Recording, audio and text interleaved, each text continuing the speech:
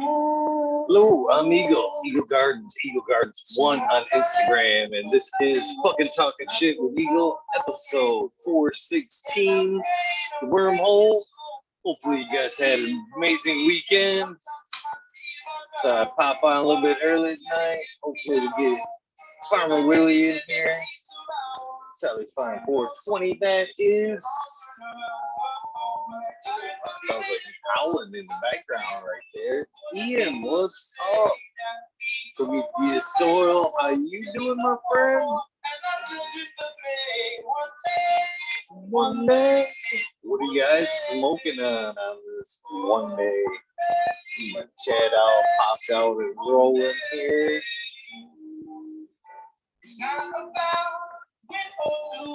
Cheers, cheers, cheers, guys.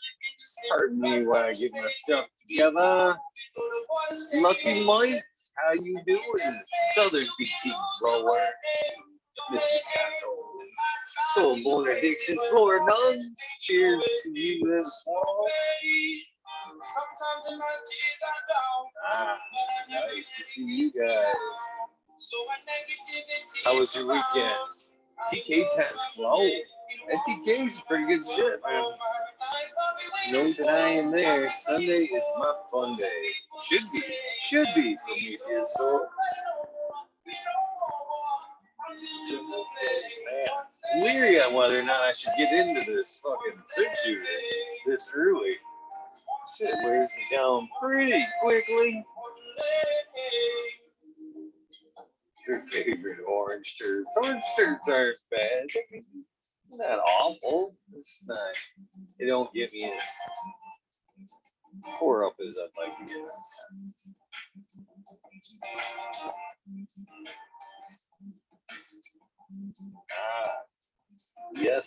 Yes. Farmer Willie will be here. Said he's got to tie up some loose ends, get some coffee made. It's going to be pretty cool all in itself. Mr. Smiley in chat. What's up, Smiley? Comfortably, How you doing? Man, a lot of great Sunday content, cannabis content today.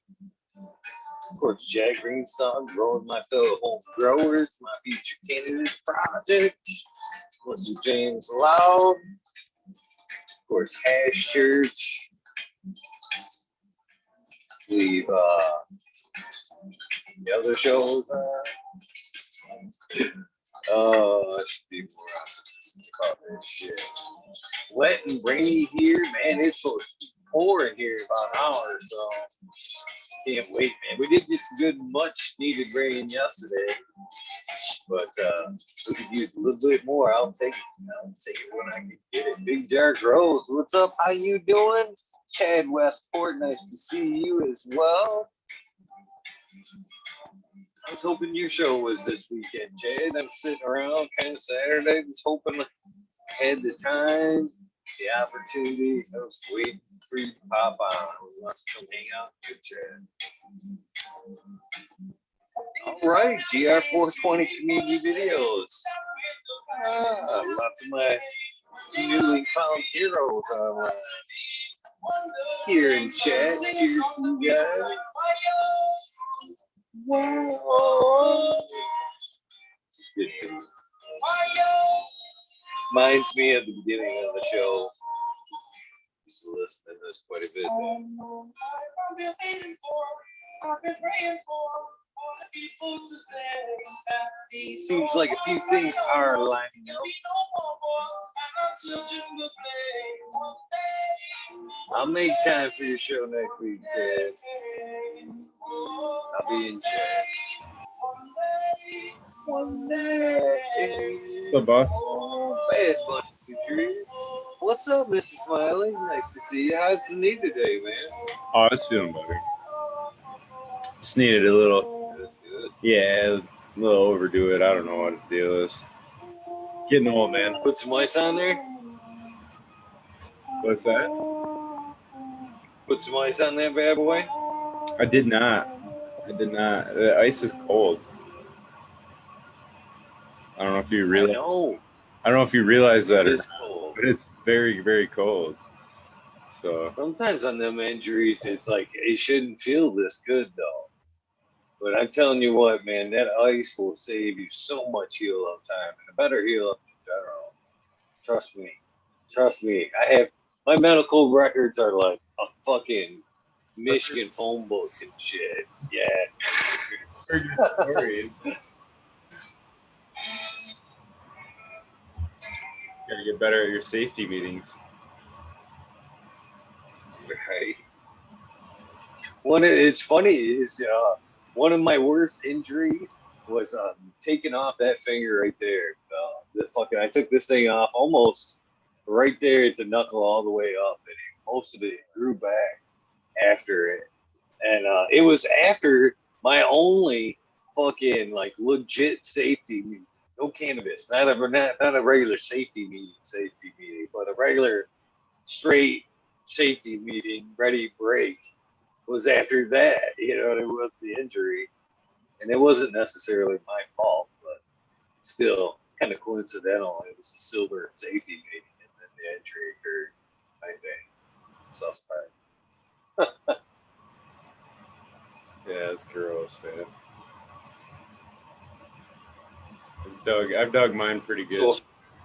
I almost lost the Yeah. middle finger. I almost lost, but it went through basically a windshield wiper motor. So I wasn't even looking, dude. I was holding the motor and I was being stupid. The thing was still plugged in, and just the way I was holding it, the motor also took off and it just went and it like jammed on my finger. And I was like, about because it was right underneath the fingernail too, dude. Like that chunk of skin between the knuckle and your fingernail there is basically the chunk of skin that peeled out of there. But the motor stopped, and then I went to go like reach with my other hand to like try to unplug it, and in the middle of like somehow wiggling it to try to unplug it, it actually finished rolling through, and that basically what it did is it peeled that chunk of meat right out between the fingernail and that first knuckle there or whatever. So,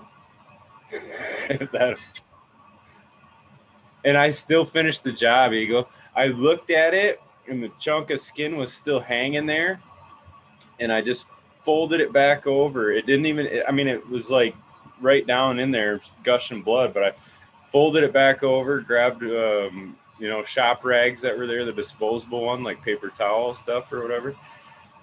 Put that around it, wrapped it up with fucking electrical tape or whatever, just super tight, just made it so my finger was going to fucking fall asleep or whatever. Super tight because I had a customer waiting on the car and I was the only person there. It was the last job of the day. Like, everybody else had gone home and it was all done and something wasn't right about it. And I had to just take it apart and do one quick thing or whatever. And that's fucking what got me. So I ended up buttoning it all back together with my finger half on. Shit. I didn't even look at it though, dude. It's just one of them things. You just squeeze it and fucking wrap it up super tight and just didn't even look at it until later. And I about puked when I finally looked at it. I was like, oh. That sounds gross. Sounds painful, man. More like taking the glove off that finger, man. Taking the fucking skin off and everything. Ugh. Yeah, it's just one of them things. So, like in the heat of the moment, you know what I mean? It's like, I don't know, do what you do. To Aldridge 25 in chat, he was saying part lizard or part reptile. It's fucking funny because they were saying that shit on the job as that fucker grew back, that tip of that finger. They were like, no way, reptile motherfucker.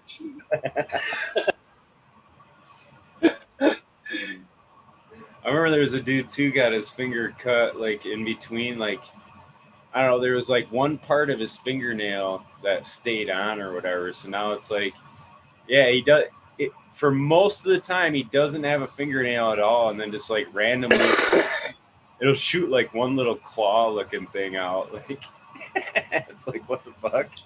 Well, if you can see the top of that finger, see how it's like white. You can see how the top of that skin and shit's all discolored. Yeah. It's like the tip of it, that shit's numb as fuck. nuts. It's always numb from that shit. But yeah, man, if you actually, I've talked about this before. If you see the white above in the nail there, if you can if you cut above that, anything above that will reproduce. Anything below that, that fucker's not coming back. So that's just the way it works. That's how I found it out. But yeah, I actually cut just above that. That fucker grew back, nail and all. It was ugly for the longest time, but yeah, she's getting prettier and prettier by the year. So, Cheddar Bob. How's it going, everyone? For the last couple weeks, have been trying to stay up to catch a wormhole or even a show, and I end up putting my son to bed and I crash out. So I caught the tail end of the Mean Gene one, which was awesome. And then I fell back asleep before the wormhole. So. That happens. It's all my fault. I needed to get back on schedule there, Cheddar Bob. I need to get back on schedule.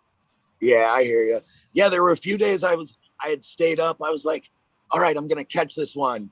11:30 came and it was like the guest canceled, and I was like, okay, I'll take a little bit of my tincture to stay up. And then like 2 o'clock came and it was like, oh, I'm gonna so and so whatever. I'm like, shit, damn it. Well, life happens. I was a little frustrated that night. Sometimes when the guests don't show up, I get a little frustrated. Sometimes, not all the time, but sometimes. That was one of them nights. It was just, fuck it. What you got there? Oh, you working on another round, huh? Well, it was up to here. Oh, I see. I've been dabbling. You know what's funny is about that, Cheddar Bob, is I do have that right here. That is one of my friends. I get into that more than I'd like to say. But today, I was making some RSO, and I got down to the last bit of I had it in a gallon jar with, I don't know, there's probably at least 4 ounces in there. And I used Everclear to strip her down. And when I was pouring some in to burn it down to get to my RSO there, and I got to the last little bit in there, and I was like, this is straight up alcohol. This is fucking tincture. So I've been I'm not a drinker either, but I've been fucking slipping that in my drink all day long. I bet you I've had a good shot of 151 cannabis tincture today. Yeah, I pretty good, man. I watch myself on that. You know, I've been sober 4 years from like consuming alcohol in a recreational form, but with the tinctures, you know, I was scared at first. I was like, you know, is this going to set me into that small cycle again? And fortunately for me, it doesn't. You know, I think I'm past that whole actual drinking phase of my life, which is I feel really fortunate about, because I have family members and it's a struggle, but you know, I can take a healthy portion of the tincture and not have any concern about relapse. It's funny you kind of say that, Cheddar Bob, because it's been, I gave it up, going on 25, 26 years now. I gave up the alcohol, and I was a pretty fucking heavy drinker when I fucking gave it up. I mean, heavy drinker. So when I started making the RSO, or, getting things ready for that, the 151 sat in the freezer for a few good days, and then I busted it out. I was dumping it into the jug there. You couldn't really see what was left in the bottle. I thought I had it all. Frost melted off the bottles, and I was like, yeah, this is fucking waste. So I actually fucking, I thought the same thing. I was like, oh, shit, this isn't going to fucking get me all fucked up. Kind of set me off. I'm going to be drinking tonight. Shit. But no. I say that as I'm drinking fucking cannabis tincture day 2, I guess. It sounds like Could be a little slippery. So I ordered a bunch of new shirts. I got the Deadpool. Pretty psyched about that. I found a Hulk one. Oh yeah. I got the Quicksilver, Fantastic Four. I got the Thanos War Gear, War Machine. These Dr. are all new ones. These are all new ones. Like you. Oh yeah, dude. I'm going 365, man. I'm gonna start getting into like the Dragon Ball Z ones. They seriously like that's a thing? Like are these like that's a thing? No, I know, but like I'm just surprised that there's such a variety of them or whatever. Like they make them in every hero. Like, can you get a unicorn one? Well, I don't know if there's like a. I don't think do they have the Care Bears? Those are called furries. The furries. They come in complete costume. So, Cheddar Bob, I can't help but wonder, do you have like some like the criminal side just for like your shithead days? Like you got them tucked under like the fucking superhero ones. You're like, oh shit, Dad's got his Joker fucking shirt on. Stay the fuck away from him. Today's gonna be a crazy day. I do have like the Punisher on days where I'm like aggro and I kind of want to punch someone in the teeth. I usually put on like a little villainy sort of one just to give that feel, I guess, like just fucking stay away from me. You know what I mean? So yeah, they do correlate with my emotions on my sleeve. Hi, Jack. Jack. Good to know. Cheers, Jack. Yo. How you doing? Jack's superpowers haven't appeared yet. No. Someday, maybe I'll be able to turn on fire randomly when scared. Jack, all. Do you know what I'm referencing? The Incredibles, the baby Jack. Yeah, he had all the power. The only one I remember is that he could like burst into flames. No, he could burst into flames. He could turn into metal. He could fucking teleport. He could translucent, go through walls, all kinds of shit. Like fucking float. He could like walk on the ceiling. He was doing it all. That's it. You're no longer Jack Greenstalk. You are now Baby Jack. Baby Jack. Jack. I don't know if it works if they call someone a baby who's got a beard that is this fucking unkempt. Benjamin Button had a beard, didn't he? Wasn't that the whole point? He was aging in reverse. The world's oldest baby. Still a baby. How would that work? That's a conundrum. Are you? I feel bad for this. Let me load my bowl and I'll get an answer for you. Hold on, I'll get the answer in just a second. It will come to me. I promise. Just give me a few tokes. Chad Westport's got one for Cheddar Bob, and it's a good one. So, this is the question: Cheddar Bob gets arrested. What shirt does he have on in the picture? Well, the orange is the new black. Funny. Chad mentions that. I was wearing my Punisher shirt last week when I almost was arrested. So it would probably be the Punisher, good guy, but also not a good guy. Maybe Deadpool, like the anti-villain hero, like just total mercenary.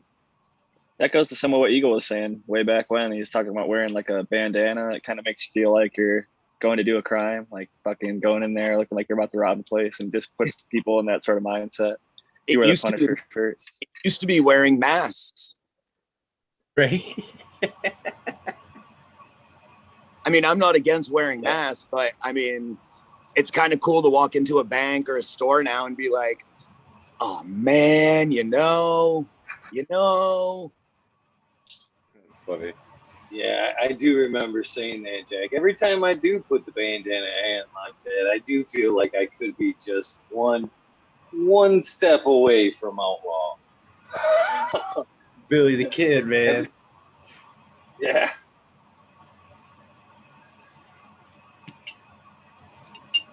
That is funny. That Mean Gene fucking interview, that was the best one he's ever done. And I've watched a lot of them. Great job, Eagle, man. That was fucking killer the other night.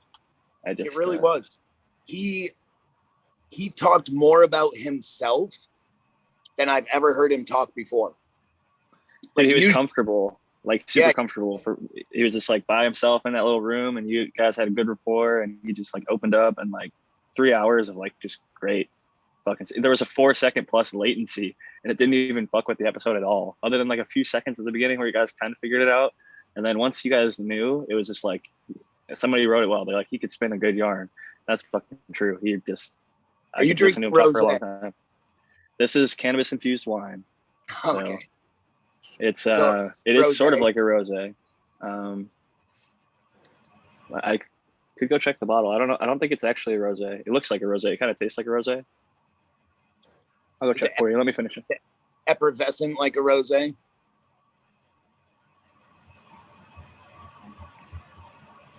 Not really. Interestingly enough, this is our second bottle of this wine, and the first bottle tastes a lot different. It's like the same thing. Not tonight, but like in general. This one's a little bit more sour. The other one tasted more like a robust wine. Let me go grab the bottle.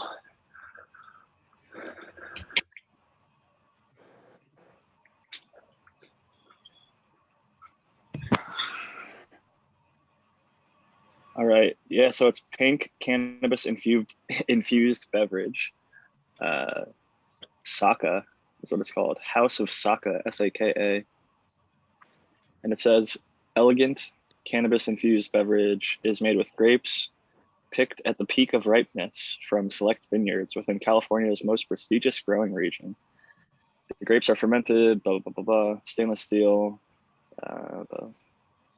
THC and CBD formulation. It's only 40 milligrams, but to be honest, it's like a pretty heavy. And I think that made me realize that there's something about wine, just like the entourage effect. It's not just the alcohol in the wine that's like sedating. It's also like the fermented grape, even without the alcohol.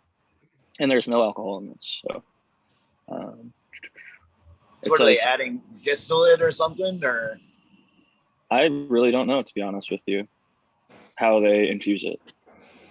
It could be sugar. A lot of people use infused sugar for drinks, and you can use tincture to make infused sugar.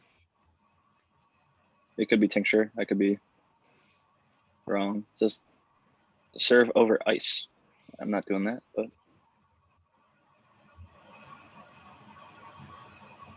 yeah, I mean, I guess it would be most comparable to a rosé. It just says pink, and it looks like a rosé. The first one we had tasted more like a Cabernet. And this one tastes more like almost like a sour white wine, like a Zinfandel almost. I'm like not a huge wine drinker. That's a good way of putting it. Well, there's a big range of rosé. There's some rosé that's not sweet at all. There's some rosé that's fucking more very dry, heavy, yeah, and dry. Have you guys ever the Spanish rosés, Rioja regions, Tempranillo grapes are usually fairly dry. When I drank wine, I really preferred like Cabernet or Pinot Noir. Pinot Noir is my favorite type of wine, and like I looked into like the healthiest wine and soft, silky juice. Well, Sonoma Valley has like this area where like Napa gets a lot of praise, but there's like a few wineries that are like up above the cloud line, and Pinot Noir grows really well in that sort of environment. And I like to support, like, even though I'm in Southern California, it's cool to support a California brand, I think. And they make good shit. There's a lot of good wine. I'm not a huge alcohol person, to be honest. Like, I know that up to like a glass of wine a day can actually be good for you. But I typically, like, I just had my wedding or like 1 year wedding anniversary where we actually had to have the celebration. everybody came to a house, and because the year before COVID, we couldn't have it. And I drank maybe like a shot in a beer. I'm not like a big drinker. I used to when I was in college and high school and shit. Actually, kind of rarely in college. By that time, I was pretty much over alcohol. So. I loved to drink.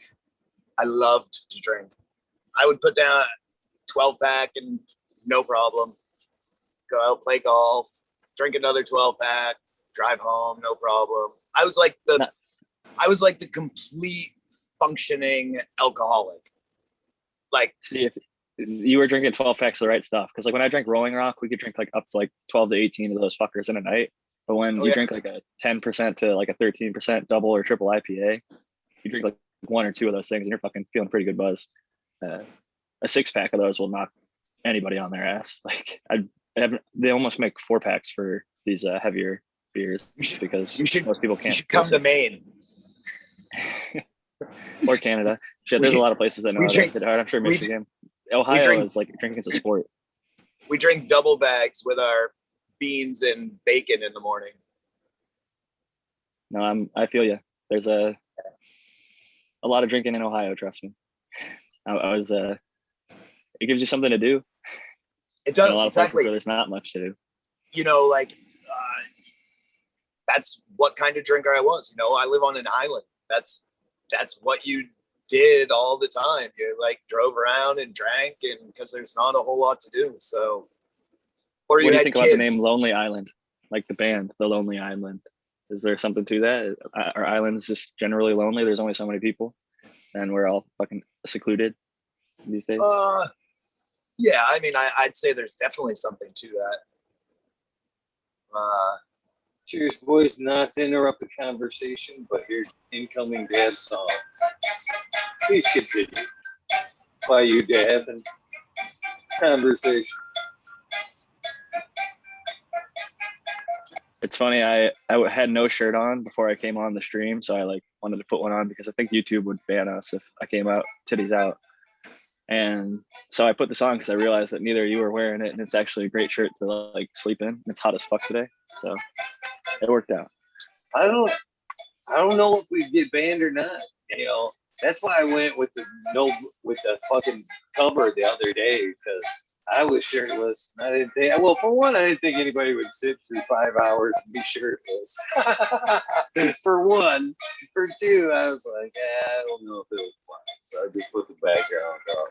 It's too hot. It was just too hot.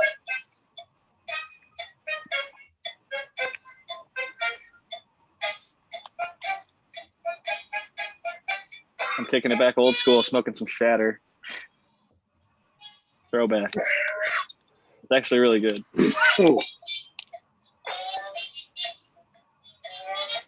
Nothing wrong with some shatter. Nothing wrong with People hate on it though. One solvent list got hot. People look down.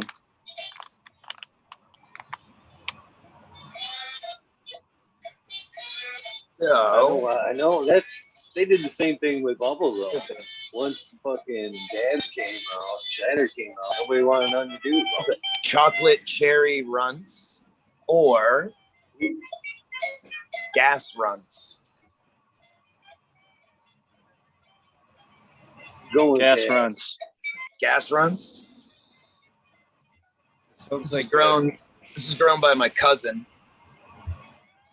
He came down and played a round of golf with me at our local golf course. But he's a synthetic auto pot grower. Nothing against that. But he grows good cannabis. It's nice. And he's a good golfer. Do you guys have family that like you didn't meet until later in life? Yep. Like my cousin is like 8 years younger than me, and I only met him for the first time like 6 or 7 years ago. But he lives like an hour away. Shit. You have family like that? The whole half of my family. One half of my family, Cheddar Bob. I didn't meet my real dad until I was 28. Oh.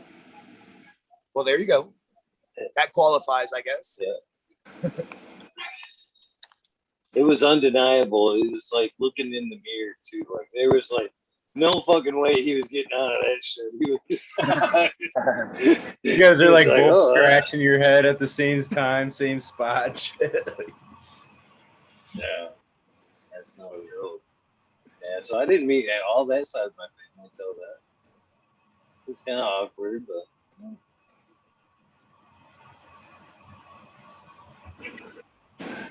So I got a new light. Yeah. My Fluence Spider 2X was having maybe a little driver or a little wire connection into the frame issue, and was turning off at different points during flower. So I was sitting here doing a video at one point a few nights ago, and my light just turned off. I was like, what the fuck? So I just kind of tapped it and it came back on. But, you know, I've been in flower for now going on 6 weeks. And so I'm wondering how often that was happening, one. And two, how long it was staying off before coming on. Because when I'd come back in, it would be on. So it's like, oh, fuck. You So had a ranging dark period between 12 and 18 hours. What's that? Yeah, I said you had a random dark period between 12 and 18 hours. Just Yeah. So I had this like the beginning of re-veg going on, and I think I've got it back under control. Things seem to be okay now. Plants were reacting to it too. Yeah. Oh wow. And I set my timer up wrong. I was on 1410. So they weren't quite getting to that point of wanting to do that full flip. So I think both things combined, maybe, I don't know. But anyways, they started going into re-veg. Cool. So I went and bought a new light. And my Fluence is sitting in the spare room. It's up for sale. He's got a used one for sale on auction. I do. I have one for sale. I'll pay for shipping. It works most of the time. Yeah, right? But never for us. Nenever for the So never for me. because it only works 70% of the time, he's going to sell it for 70% off. 70% of the price I paid. It's a hell of a deal, man. Yeah, hell of a deal. Deal on this light. I'm really good at deals. Got a deal on this one, man. Yeah, I got that book by that guy, The Art of the Deal, and I've been really successful. Have you? No. But the light I picked up it's called the Ion 720. And I guess it's made by the Growers Choice ROI E series. Oh yeah. It's made by Growers Choice, but they sold the name to a company or something like that. So Growers Choice makes this light, but these people put their name on it. So for somehow, I don't know. I don't know either. The Growers Choice does make a 720 though. They mine's a 680 and they have another model that was a 720. That was like their 2.0 version of it or whatever. Yeah. So that's what I got going right now. It's like Lumitech and Photon Tech. Dude, Lumitech is the European, Photon Tech is the US. Those lights are killer. I have a Photon Tech 600 at my other grow that I do. And that thing slaughters the plants in a good way. With lots of ample LED light. Yeah. Chad wants to know, did they replace the light? Did the company replace the light or what? What did they say about the light?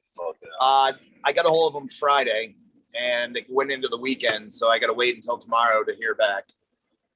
So I'll either send it back and get it fixed or just sell it if they're like, going to give me a hard time. Something I've noticed about Fluence, I love their lights. But since they've teamed up with Osram, their lights have become even more powerful and less energy consumption. But their customer service has gone all to fuck. It's horrible. It's like legit the worst customers. Like I'd rather deal with like Mars Hydro now. They're really bad. You would rather post a link on every video? I'm just kidding. What's that? Mars Hydro, you gotta post a link. Post a link. Oh, is that what they ask you to do? I see other YouTube videos that have links all up in their fucking chat. Like, here's a link to this camera that you can buy from this video. Here's a link to this thing. Here's a link to my course for this. Here's a link to that. A bunch of YouTube videos put tons of links. I only see in there. Pornhub ones on Eagle's comments. Yeah, some of those are weird. You get like these random like bots that pop up the first day after one of the lives. If you go watch the next morning, you'll see like 1-800 call, like whatever, or whatever Cheddar Rob's referring to, basically.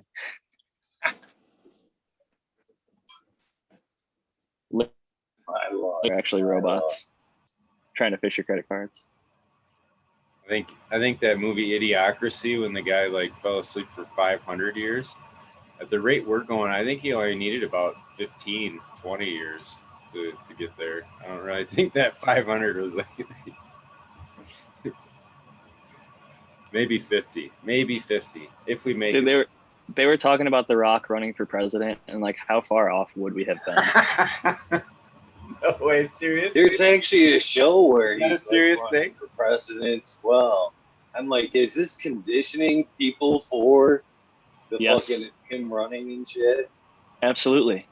That's like Trump bluffing for like 20, 30 years first. Saying he was going to do it. Then the Simpsons said that he was going to do it. And then when he actually fucking did it, it was implanted in people's minds. So enough of them. Ronald Reagan wasn't a politician first. No, he was an actor. He was a celebrity. So we've been. Do you know why Ronald Reagan went into politics? It was because he broke. No, it was because of the communist movement that was coming through the Hollywood guilds. That was kind of where the whole Cold War thing was starting. But the communist movement was basically they were propagandizing America even then through the movies and different things. That's been their plan all along. That's why like everybody's like, oh, Russia's fucking with our elections. It's like, no, they already fucked with our elections 10 years ago. You know what I mean? Mess with people's heads 10 years ago, and now that's why it fucked up. That's known stuff, man. There's a KGB guy that always was talking about that, how they were planning on propagandizing U.S. culture, and there was a plan for it, and like, you know, eroding morals was part of it, you know, and I don't know, when he listed it off, you're just like, holy shit, that's like exactly everything that's happening. But he was talking about it back in the 80s, and then the plan was like educating a generation in the school systems. And if you have one educated generation, you know, if you can change the education for one generation and through the school systems, it's an irreversible pattern that will take place after it's like 15 years to get it to reverse the line of thinking. So like if they can get kids young enough in the schools trained into like a communist kind of mindset or a socialist kind of mindset, that it's irreversible. And they've been doing that for multiple generations now. So just think of how irreversible it is now. Like, so wait, so does communism and socialism are on the same side? That's their plan. That was their plan to win the Cold War. So what's on the other side? If communism and socialism are on this side, what's on this side? Democracy. And capitalism? Yeah.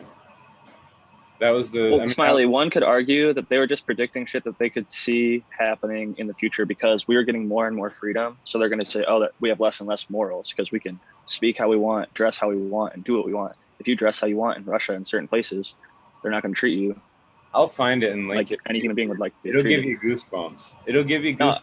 I'm for sure. I agree that they are definitely. You know, Bin Laden, that was Bin Laden's plan too.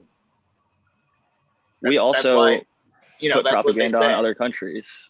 I mean, the U.S. is like every single country is sort of complicit in this. There's no perfect country out there. I'll say that. No, but they all fucking hate us, man. A lot of people do. He's jumped in just in time, man. I threw a rope out a long ways there. A long ways.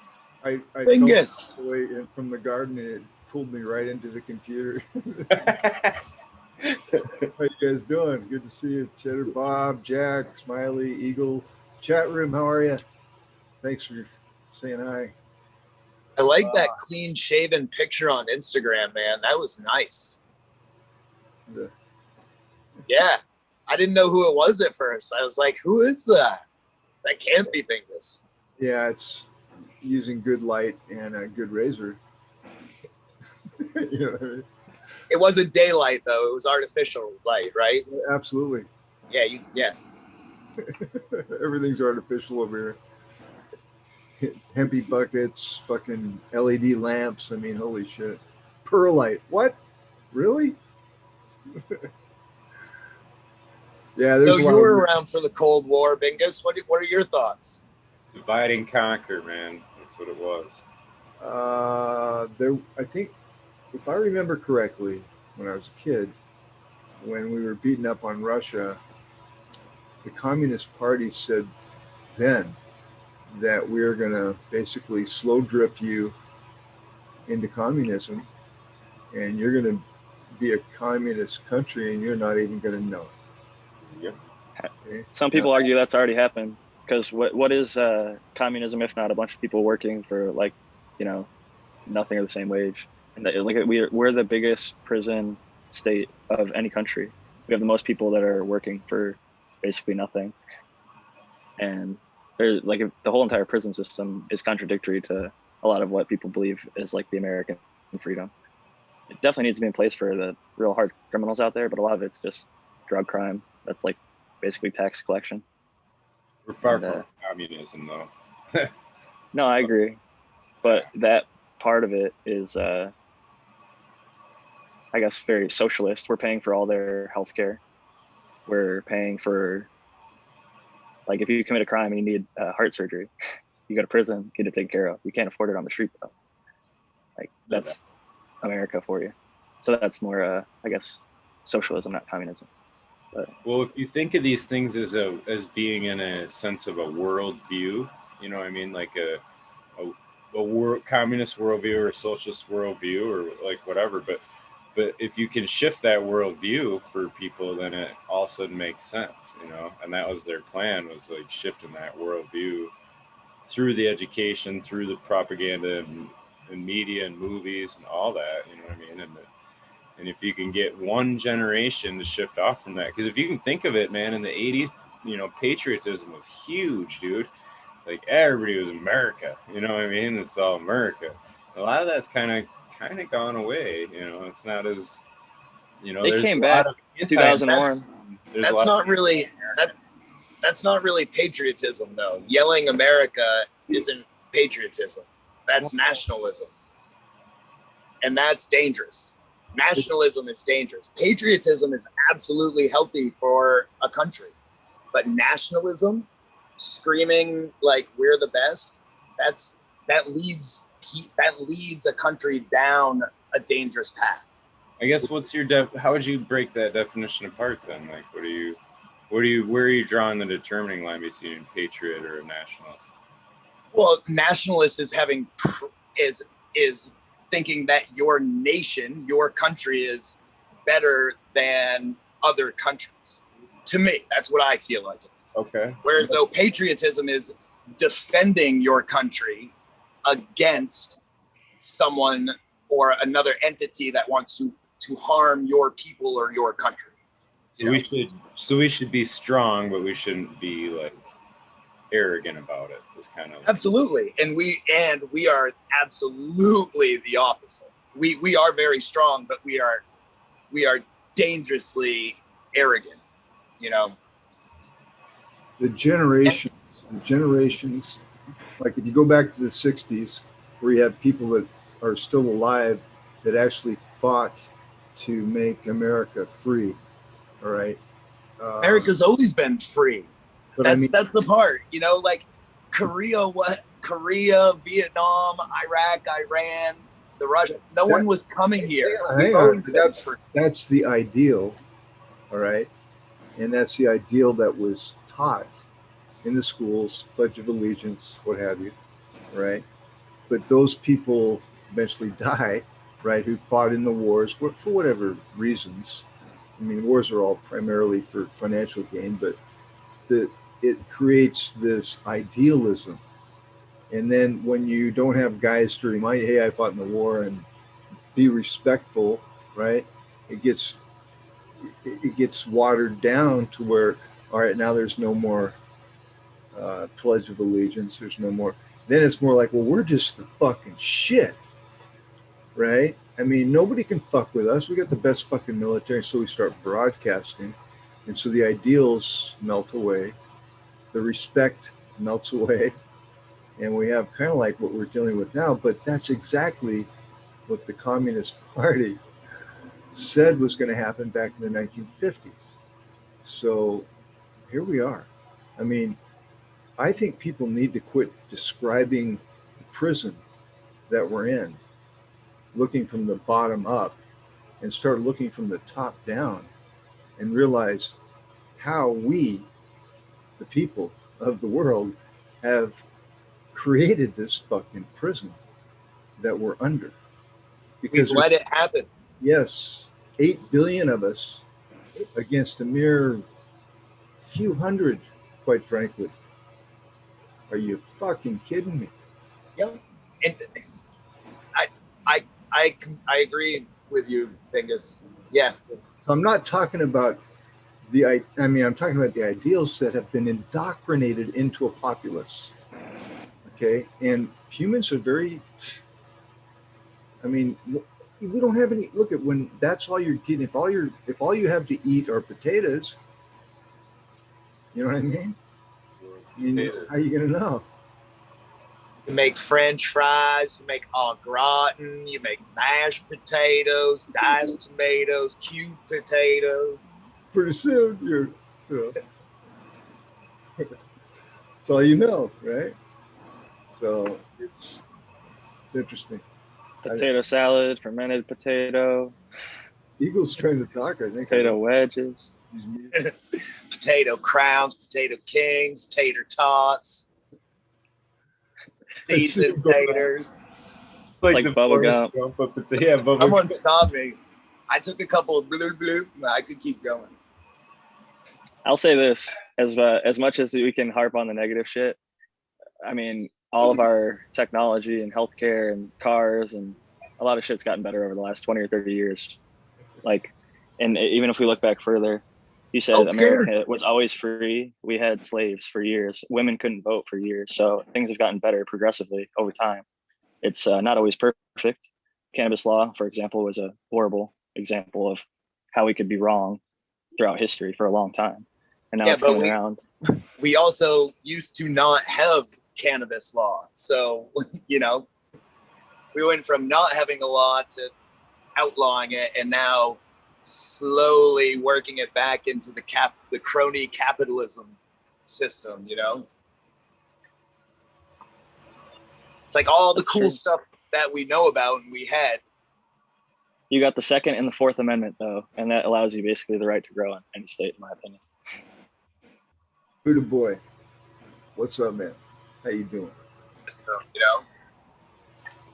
Cheers. It's like all the cool stuff that we know about. We had. You got the Second and the Fourth Amendment, though, and that allows you basically the right to grow in any state, in my opinion. Buddha boy. Respect, guys. Bingus, Cheddar Bob, Jack, Eagle, Smiley. I love you all.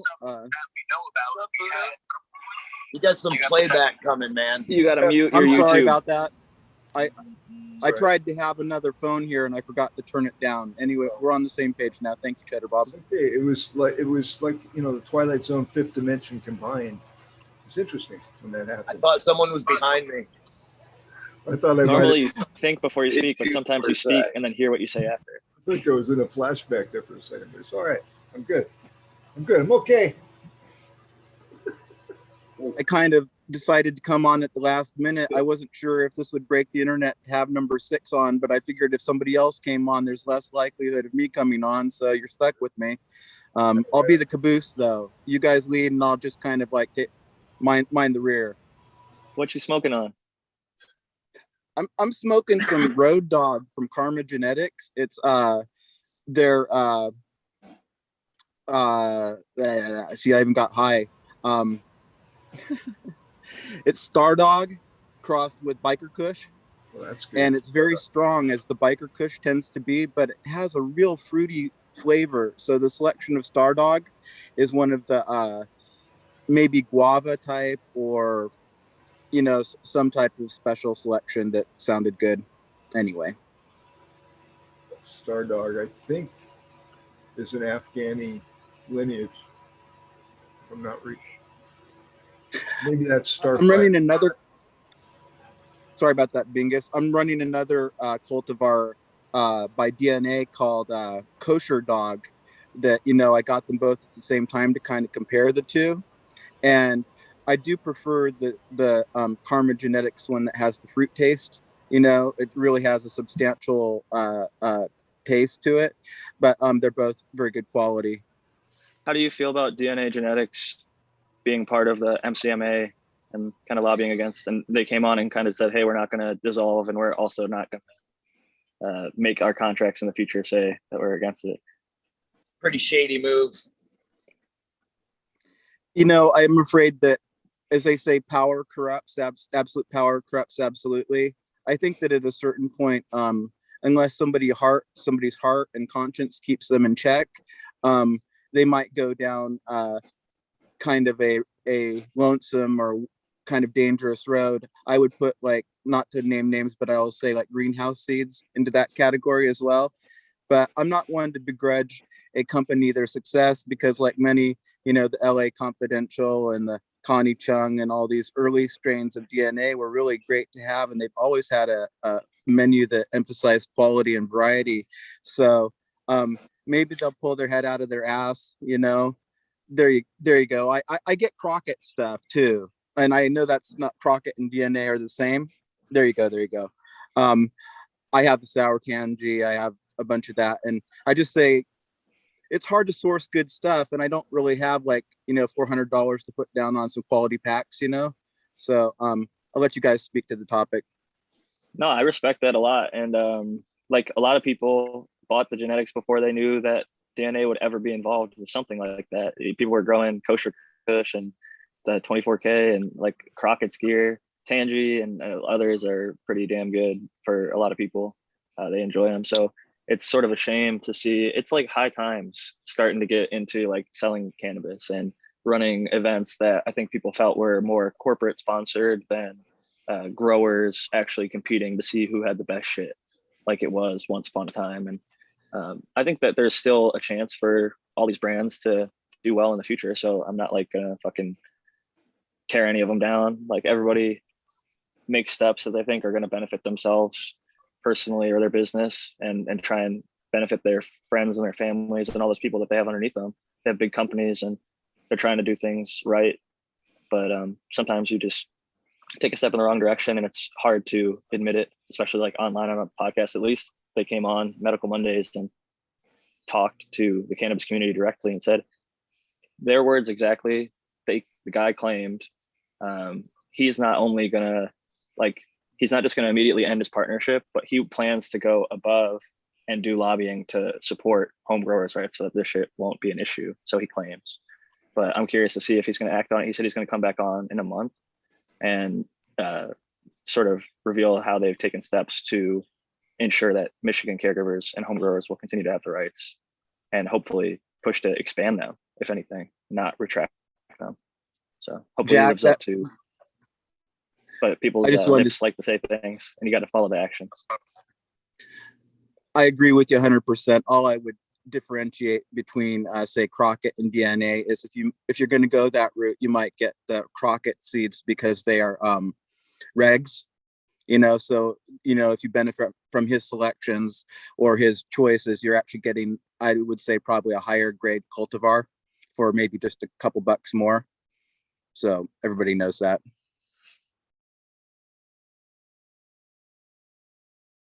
I personally don't really grow feminized seeds at this point anymore. I like to grow regs because if I love the line, I would like to be able to F2 it, see what is in the F2s, potentially F3 it, like the Velvet Punch I'm puffing on right now. This is an F2 I made because I like the F1 a lot. Now I've got F3 sitting right here in front of me, and I'm going to grow them out and see what they're like. What are you showing us here, Cheddar Bob? Which pack's that? You're muted, bud. I can't hear you. Now, isn't Cheddar Bob cool as shit? Yeah, these are both regular seeds, which I guess is pretty fortunate. Cool. I mean, I've had these for quite a few years now, both packs. So, which strains are they? I can't really see it, to be quite honest. This is the Sour Tangy, and then the Turbo Diesel. Sour Tangy's good shit. One of the people in the chat often is Sour Diesel Tangy. He's a good dude. And I think that's a crossover. Yeah, I've grown a Sour Tangy Pheno before. It was hunted from DNA by another person. So I don't know what you call that, but it came out really nice. Really, really nice. It's one of my better plants that I've grown. So I know it's good, but I'm having a moral dilemma. Oh, I would, if you've already purchased them, not that you want my opinion, there's other people here. I'd just go forward and let them go, because it's like this, they're a gift from the universe to you, and it's an apolitical gift. But here's the deal, in the future, I know you put your money and time into quality beans, just support those people like, Mr. Bone and people like that, or excuse me, Mr. Toad, and people like that who, support you as well, long-term friendships and relationships, right? Yeah. I have a question, guys, for everybody. This isn't, and I actually would kind of like Eagle, because you've been quiet over there, and I know you avoid the political conversations, but I think this is one you would be okay to jump in on. What do you guys think about the whole concept of like separating the art from the artist? Subcool, for example, was a pretty controversial breeder outside of his work. His genetics, though, some of the shit like X Cleaner 2 helps people with seizures. If that's the only medication that's going to work for you, as a medical patient myself, I say you have to fucking overlook if you have some problem with that man's moral lifestyle, which I loved Subcool. I loved his personality and how he lived his life, everything. I think he was a great guy, but some people didn't like him. But I think for me personally, I like to occasionally, depending on how bad the artist is or what they're doing, separate the art from the artist, or in this case, like the medicine from the medicine man. Because like, if that is, in some cases, really, truly, cannabis is special, in my opinion. There are certain strains that help people, like Charlotte's Web, help that Charlotte Figgy with her seizures. And not that is the only thing that could have done it, but it put CBD on the map and helped a lot of people. So I'm just curious, what do you guys have to think about that Eagle first?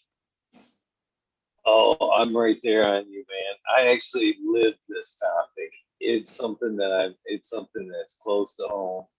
And I'm right there with you. I am right there with you. You should be able to separate the art from the artist, because you got to appreciate what's in front of you, not necessarily where it came from.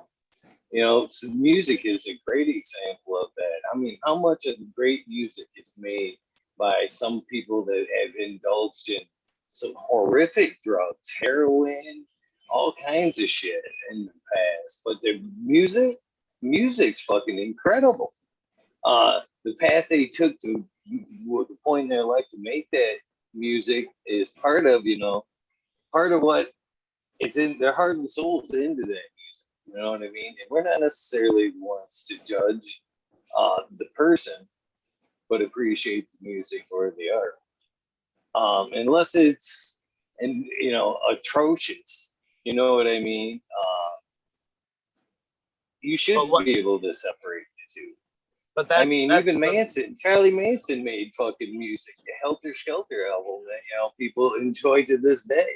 You know what I mean? It's to each their own. It's not, I'm not saying, I'm not advocating it for it, but in my particular case, yeah, it's definitely music that I hear that, you know what I mean? Great music, but they did such and such. They're a cheater. We can't listen to that music. Well, fuck, what's that got to do with the great tune in front of you? All right, so yeah, I'm right there with you. You know, you have to be able to separate the two unless there's just something hugely morally across the board objectable. You know, you have to appreciate the art, not the artist. Two separate Is this things. case one of those, like lobbying against caregiver rights? Because like I was gonna say, like if they like were like Bill Cosby, kind of like you know, serial rapist or serial murderer, something that is like black and white, morally reprehensible and unforgivable. Like that's a definite for me. Like if Cheddar Bob, you're muted again. Oh, never mind. No, you're good. You're good. We just weren't actually talking. Oh, you tricked me. You tricked me.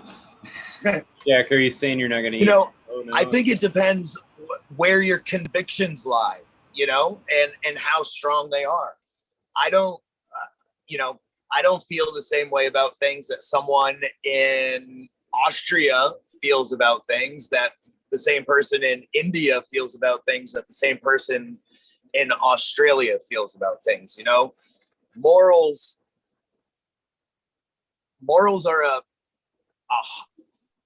I think are a hard battleground to start from, you know. Everyone has different morals, and most of the time everyone's willing to break those morals in one way or another. But I think it really just depends where you draw your line, and everyone draws their line at a different spot. I wouldn't buy any Bill Cosby like pudding pops infused with CBD to make me fall asleep or something. There you go. Too soon. I would. Probably too soon. Sorry guys, I shouldn't have said that. That was inappropriate. But fuck Bill Cosby. I love this comedy, separating the art from the artist kind of thing. Bingus, what do you think on this subject?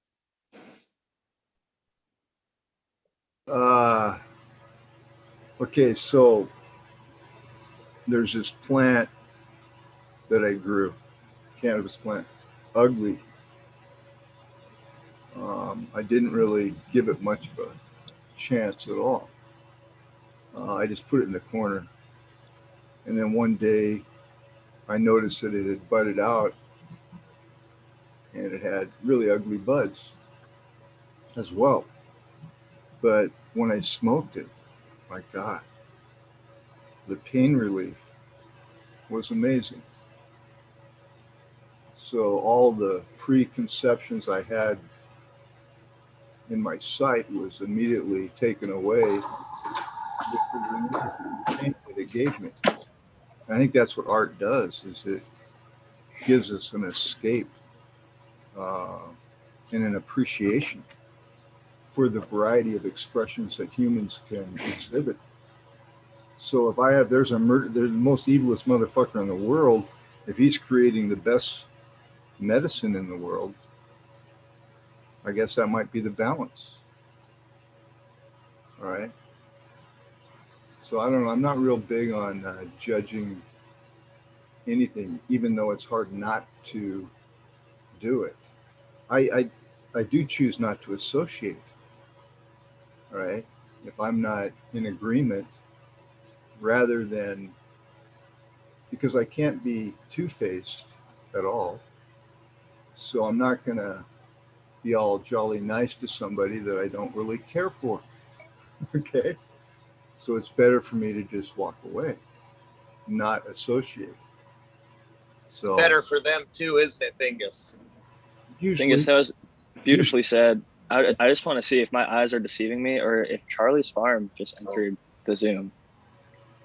Charlie, Are they with us? Here. Charlie. What's up, gentlemen? hey, Can you hear me? what's up, buddy? Oh my goodness. Welcome back. It's so good to hear your fucking voice. Yeah, thanks, Jack. Right on. It's good to see you guys. Good to see you. Can you buddy. hear me okay? Can you guys hear me okay? Yeah, yeah. Bingus, how are you, buddy? Yeah. Good to see Welcome. you, man. It's always good to see you, Bingus. Couldn't agree 100% with what you just said any more than I do. I don't judge anybody. Try not to.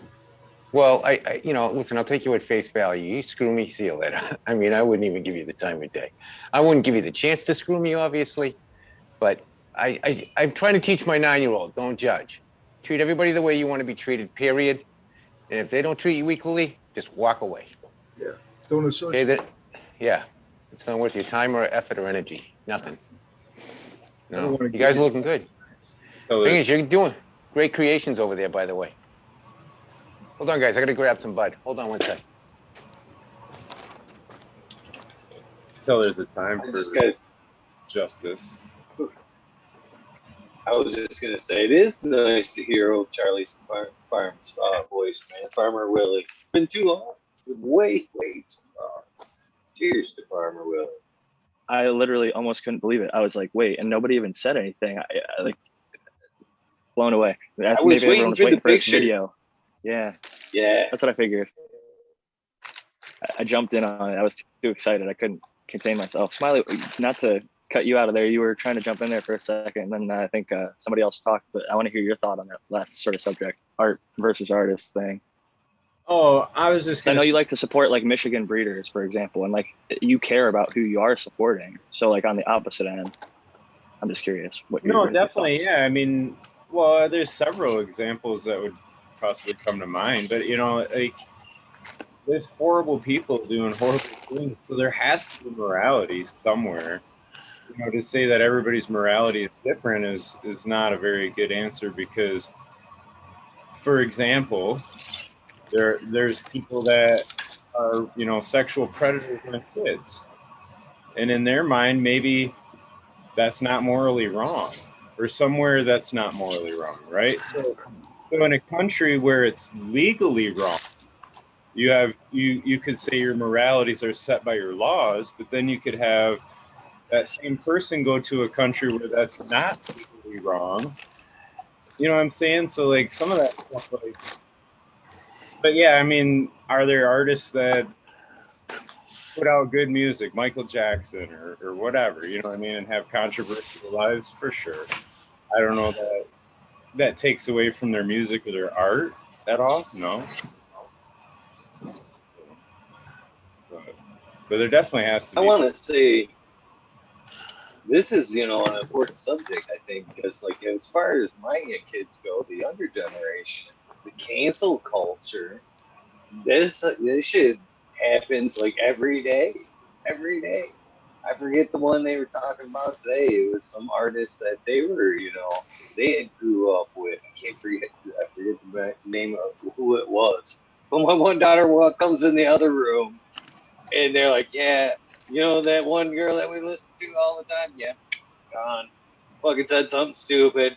No longer listen to their shit." I'm like, really? This shit's out of control. And it wasn't even like horrible. You know what I mean? It was, in this case, they said, because it was Gay Pride Month, they were like, I forget what they were saying. They were like overly pretending to be supportive, but weren't supportive in 100%. You know what I mean? I don't know. It was bullshit, basically, to be like, okay, no more. I was like, holy shit. So it is kind of an important topic, really. Man. I think we should be open to everybody's points of view or perspectives, but I mean, I don't know. I guess it's hard for sure. I think like there's like certain things that you could probably mostly agree on. Like if you walk up to a random stranger and like hit him in the face, like that's not something that is acceptable in any civilized society. So there like is like certain lines where I'm with you, Smiley, like child predators, like things like that. You have to throw a line out there somewhere. So Or to even make it more personal, you know what I mean? It's fine and dandy until it's your kid, you know what I'm saying? Like then all of a sudden it becomes a whole different scenario too. So like, I mean, people I have a friend who just had that within the last year happen to their daughter from a personal friend was trying to make a move towards their daughter. And just imagine that somebody that is your friend, now you're having to make police reports against because inappropriate sexual conduct. Police not. So they'd be making the police report. yeah, I mean, I was like, dude, they'd be I think it was like they found out like later or something and hadn't ever seen the person since, because I was like, that person might be in a shallow ditch somewhere, depending on wrong person you do it to, you know. I mean, like, and that don't make it right either, what I just said, but you know, morality. That's how people react, though. But people can agree with it really quickly because of the circumstance laid out, right? But what was that really? It actually gets tried differently in court, though. Like, if you had something happen to any family member of yours, and then you react in rage, and then take someone's life, that's different than if you just sit in your house and say, hey, this dude's rich, we're gonna fucking break in his house and like take him out and steal a bunch of his shit. Like, premeditation versus like in the heat of the moment, there's different penalties for those two different things depending on what state you're in. Sometimes much less years for in the heat of the moment. So now that this show's already been flagged, I mean, what the fuck, right? See, let's talk about mushrooms. Where penis envy or be positive. This is where the different levels of morality, I guess, come into play. You know, oh well, it's okay to do this if it's under these circumstances, but that moral code is still being broken at the end. But there's a less penalty if you do it if you're angry rather than if you planned it out. You know what I mean? Like, more acceptable, premeditated, or you know, and it's like what you said, Smiley. Like, they'd be filling out a police report. So if a person molests a little kid, and you think that's worse, is that worse than killing another person? Right. No, that's what I was saying. I mean, it doesn't. You know, it's like we as human species are so conflicted, and conflicting at the same time. It's confusing. It's hard. You know, life is confusing. More people using cannabis now, including even like police officers who weren't always friendly to cannabis users. Now they're not having to bust cannabis users in a lot of places. A lot of them are getting to be able to use cannabis. And most people, like, if you talk to a cop, they're saying like, if you run into somebody who's drunk versus high, like most people know, they're much less likely to be aggressive. I've always said for a long time, like, if the world just used more cannabis, it'd be a better place. And gradually, I think the number is going up a little bit again. And I think with that, fucking, we can all do our little part, gift it, fucking. Most states that it's legal to grow, it's legal to gift it out. So fucking everybody do our little part, whether it's gifting a clone to get somebody growing or gifting a fucking jar. I don't care if it's a fucking little baby nug or eighth quarter, whatever you can hand off to somebody. In a small way, that smoke can like change their day.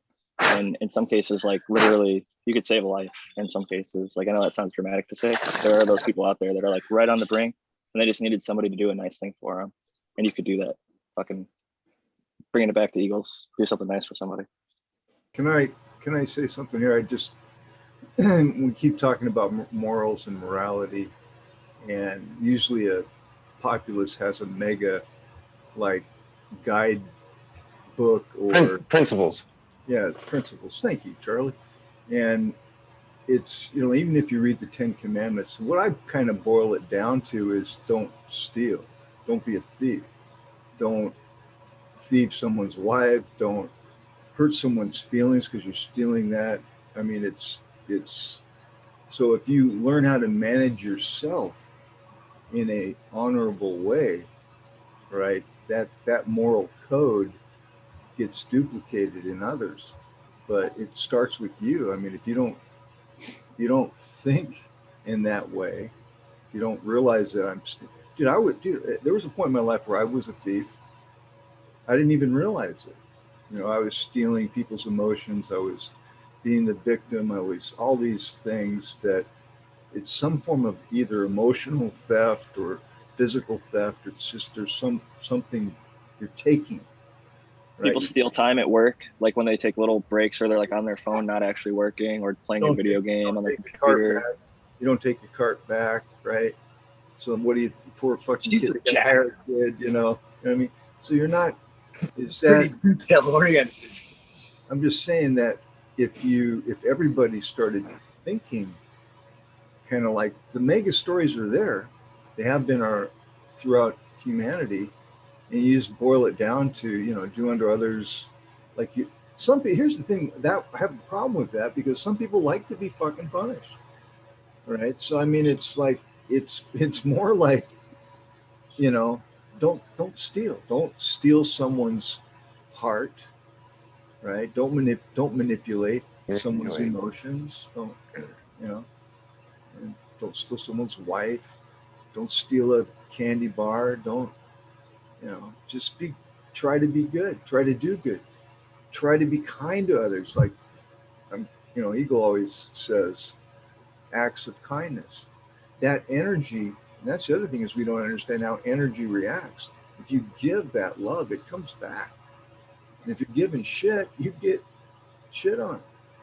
And if you don't know the difference, start there. You know. Anyway, sorry, I had to just jump in with morality. If you don't know the difference, you just think you're warm, Vingus. Charlie, what'd you grab there, Farmer Willie? What'd you grab the smoke on, brother? some blueberry fuel. My fuel. It's my favorite. Though I have a Tropican huckleberry cookies now that I really like. But and I have a real cut of the GMO that's actually there. But blueberry fuel is still my favorite. I sifted this 5-6 years ago, 7 years ago, maybe even longer, and it's still my #1 seller. So #1 on demand. Sounds good. Yeah, it's got the, you know, it's good. It's a blue dream cross, which we all know can be blue dream can be a little iffy with some people, but in the East Coast here still, it's even though it's still the #1, one of the #1 strains requested in out west too, in dispensaries and stores. One of the top 3 or top 5, but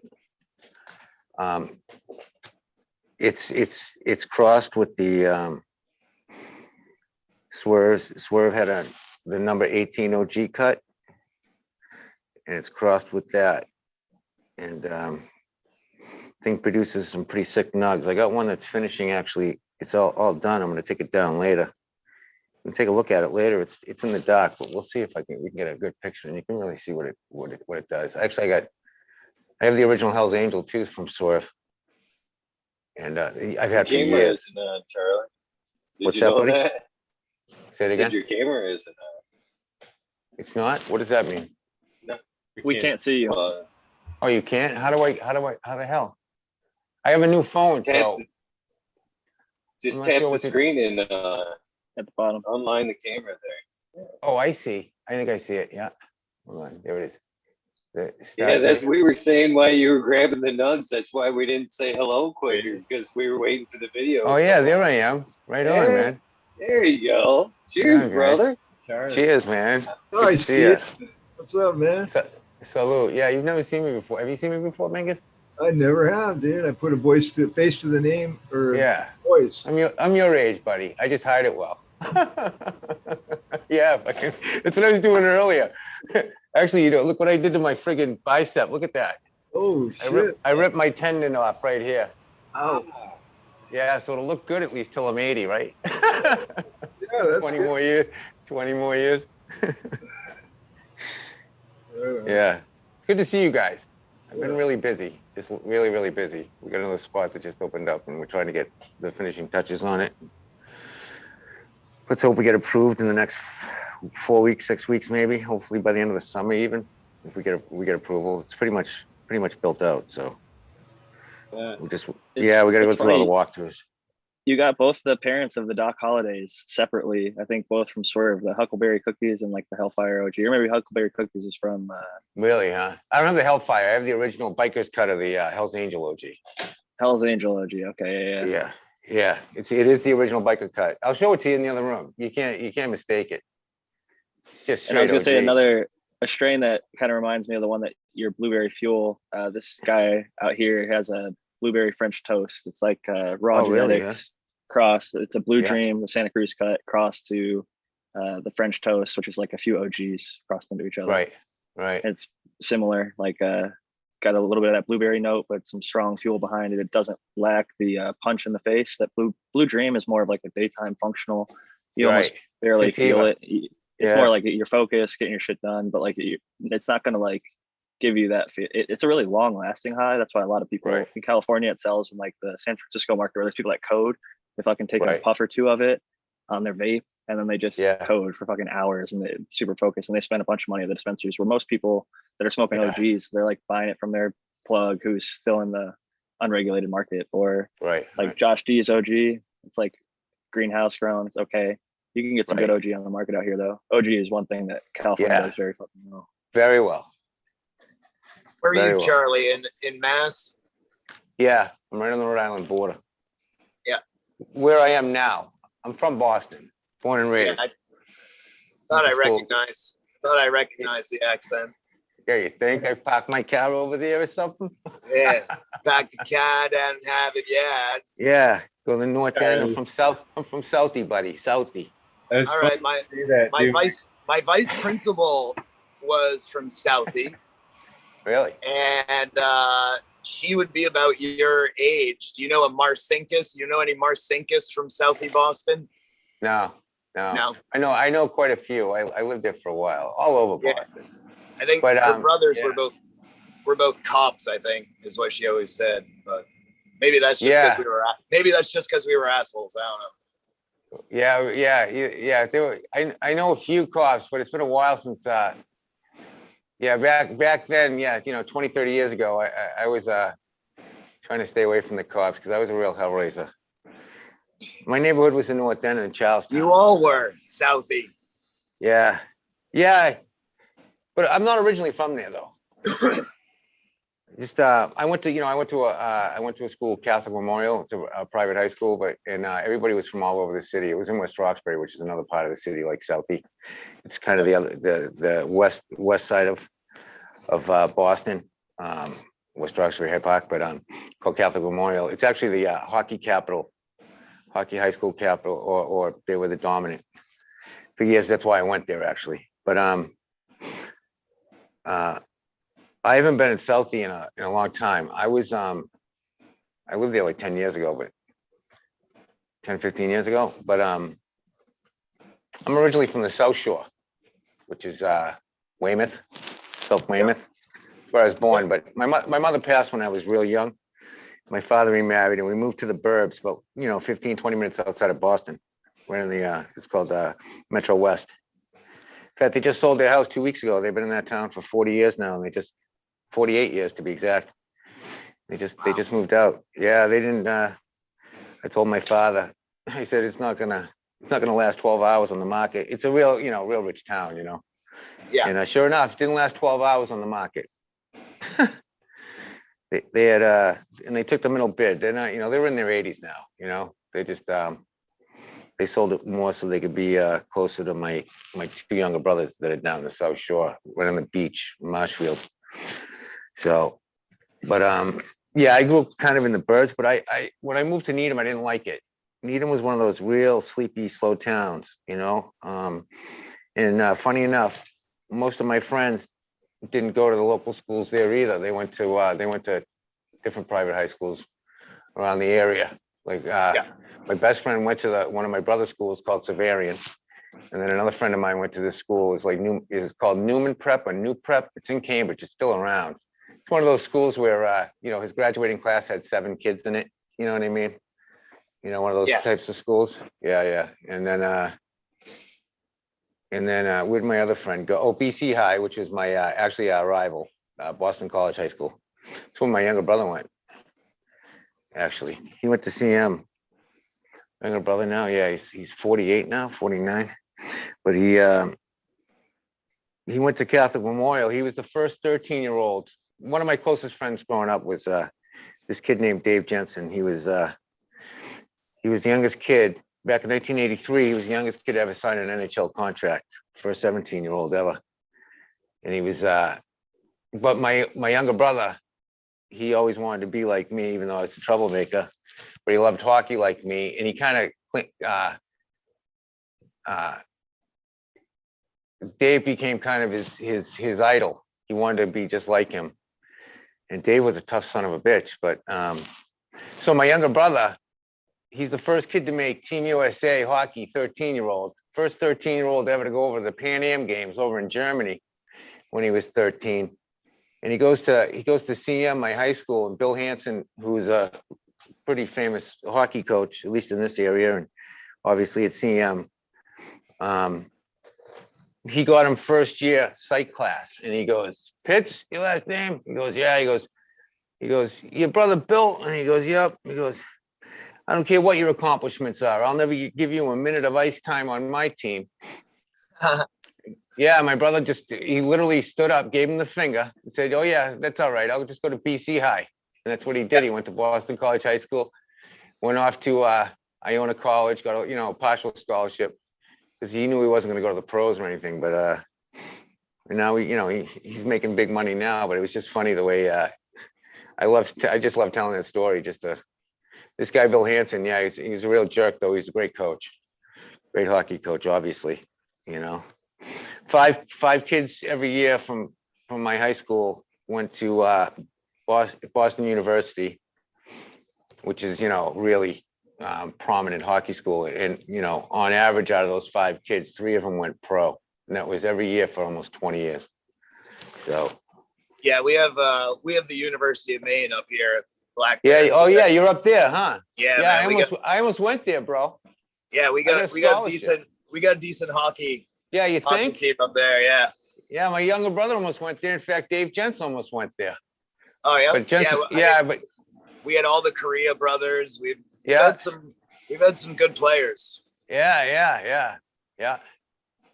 I know. He's an acquaintance. He's not a friend by any means. But Marshawn and Tukarest and all those guys. Yeah. Yeah. I got some photos with them together and stuff. But that was like 10 years ago. That was when Tyler Sagan was still on the team when they won the the cup that year. Yeah. Sports Yeah, I Women's actually went Soccer. around. We went around with the cup. We got it for a week. We went around and brought it to the local towns and stuff, and a few local bars at the time. There's not a better sports city than Boston. I'm not going to argue. I love my city, man. I absolutely love it. Born and raised, but I've seen 38 states. I've lived in 8 or something, and I always come back to Boston, and I love it. I know every alley, every sewer cover, you name it, I know it, man. Yeah. You could say, yeah. I'm actually like super thankful. My daughter was born in Boston. She was born at Boston Medical, which is now BU Medical. But yeah, she was born in Boston, and I love being able to say that. I spent a lot of time in Mass Eye and Ear and Mass General. Oh yeah. When I fell off a cliff and crushed my neck and my face. And climbing or skiing? Drunk. Skiing. Oh really? Huh? Yeah. Yeah. Well done that, man. Yeah. Oh, I'm sorry to hear that. Drunk and smoking, and I did what you call the flounder flop, the cod quiver. You just boom. Fucking fell right off face first, did a little swan dive into some rocks, and no shit. Huh? So, yeah, they shipped me down to Boston. I spent like probably a total of like 9 months in the hospital. Wow. And wow. Yeah, so I got to know Boston really well. My uncle worked for the Peabodys over in Brookline. Right. Yeah. Like Francis Peabody, the morphine doctor there that Mass General is dedicated to. So my uncle and mom. Oh yeah. The statue is in. They have the statue of him in the freaking garden, in the public garden. Yeah. So my mom and uncle worked for his son Frank for like 30 years in Northeast. So I spent a lot of time down there. But yeah, I got to know the surrounding areas pretty well. I used to live right across the street, right on Charles Street. There's it's called Beacon Hill Pub. I used to live right above the Beacon Hill Pub, right there behind the CVS. Start going up the hill a little bit. Yeah, that's going towards Government Center there. But yeah, the T station, the MGH T station right there, or the old T station, but the MGH Red Line. Yep. Just on the other side of the tracks, right there. It's Charles Street. It's actually one of the oldest streets in Boston. It's still original everything, you know. So, but yeah. We should I had, we should let some of these flatlanders get in on a conversation. Yeah, dude. Yeah. Sorry. I can get into skiing next if you want. I know Maine like the back of my hand too, bro. I love Maine. Sorry, guys. I'm gonna mute myself and block my video and go have a cigarette. So you guys have at it. Right on. What's everyone else smoking, by the way? They were picking on Cheddar Mom and Chad, so he's all check it out now. No, man, I like it. I like hearing from Charlie, man. It's been a while. Awesome that you checked in. I hope Yeah, Smiley, it's always good. I always get the notifications. I jump in. If I don't do the thumbs up at least every night, I go back, just to have a marathon of giving thumbs up to all the shows. But I get the notifications every night. Yeah, I always want to keep up. See if you're on the show and who he's had, like, me and Gene the other night, and he's had some really good guests. So, who'd you have back? You had Danny Danko back too, like a month or so ago, didn't you? Yeah. I've had. He's a BU Breeder grad. Steve's been back. Kevin Jodry's been back. Yep. I've had quite a few of them's been back. Mendo Dope. Jodry's a Rhode Island guy. Mendo Dope's been Mendo back and Dope featured Eagle on a fucking song. Yeah. No big deal. Jack, I've seen you over on the what is it? Cheap Home Grow.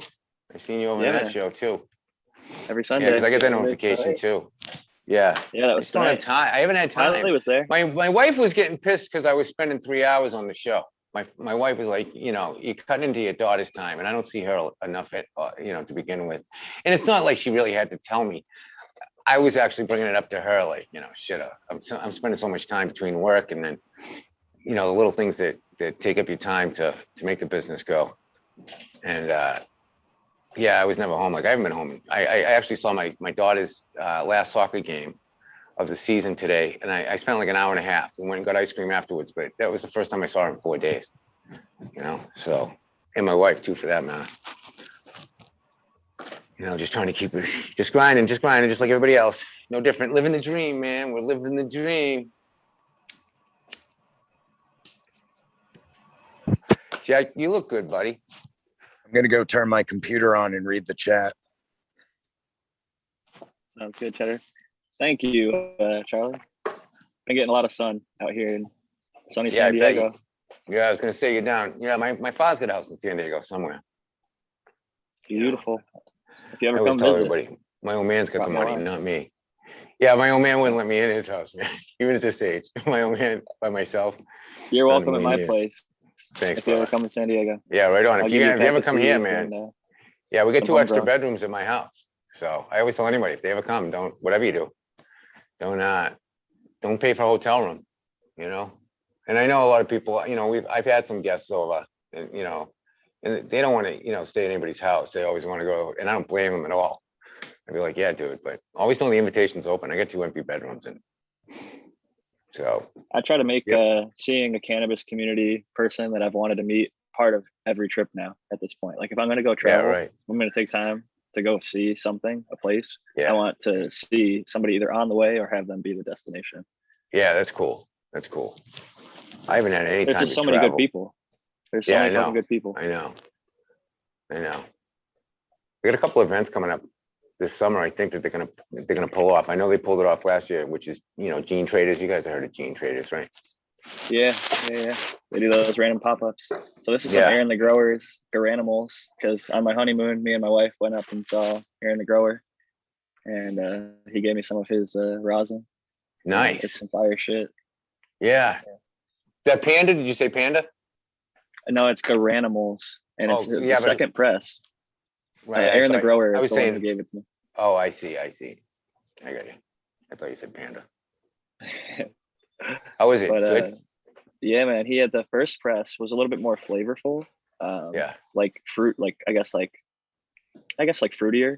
The second press was like gassier and more robust, and just a much better effect to it. It's a little darker color, but I preferred it. So did my wife, and it works in the Puffco, so I'm not Yeah, complaining. yeah. That's nice, that Puffco. This is a I know new they- one. It's sold out. This is a fucking Oh. opal. Oh, They got an wow. opal in the glass. I don't know if you can see that up there. I'll try and turn the light off Yeah, I there can for us. just see it a little bit. All right. Yeah. Yeah, just right at the tip. The cool thing though is the glass on the inside is spiraled. So Yeah. instead of splashing up in your mouth, it kind of like spirals the water, and you also Oh, see a yeah. little bit of the smoke spiral if you look down at it. Right. Oh, that's And when you cool. look down from the top, you can see the little opal. What I realized is because I watched Pure or Purr glass video, it's PURR glass. They were making a piece with opal, and what they use is like crushed opal or opal shavings from like when they make Right. opal jewelry. There's little shavings on the wheel and shit, and they collect those, give them to glass blowers, and then they can make them into little pieces like this. Oh, So- yeah, nice. How much does that go for? $420, but you can't even get them anymore. Holy They sold shit. out in like 2 days. Yeah, I know, but I sold my Puffco Peak Pro to a Yeah. friend, and so this one basically only had to pay 100 for. So Nice. Very nice. the wife Yeah, I and got- our birthstones are both opal, and her engagement ring has a opal as the main ring, so or Oh, yeah. main stone. Sweet, man. But she really wanted it, and I was like, once I saw it was limited edition, I'm like, shit, Puffco sells out real quick. I'm just gonna grab it. Yeah. I knew I'd be able to sell the other one. It's new enough, Yeah. and I can clean it up. I follow them on Instagram, or I was anyway. I've been on Instagram in over a year now. Just like I haven't been on really anything on YouTube. Hey, it's good for mean- you. You get more time with your daughter, like you said. It's Yeah, as much as I we just miss get burnt you, out. That's good for you. It's good. Yeah, I for get you. really burnt out. I was spending, I was actually on Instagram some days. I'd spend, anywhere between 4 and 6 hours on Instagram, and I was good with that. I'd be at work just taking my time, but still, it was burning up too much time in the end. And some of the shit that I was seeing, I was good with that. So. In fact, the last time I think I was seriously on Instagram was when Subby was still around. Back in that a year ago, January. That's kind of how I got to get in with Eagle, to be honest with you. If I remember correctly, huh? Right, Eagle? Wasn't it? Yes, sir. Yes, sir. The tragedy and everything? Yeah, man. Yeah. So I still think of him almost every day. It's weird. Oh shit. I love you, Ian. You're awesome.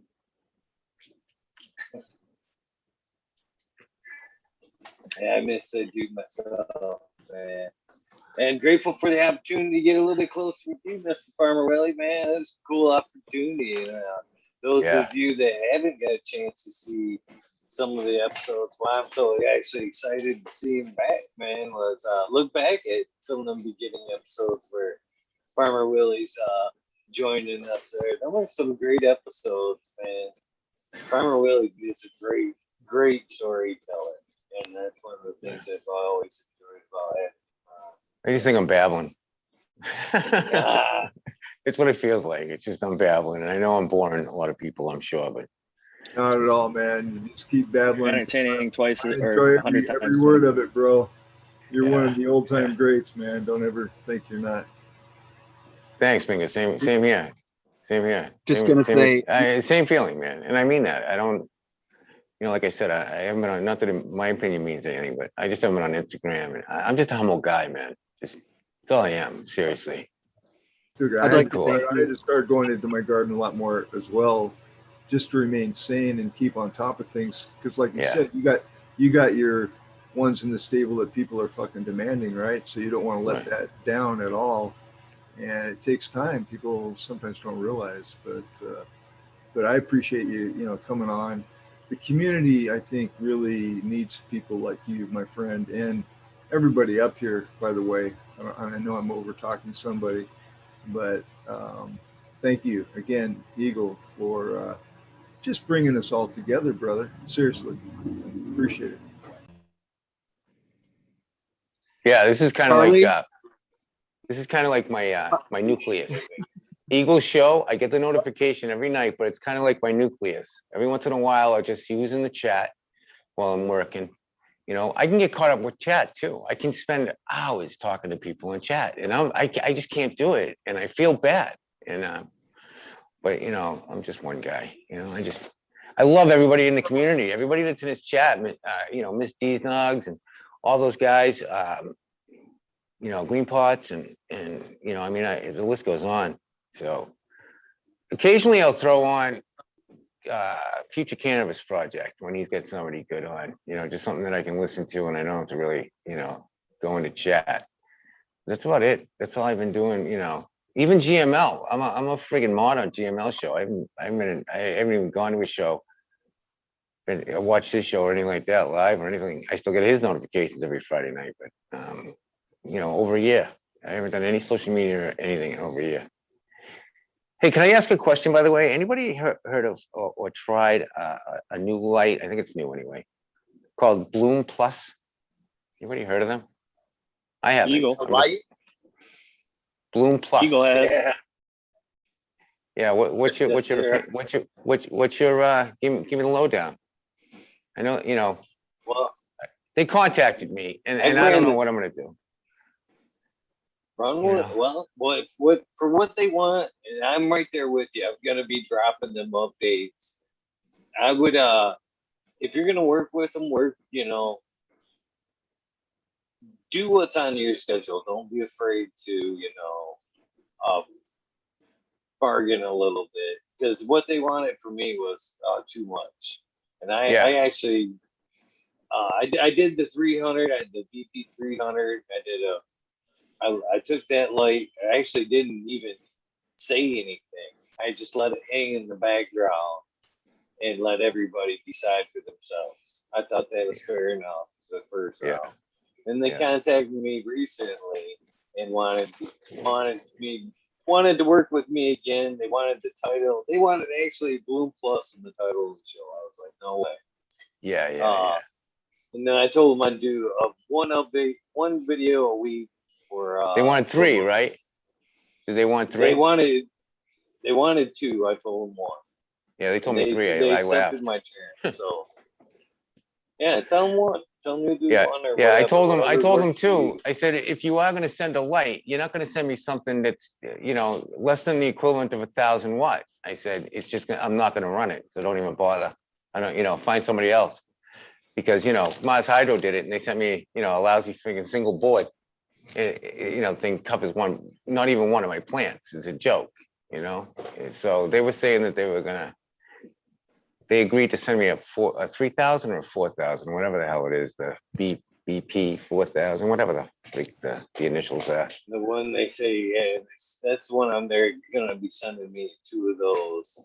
Yeah. And they say it's for like a 6x6, but I'm Right. putting mine in a 10, so that I'm thinking they'll be all right in 10. But we'll see. Yeah. Well, They yeah, say I'd be- 6x6. this is It's what really a 5x5. Yeah, this is what I'd tell them is, especially with 2-3 a week, there ain't gonna be that much fucking jump in Yeah, growth. yeah. You know what I mean? 1 a week's Yeah. fine, and you're happy with that or fuck it. Thank you, no thank you. You know what I mean? Yeah. That's Yeah. what I'd approach it. So you Other are than doing that, it with them. It gets to be too much. Yeah, it gets to be too much work for a little bit of the money. Yeah, You know? yeah. Those Yeah, I might macro do it. fold 8.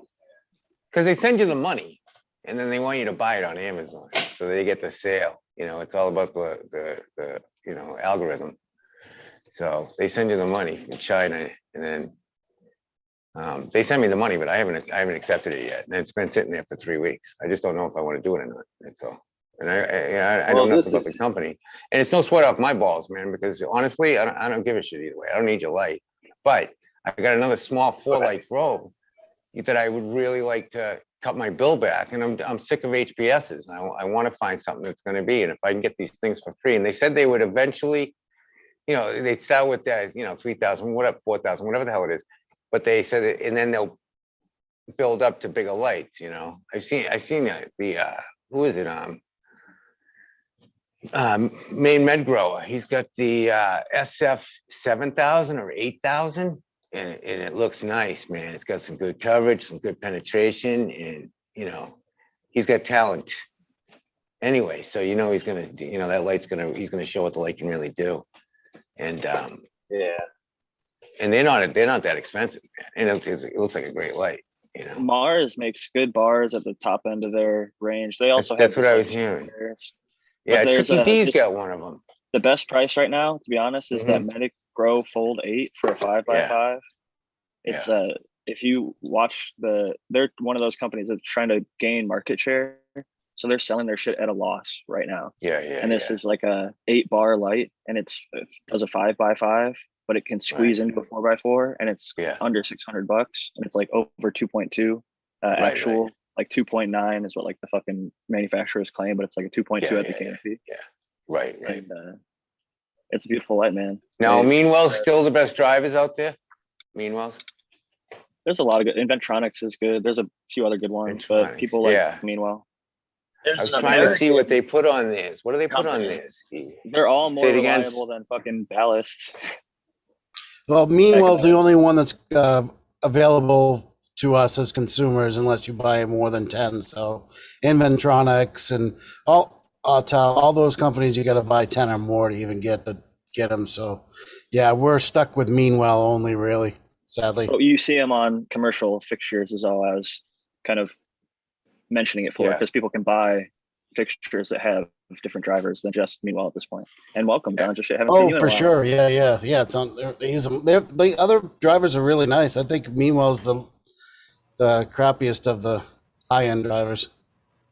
But still, I mean, they still give you a freaking long warranty, man. Huh? Yeah, 7 years. That's pretty fucking. And like replace it, no questions asked. It's just the time that it's down. It's always the pain in the ass, but they do replace them. Yeah, for that though. Yeah, for sure.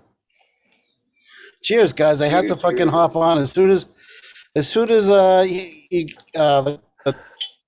conversation. Cheddar Bob was making some great points. I was laughing and chatting with people, and then Charlie got on. I was like, oh fuck, I gotta come in. Fucking Boston representing, baby. Yeah, right on, Ganja. I just haven't seen Charlie in forever, man. Yeah, it's good to see you. Yeah, it's good to see you too. Good to see all you guys. But then I was like, oh, I can't. Now I can't say no. I gotta fucking get my ass over there. Fucking Charlie's there, baby. Chris, you're all right, buddy. You're all right. You got the best attitude, man. You can hear it comes through in chat. It's awesome. Awesome. Oh, thanks, feeling man. a bit full circle tonight, man. Feeling a little full circle tonight. Shit. This is a reunion episode. Good stuff. Right? Yeah, man. Sunday night. I got to do a lot of transplanting, so I'm up for the night anyway. So. Charlie, we know a lot of the same people, man. I grew up in North Andover, so. Oh yeah, my stepmother's from Haverhill, right there. That's hockey central. Everybody either went to BCBU or ULOL. Yeah. My mother went to Merrimack. My stepmother. Oh, right on. A couple of my friends went to Merrimack up there. You know, so I used to go there every weekend to Haverhill. We used to drive right by it. In fact, I had a couple of my uncles, my stepmother's brothers and sisters lived in North Andover. Yeah. So, yeah, I lived even up in Billerica. I mean, it's a little further away, but I used to live right on 195. Oh, I played Tully Forum a lot, baby. Tom Glavin. The Tully Forum was my rink. And, we always had, ULO was supposed to get a new rink forever. Yeah. And Songus Arena finally, but that was on plan for 30 years and never took place. Yeah. Till after he died. Then they finally built it. Guy dies and they build it, right? Right. Songus passes away, and finally they built something and name it after him. How is North Andover? It's nice up there. The housing market's on fire. I don't live there anymore. Oh, no. I went coastal, but Oh yeah. Still up in the North Shore though? Yeah, exactly. Yeah. Good. Yeah, it's definitely it was a good little town, but it was like so I wasn't even sure. The year before me, Cheevers graduated. His dad was the coach of the Bruins. Yeah. Jerry, I used to watch him as a kid, man. There was a ton of hockey players out that way. Yeah, literally. I mean, I the 70. I remember I was 5 yeed old. I was watching. Yeah, 5 or 6 or something. It's 1970. Friggin', you kidding me, Bobby? I got one of his broken sticks. The year ahead of me was Ted. What do you call it? A year ahead of me was Eddie Ronan from BU. I played with Donato. Eddie Donato. Remember Donato? No, Ted Ronan. Ed Ronan. Yeah. He played with BU. He's got his name on the Stanley Cup. Hey, Charlie. Then I know that name rings a bell. So I'm sorry to interrupt, but everyone on the panel and everyone in chat to realize this is how conversations in New England happen. This is how every conversation in New England is. Yeah, where you from? And it's I bet you know some people. Yeah, who it's do you so know? You awesome. know him? Yeah. I Yeah, was it's just about like, to hey, ask who's got better hey, fish. do you know this Right. person? No. But do you know this person? Oh yeah, it's my cousin. Yeah. No, well, Charlie's played with the older brothers of the same people that I played with. Hockey's a small town thing. It's just everybody goes to the same places. I mean, he knows the the Belmont rink. Hill classes and the Yeah, that's where Jens went. It's That's where kind of and weird. Jens ended up going before he went to the Yeah. Whalers. That's who he signed with. But he went to Belmont Hill for 2 years. First 2 years, and then went to Lawrence Academy the last couple. Yeah, So, that's my you wanna best know how I buddy, met Heinze. him? He went Hey, to Lawrence Academy. You guys want to hear a good story about weed? How I met him? Yes.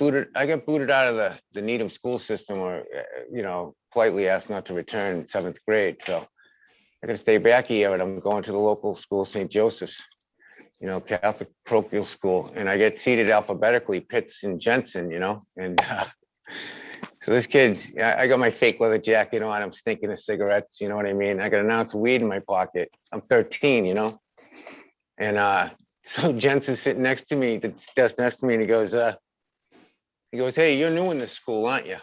And I said, yeah. He goes, well, you and I have to go out after school and fight in front of everybody, and I got to kick your ass. But he goes, afterwards, though, we'll be friends, all right? I just got to show everybody that I'm still the toughest in the school. And I pulled out that ounce that I had in my pocket. I said, well, first I said, you smoke grass? And he goes, weed? He goes, why? And I said, and I pulled it out, the old desk that had the opening, straight in. So I just had it, the nun's up teaching. And he grabs the ounce and he's like, I said to him, well, why don't we just go out and smoke a joint instead and be friends after? And he goes, yeah, I think we can do that. But it shows you how he could make it in the NHL. He was a tough son of a bitch, man. I don't think I could have ever done that. Played in the NHL. I was good, but man, I couldn't take it against the board sometimes because I got a bad hip. I already had it replaced, So, but that's how we met, smoking a joint. We were best friends literally from that moment on. From that moment, we were inseparable until he went off to training camp with the Whalers. So I have a hell of question for you. Yeah, man. Who's got better weed and who's got better fishing, Massachusetts or Maine? It's tied. It's literally tied. The only difference is, I'll say one thing about Massachusetts. We have New Bedford, the beige, as they call it. New Bedford. Yeah, but that's all you got. They shut down they shut down like your entire commercial fishing industry in Massachusetts. We get only people that can fish commercially. The only thing I want to say about it. Commercial fisheries are shut. Oh yeah, they're shut now. But I'm talking about the history of New Bedford. At one point, this was only about 10, 15 years ago. They were the number one fishing port consistently for like 30 or 40 years. Consistently, the number one fishing port in the world. They brought in more money in fish than all other ports around the world combined. And that's including Japan and China and Indonesia. Well, keep in mind, it was the Codfather that owned all those boats. Remember? Right. They just got him a couple years ago. He's in jail now. The guy owned all the boats. My father ran boats out of New Bedford for years. I mean, he's fished all his life. He was captain in huge fishing boats. So yes, in history, New Bedford doesn't get any deeper. You don't find places. I mean, it's where all the scallops come in, man. They got all the draggers, man. They're just they're just dragging those bottoms like there's no tomorrow. Yeah, I've lost friends out of New Bedford. So it's no I worked joke. a couple of boats when I was a kid. I was down in Provincetown, so I spent most of my time down the Cape. But when I was 17 and 18, I ran a couple of swordfish boats. So I didn't run them. I was on them. You know what I mean? I was just a fucking greenhorn. But best time of my life. Yeah, I've had a lot of friends that have been lost. I actually had a friend of mine that was down there, and his whole life just an absolute mess. I mean, every drug you can imagine, he put it in his arm or up his nose. And then he goes down there and straightens his ass up, gets on a boat. He's on the boat for 4 years and finally has 3 kids and comes from a big Irish family. But the mast came down in a storm, smashed him right in the head and killed him instantly. You know what I mean? My David dad- Webb's. My dad was on a boat, and he finally just told me this story. I don't even know if I should tell it, but he was on a boat, and they took a rogue wave, and he had to go check on everyone, and he went down into the galley to check on the cook that was cooking, and the guy was decapitated. The refrigerator came off the wall and fucking like all that weight just right. Oh, I mean, my dad's been like, you know, on that the Perfect Storm when the guy gets his hand hooked and taken down on the long line. Like absolutely. That's happened to my father. I believe my dad's like, listen, shut up, man. I tell people this when they watch Deadliest Catch and all that crap. I say, listen, if we live in the North Atlantic, man, I mean, they're in the Bering Sea. We got worse weather in the North Atlantic than they'll ever see sometimes in the Bering Sea. And if you look longitudinally on the globe, we're just right where we're northern than the fucking Bering Sea, brother. Yeah, man. And it's a dangerous job. And people that don't fish don't know how dangerous and how many people we lose every year. Yeah, smaller boats. We're going out 80, 90 miles in a 40 to 50 foot smaller boat. Yeah, where the waves are like 25, 30, 40 feet, and you're in a 40, 50 foot boat. Yeah, you're gonna go over. It's hairy, man. It's hairy. You're gonna go over. Yeah, it is. Yeah, it's like, all those commercial, the small commercial guys, they're running Brunos, like a 45 Bruno, or just a down east style boat. Those they don't get much bigger than 60, until you get into the money boats. And those money boats, they're all owned by, the O'Haras. Fish. Yeah. It's like, the Codfather's been taken down, but it's still only a few people that own all the boats that fish. Commercially. I mean, look at Gordon's. Gordon's is still in Southie. Gordon's has been there now for 70 years or something. So, they're in Gloucester still too, right? Where? Yeah, they're still in Gloucester. Yeah, they're still in Gloucester, but their head office is still right there on Southampton Street in Southie. Oh, right on. Yeah. Do you guys know? Do you guys know Russell Sherman? No, I don't think so. No, sound familiar off the bat. He was the last guy to sell out or be forced to sell his fleet out of, I think it was Gloucester, where he was out of. No. But I'm not that plugged into the fishing scene anymore. But he was on the Deadliest Catch. So he and my father were best friends. My father fished with him for years out of Gloucester, out of New Bedford. But he was on like that after story that they do after Deadliest Catch. I know what you're talking about. Yeah, and he was behind the scenes type deals and. Yeah. So he was on that, telling about his stories, and he's sunk a couple boats and been one of the only people to survive, like twice. Yeah. Wow. I mean, that's like getting struck by lightning twice. I mean, the odds of that happening, surviving twice. That's the Lady Jane dude. Lady Jane was his boat, right? I think one of his boats, maybe. Yeah. Dude, Russell Sherman. Up. Yeah, dude, this is where I live, man. That's my neighborhood. Yeah, about 15 miles from where his boat is. Yeah, or was. Yeah, my dad used to run boats for him, and Oh, right on. Yeah, there's a lot of wicked tuna guys around here right now. I was thinking that when I was thinking Deadliest Catch, Wicked Tuna. I've never watched that. Yeah, Marciano was they're neighbors of mine. They own basically all the houses on my street, other than mine.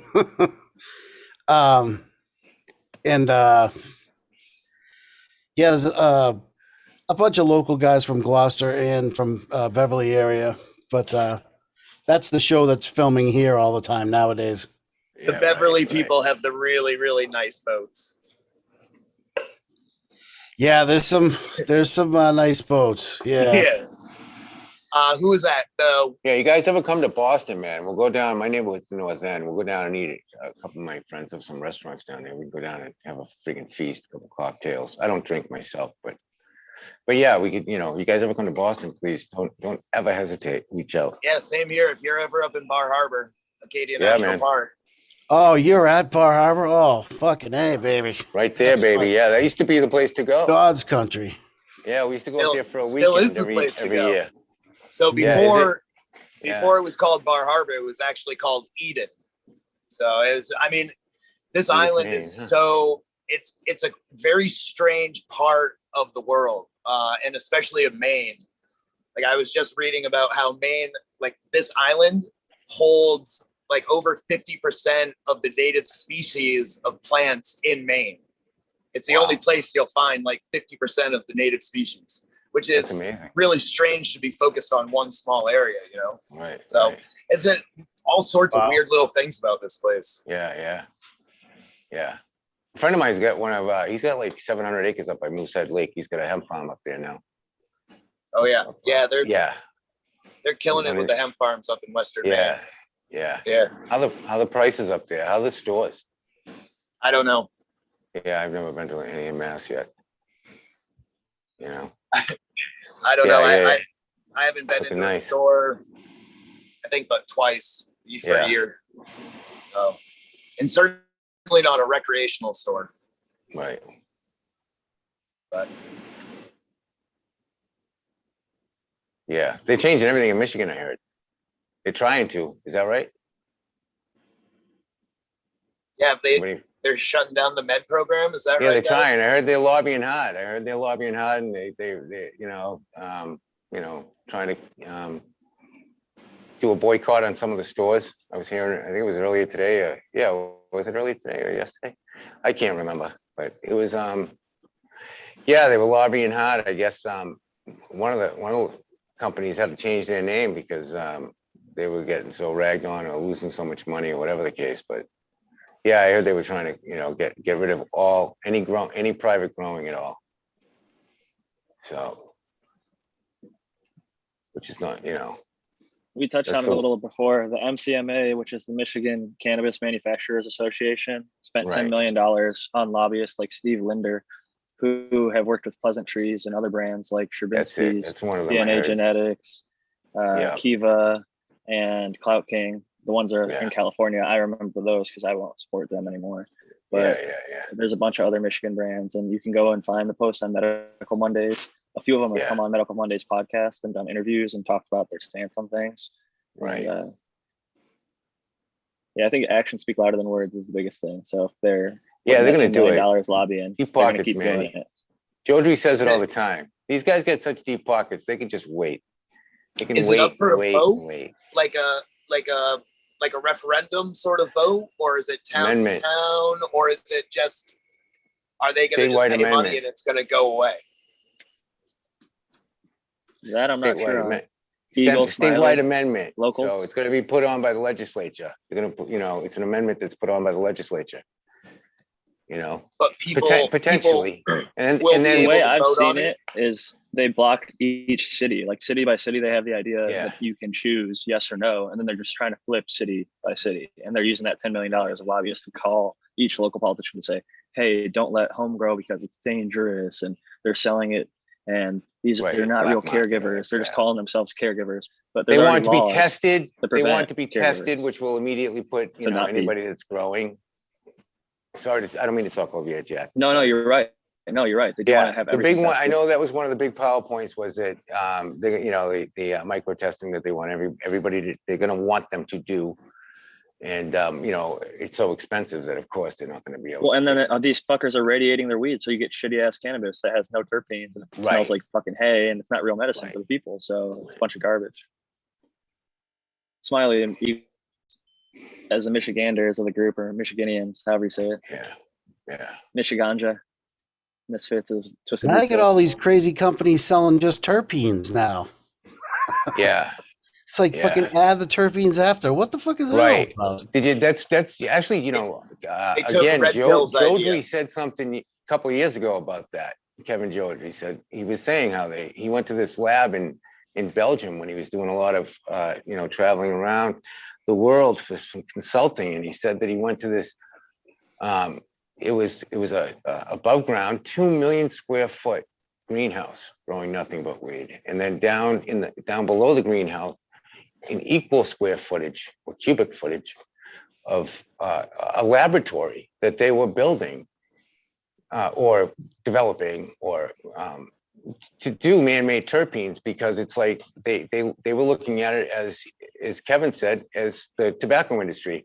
The masses, when it does become available pretty much globally, whether it be 20, 30, 40 years down the line, it's going to be such a moneymaker that the masses aren't going to care. They're just going to care how it tastes, and like cigarettes, they're going to cue it to certain pHs, because it's one of the reasons why you can get so addicted, because they try and match different cigarettes to your pH in your body. So and they're going to do the same thing. And yeah, he was saying that like 2.5 years ago, Chris. So I absolutely see why they're like a big thing now. Well, Indra has been extracting terpenes for a long time. He's talked about his lab. He patented. Yeah, but this is DHL in, like, the man-made 90s. stuff. Yeah, I know there's the man-made stuff that they're. All right, here's the thing. I'll tell you this right now. I've looked into it, and they're not scaling it properly or well. It's still extremely expensive. If cannabis were legal, not like, and they're doing it with hemp right now. Since I can now grow acres of hemp and extract it for terpenes, it's way more efficient for me to do that. If you can get a 20 or 30% cultivar, which certain people are actually breeding cultivars that put that out there. Right. Like how we have THC at 20% of the plant or 30% of the plant. You can grow that in a field and extract it for 30%, or you can get micro percentages out of the yeast. So it's more efficient for the farmer to grow the corn than to make it in a lab type thing. So, but what you're saying about the terpenes, there's been people doing it for a long time. Indra said he extracted like basically everything from like meat to like wood, and he had like 400 plus different, or I think he said thousands of different extractions and 400 plus terpenes that he can identify. They isolated, and they've been selling them, True Terpenes, a bunch of different brands. Yeah, because that's when that's when they're adding them to sodas and stuff like that, right? Because if I'm not mistaken, the guy that I used to manage the stores for, who's got that hemp farm up there in Maine, he also has 80 acres out in Western Mass. He had the first outdoor. He got the first license. And that's what he did. He harvested the whole thing, but it wasn't hemp. He did, I forget, multiple strains. And first run anyway, they just made it into a mash. And then the mash, like instantly, as soon as it came off the friggin' tractors, they put it in a blender and just like, a huge masher, like almost like a stone mill.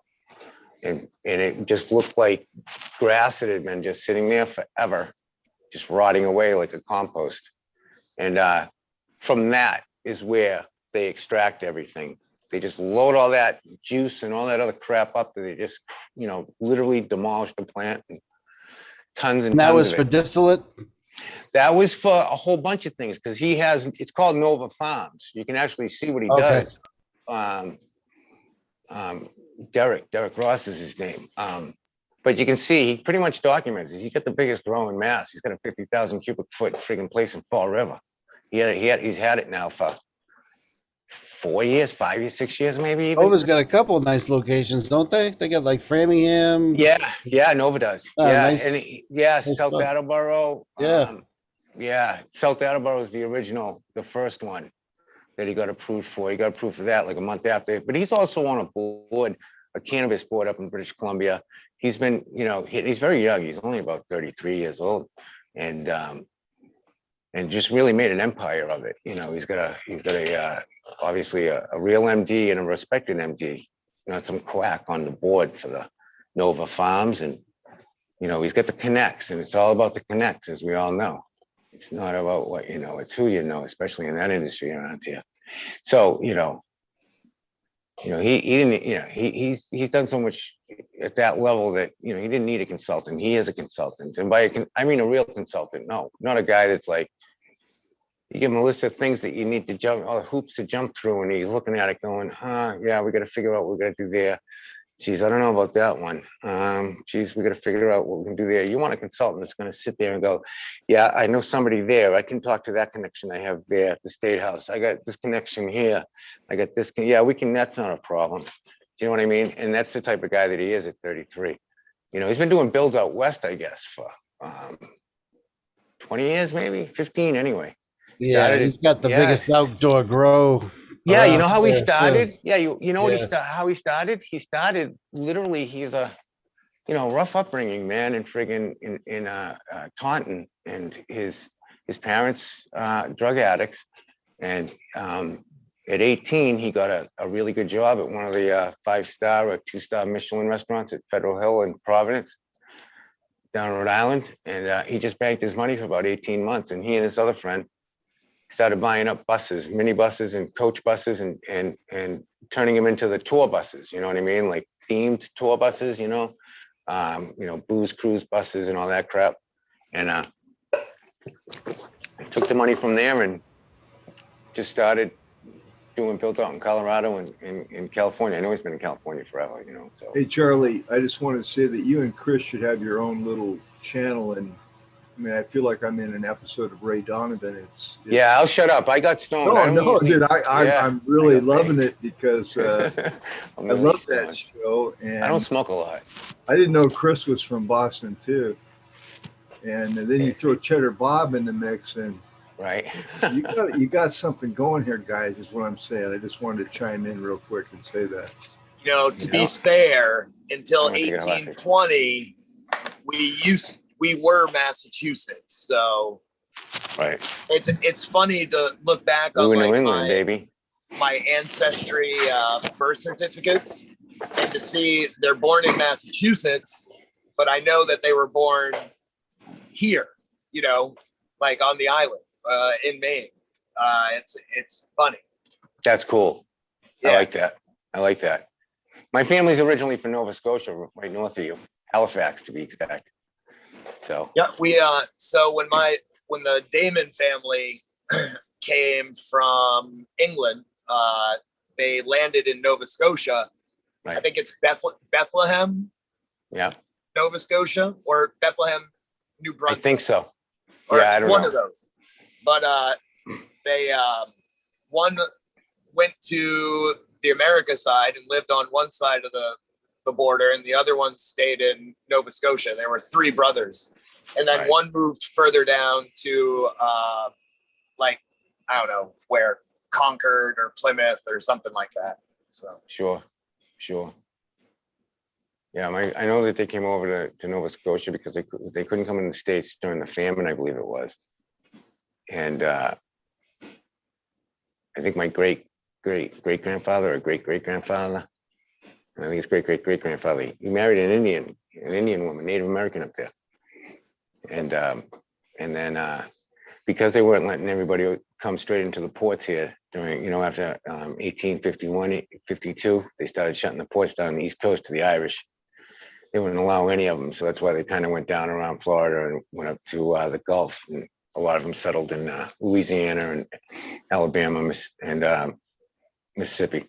And but anyway, they crossed the border from the north. That's how they came down to Boston eventually. Because they crossed that way, and back then it was nothing. That's the family. That's the broad swath of the family story.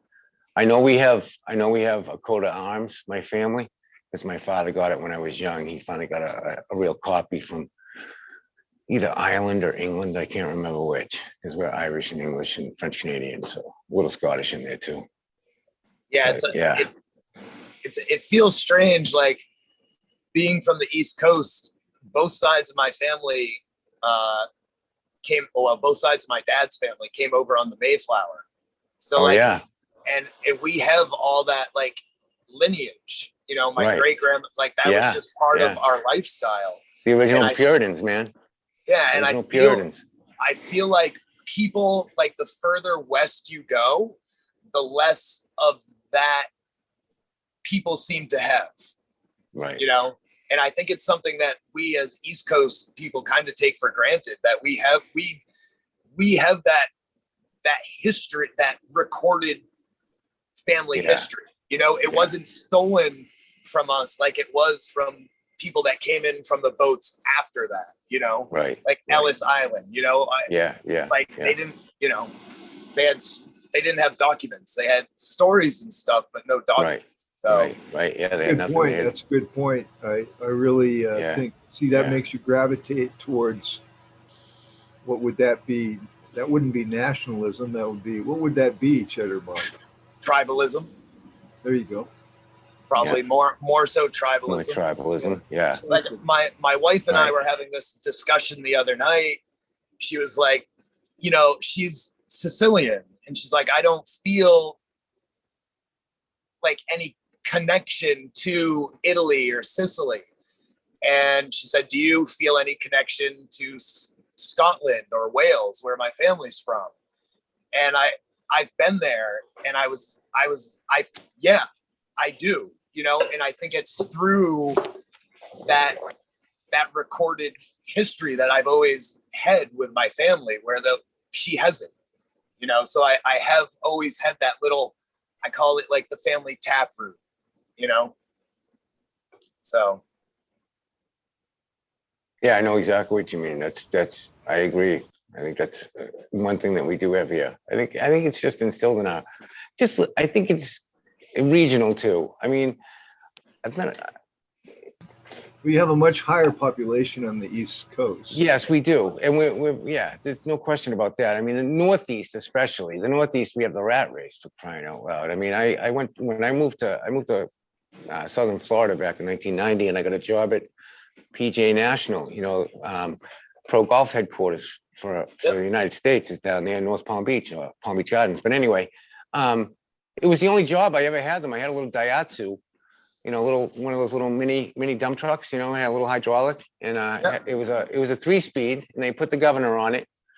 And I didn't do any turf maintenance. I always tell everybody, I had 86,000 square feet. They had 125. There was 5 golf courses. There's 125 people that took care of the greens, the fairways, and the tees, and the out of bounds. But I did all the formal gardens, masonry, and all that stuff. So nobody had been in my position in almost 6 months, and there was only 2 of us in the department. And the guy who was above me, my supervisor, he wasn't allowed to do any work at all. Literally, no manual labor was he allowed to do. He was the supervisor, and it was, you know, it's you know, a lot of rules because it's a pro, you know, it's a professional sport and all that stuff. So he wasn't allowed. But anyway, I had to run around to get 86,000 square feet in order for the first tournament that was coming up in like 3 weeks or something, and I did it. But I was cruising around so fast in that little Daihatsu that they had to come over. The head guy, and John Johnson, comes over and he goes, "Man, you got to slow down. You're scaring the shit out of the golfers, brother. Coming over some of those berms and around the corners." And it's that north. My whole point, Northeast mentality. You know what I mean? I was young. I was full of shit, piss and vinegar, and I used to friggin' fly around. And you know, I couldn't work fast enough. So I lived in Arizona. Out in Arizona, they don't move as fast as us in the Northeast either. Oh, we drive like total assholes. you that's know a what's fact. you know That's a something fact, about man. the workforce and the licensing, like trade licensing of Maine. It's funny is that I believe every other state will accept licensing from Maine. Like if you go to another state with a plumbing license or something like that, you can start working as a licensed plumber or whatnot. But Maine doesn't accept anyone else's license.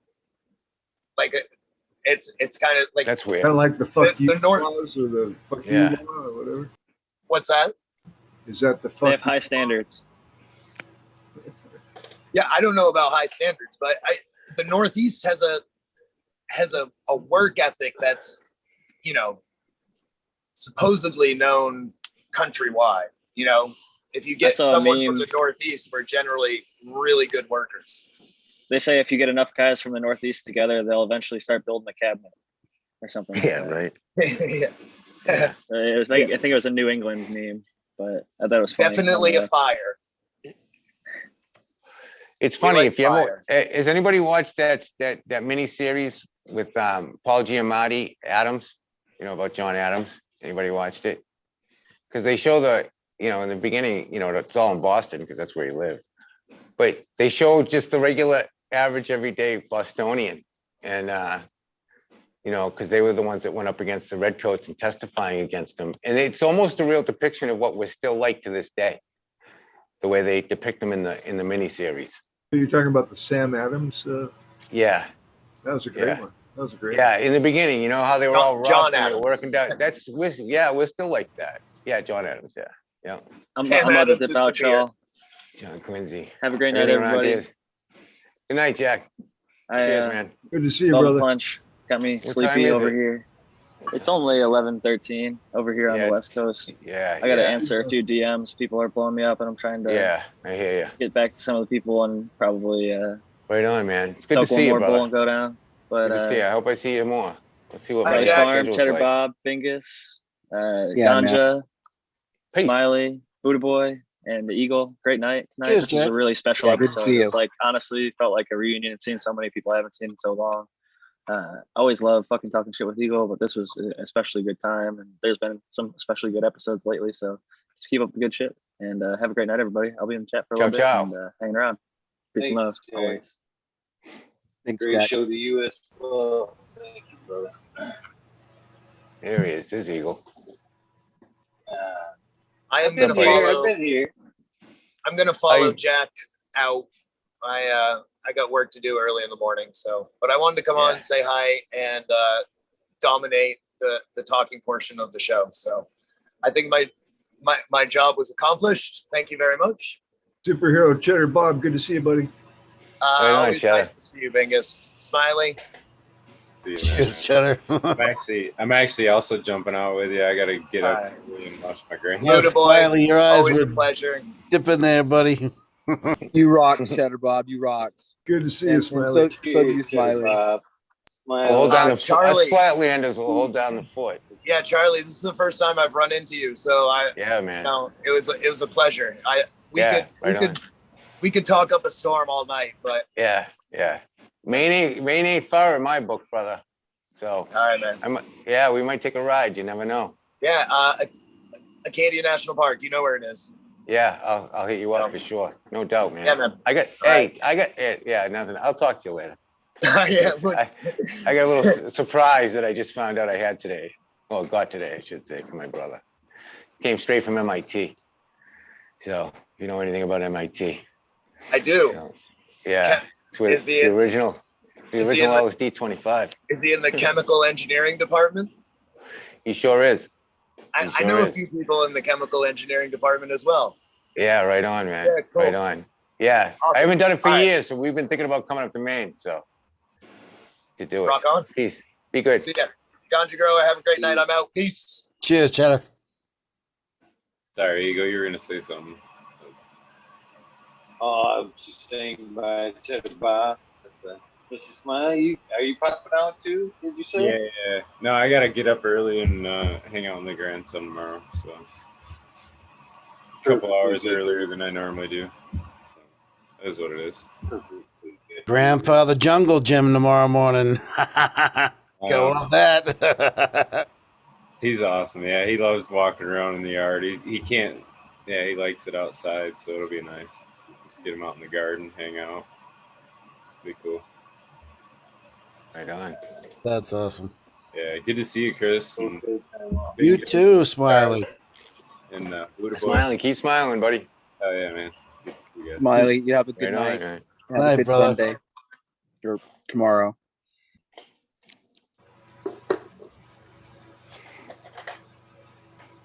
Yeah, good. I can hang. I just gotta do a little work while I'm on camera while I'm hanging. That's all. I gotta do some work. Just start mixing some cocoa behind me. but I can chill. I don't get a chance to hang this as long as I have tonight, so I'm going with it. You know what I mean? Right on, with it. Bingus. Yeah, baby. I'll repack. It's good Yeah. to see you, Bingus. So it's nice to be in the same space, sharing your positive energy and your strong intuitions. So I saw you looking pretty cool in that photo on Instagram myself. And I just say, everybody has this vital force in them. I think it is kind of like a spirit of cannabis. I agree. Thank you, my friend. Appreciate that very much. Appreciate everybody, really. I try not to offend. It's hard to have an opinion and not offend, however. And I have a few. That's good though. Yeah. That's a good thing. If everybody thought and did what I thought and did, it would be a boring world, man. In a very, very boring world. Variety is the spice of life. That's a fact. But I love the different dialects. It's just like in like I was listening to our British buddies over there, right? They started noticing all the different. Okay, now is that like a Southern England accent? Is that a Northern England accent? And different variances of the dialect. And tonight it's just been a pleasure to listen to. And it's so. Like I said, I thought I was in an episode of Ray Donovan. It's like, and that dude, I watched that episode. I watched that series more than once. So I mean, it's so fucking cool to me. And hanging with the Buddha, dude. Much respect, brother. Chris over there, the church dance Cheers, girl Bingus. things. Try not to be a dick. I like that one. I think isn't that the first I'm commandment? working on that one. I got the first two down pat, man. The third one's a pain in the ass, man. It is. I hear you. But man, it's trying to get more back and involved in YouTube. It's been slowing things down a little bit and get back into connecting, which I know I kind of lost track of. Things are coming together, I think, too, in the world. I noticed I was watching, like, I don't usually watch sports, right? But I was watching, I peeked in on a TV coverage of the NBA, of an NBA game. I'm not even sure who was playing, but the stands were full and nobody had a mask on. And I was like, dude, I got this rush of goodness. Like, wow. I mean, the CCP doesn't control the NBA anymore. That's awesome, you know. And so it's like I have a feeling things are gonna not go back to normal, but go to a better, hopefully a better normal. If that makes sense. I don't think we ever go back. God, if I could, you know what I mean? Fucking 16 months of being everything shut down, no live music. Fucking, oh, it's ridiculous. Dude, and it's just A long time. I'd watch some of those games, Chris, in empty stands. It just wasn't the same, man. Oh, it's horrible. Imagine being a player, having to play in that shit, like an empty stadium. The only thing you can hear yourself, all you can hear is the chatter of your teammates. The bouncing of the ball. There's no home field advantage because the home field, they're not, the crowd isn't intimidating anybody. There is no crowd. Sad. So I was very enlightened when I saw that. I was like, you know what? It's like the difference between black and white or good and evil. You know what I mean? It's like that type of a statement. And I hope we see more of that. I'm pretty sure we will. I don't think the dark will. It can't. It just doesn't. It's never went. Every story I've ever read, the bad guys usually lose. You know what I mean? Right. So I wish we could get to the last fucking chapter, though. God dang it! You know what I'm saying? I just wanted to say one thing, and it's not like a deep insight, but I'm just surprised we made it economically, because a lot of the labor force and things like that came to a standstill, and people were confused about what was going on, and they didn't have a lot of resources. So I'm just saying, as far as like spreading society thin, somehow we came out of this a little stronger, is my impression. Very well said. Very well said. Yeah, there's a lot of there's a lot of shit isn't in stock though. Like we've got supply issues coming forward, and inflation is ridiculous. So there's definitely some issues, but yeah, like bikes and stuff like that. Uh, there's none available. Can't buy any bikes. If you got any bikes, e-bikes like are uh, basically going for a premium. You can't if you could find a way to get some here to the East Coast, I could sell them in a second. Really? Yeah, all our bike shops have no products. They have nothing to sell anybody. They're just doing service. That's fucking weird. Huh. I have to think about that. Now, why is that? You know what I mean? That's weird. They just want you, they don't want nobody moving around, basically. So I can't help but acknowledge it. They're fucking laughing at. I know that it's got. I'm almost positive that's like the whole fucking Coco. Charlie's beating the shit out of the background over there, but they're like, "Holy shit!" They're watching Ben Chan. They go, "Man, he's beating the shit out of that bag." And one person says here, "What kind of soil you gotta beat the shit out of before you use it?"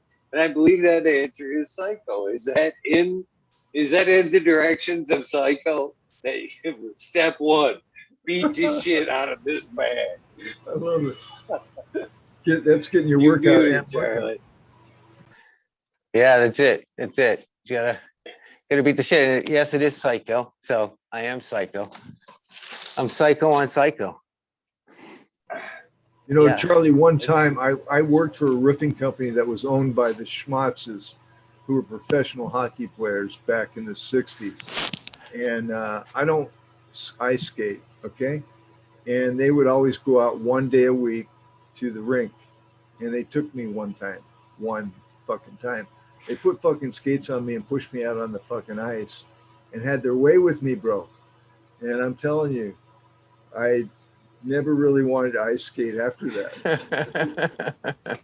You talk about bad hips. You talking about Bobby Schmatz? He played for the Yeah. Bruins. Yeah, he did. Bobby was the fucking worst, buddy. Schmatzy. Yeah. He was a tough son of a bitch, man.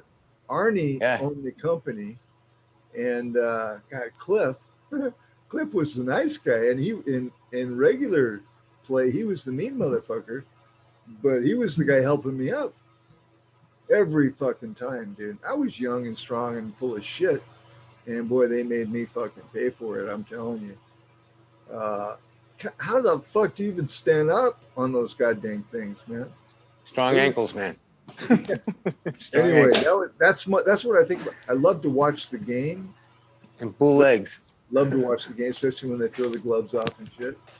But that's the last time I ever have been on ice. Just saying.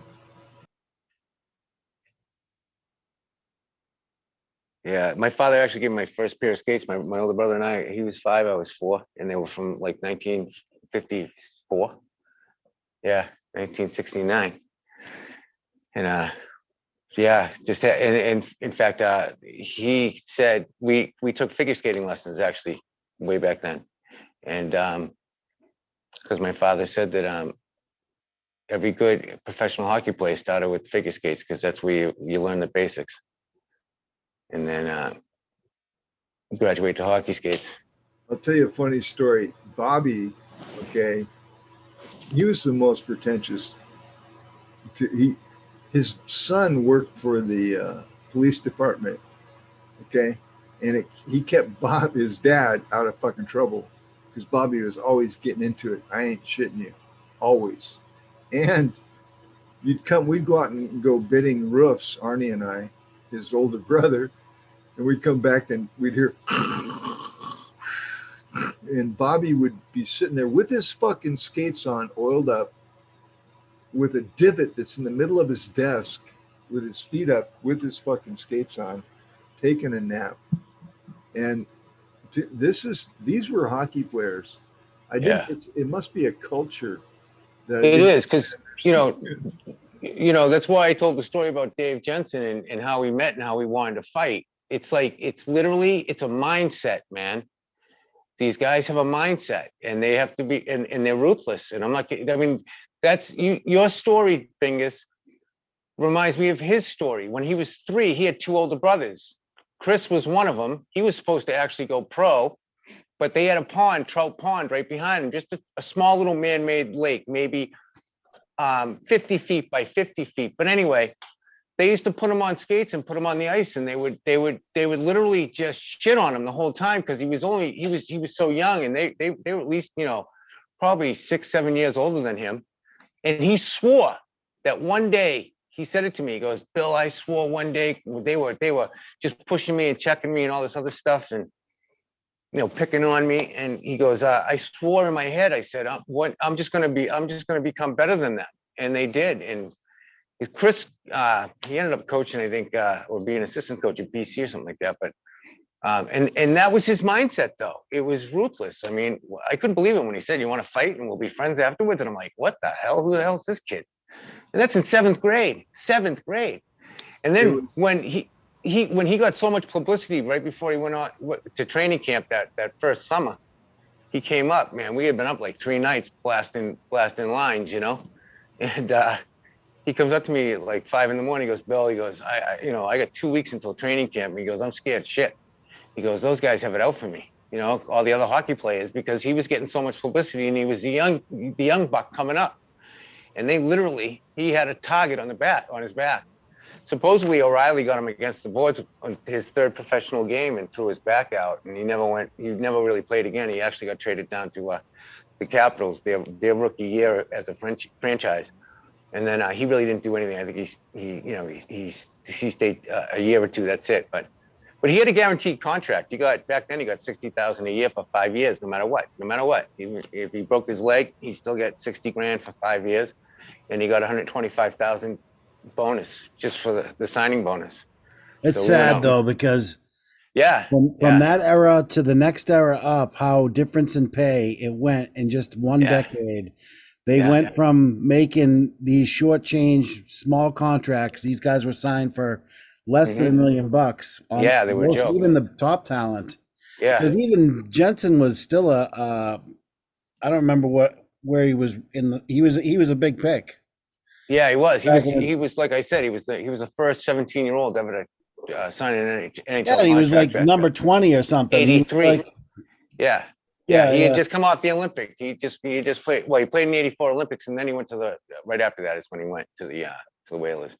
He played. And then one decade later, these guys are getting $4, $6, $8 million fucking. Yeah, absolutely, man.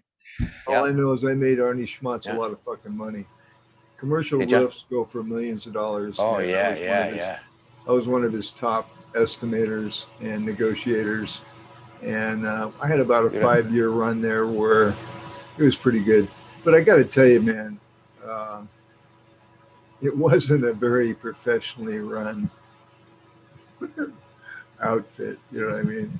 There's so I installed roofs for 2 years when I was 19. That was enough for me, Bingus. Well, dude, the Arnie there'd be a fist fight once a fucking week.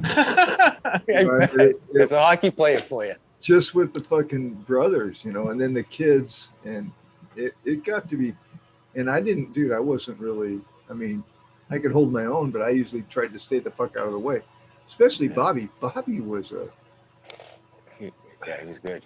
Kind of a freak of fucking nature. Very strong for his size.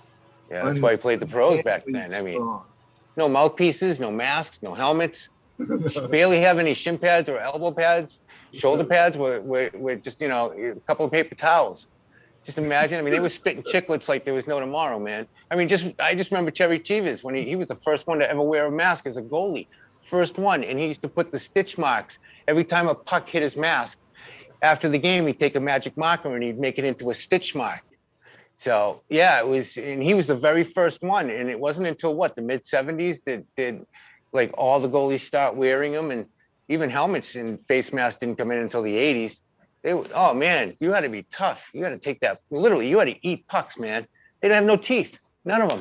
Arnie's company, the small league team that we had in Portland was Buckaroo, the Buckaroos, and the name of his roofing company was Buckaroo Thermoseal, and he Was ruled. that like Saskatoon, isn't it? Isn't that he's Saskatoon, Saskatchewan? Yeah, I think so. Yeah. Yeah. And he ruled the roofing industry in downtown Portland, and he was a great guy. I spent a lot of time with Arnie, got to know him real well. His brothers were fucking crazy. Seriously. Bobby and Cliff were a little off. And I think there was another one too. I can't remember, quite frankly. Fuck. That was a long time ago, man. But my dad was a huge fan. My dad died when I was young. And I remember telling Cliff we were driving around because he loved Cliff Smots. I go, if my dad knew that I was sitting next to you in a car right now, he would flip in his grave. And Cliff really liked that. Cliff was a really gentle guy inside.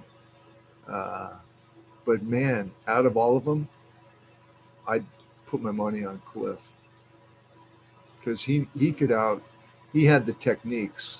You know, he could knock them out pretty easily. Crazy game, hockey, guys. Sorry.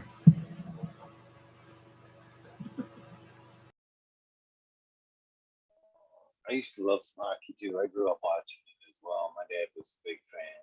I played a lot of pond hockey back in the day. I mean, just what you did around me. We had done our farm fields, and you'd find that one low spot in the farm field, and that was what we did all fucking winter and shit. Good times, man. Good times. My favorite player back in the 70s was for the Bruins was Derek Sanderson. And I'm sure anybody from this area knows his legacy. He used to live in my hometown there too, where my folks just moved from. He was my younger brother's baseball coach, I think he was. But the skates were so bad back then that Bobby Orr and Derek Sanderson, even Phil Esposito to this day, they have a hard time walking because their knees are so bad, and their knees are jammed, from the hockey. Bobby Orr, I saw him once in my hometown. They used to have a celebrity softball game with Derek Sanderson and Bobby Orr, and they couldn't even walk to the pitcher's mound. They had to get help because their knees couldn't keep them up, and somebody would walk them out to the mound. But Derek Sanderson, you want to, hockey players, they really haven't changed too much, except they got to keep their partying down. But look up Derek Sanderson and his legacy. I mean, he used to get so drunk before the games that he'd go, that's when he used to take his shirt off, go over to the Canadian bench or the opposing team's bench, and want to take them all on and invite them on the ice to fight because he was, no joke. I got to meet him once. He sobered his act up finally. He got the biggest contract at the time back then. I think it was in 72 or 71, $3 million. Which was huge. And he bought a bar. This is the way he tells the story. He goes, yeah, I got that contract and I went out and bought a bar in Boston and I bought the whole world a drink. He was broke in a year. He drank it all. He ended up in Toronto, homeless on a bench, and he grabbed a bottle out of another bum's hand. And the bum obviously got in a fight with him. And he goes, don't you know who I am? And he goes, yeah, you're another bum just like me. And I guess that kind of woke him up a little bit, and he ended up straightening his ass up. But they were all ruthless, man. They were real heavy partiers. But they were, just on the ice, like you were saying, Mingus, man. It literally is a culture. I mean, my younger brother, when he was playing in college, it was like that. That's why you can't, they boot you out for anything now. You even cross-check too many times, they freaking boot you out of the game when you're in college. But you don't see so many fights anymore. They're not allowed to have the fights. Remember Terry O'Reilly, Scarface? He used to go up in the stands, for Christ's sakes, and go after fans at the Garden too, at his home ice. Yeah, he didn't care. Yeah. Like I said, luckily they have a relative in the police department. Yeah, right, Well, right. the worst is when they do it and they're in Montreal and go in the stands and get arrested by the Montreal police. It's happened a few times. Actually, the Montreal police have come on the ice and arrested Bruins at the Montreal game. Fuck, that's dangerous. Amazing. Yeah. Interesting culture. There's no love lost. I think we can agree as Canadians is there's Canadians and then there's Montreal, Quebec. Yeah. It's like it's very different. There's two different Canadas. Hey, remember when Mayor Flynn wanted to make it a friggin' a felony if you got in a fight, if they got in a fight on the ice or something like that years and years ago? He was trying to actually make it a law where professional hockey players would get, you know, a felony charge if they fought on the ice because it was getting so violent or something, which was just bullshit. Well, that was the height of the Stan Jonathan era, so I can see why. Right. It Yeah, was yeah, pretty right. ridiculous. The guy was just beating the tar. I mean, there was just blood everywhere. Yeah. I actually worked out. You remember Jay Miller? You remember him Oh, back yeah. in the late 80s? He was, you know, he was our Is he go-to still in fight guy. Falmouth? I don't know, to be honest with you, but I used to work out of his grandmother's garage in Wellesley. She lived in Wellesley right off of Route 9. And this was back in, when was this, 87, 88, right around there. Anyway, for the summer. Yep. I was, you know, landscape company. And she let me, she's sweetheart of a woman. And she was really old at the time. But anyway, she let me use her phone all the time. And I go into the bedroom, the guest bedroom that she had, and there was a huge picture of him in his UNH uniform, though, his UNH picture. And it was sick. It was like huge. It was almost life size. She had it framed beautifully. And I said something to her. I can't remember. And she said something along the lines like, I couldn't believe this was coming from an old lady. She was like 78 at the time. And she said something like, yeah, he goes, he's got that Miller anger or something like that. And then she goes, he'll kick anybody's ass. He won't back down from any fight, something like that. But the way she said it for an old lady, it was kind of funny. You can see where he kind of got it. You know what I mean? That mean streak. Basically, Yeah, he's an animal. You're gonna have to kill him, basically. Right, you know. Yeah. What a great picture, though. I'll just never forget that. I was like, because I had no idea who she was until I saw that picture. And I'm like, oh my God, that's Jay Miller. And she goes, yeah, that's my grandson. I'm like, oh, no shit. Okay. Every team needs at least one goon, one heavyweight that can beat the tar out of anybody. That used to be the way. Nowadays, it's not really. Yeah. It's more of you look for the power forward. Yeah. It was just like I can't believe they lost the other night, man. Really play like they used to play football either. I mean, that's how I broke my neck, basically. Yeah. Yeah, and like Chris was saying too, the contracts, back until it wasn't until beginning to mid '80s where they started to get anything that was even decent, and they're playing, back then they played with a friggin' broken arm, dislocated shoulder. I mean, they were ruthless guys. My wife actually, she was a flight attendant for years, and she met a few old timers, but the one she'll never forget, she says, was Johnny Unitas. She met him in first class, one flight. Cool. Yeah, gave her an autograph, and she said he was one of the kindest, real, genuine gentlemen that you'd ever meet. Like, just the way he talked to you and the vibe that came from him. He was like just a super, super nice guy, she said. Real respectful, and yeah. Who was the other guy back then too? Not Johnny. Who was the other heavyweight back in the 50s? I was thinking about him the other day. I can't think of his name. He was Native American or half Native American. Oh, Sonny. The football player? Yeah, Sonny something. Back in the 50s? Yeah. He was a running back or something, right? Wasn't he? I thought it was Sonny something. I can't remember. Yeah. But yeah, man, he was excellent. Dude, it's going to kill me. Really, if you go back. Yeah, yeah. I mean, I grew up, the Steelers were it, man. They won those 4 Super Bowls. Rocky Blyer's nephew was my biology teacher at Catholic Memorial. Brother Blyer. Yeah, they were my team. I played with a bunch of guys that we started in Pop Warner together, and we set Pop Warner history in 1969, playing a whole season without being scored upon or defeated. And that team went into high school, took all the championships, and then went on to many of the guys went pro, and I had the pleasure of that experience, right? How to win, basically on winning teams, great coaches, just some good fundamentals of life, right? But then when you go to the pro level, back then it was anabolic steroids and that kind of shit. And I used to train with a couple guys that were pro, and they would fucking take the gorilla juice in their hip every time they worked out, and they wanted me to do it. And I said, no way. I mean, I'm not. I mean, by the way, they're dead. I'm still alive. Just saying. But they'd get pissed off because they had to lower the weight for me and all this kind of shit. But it kind of worked. You know what I mean?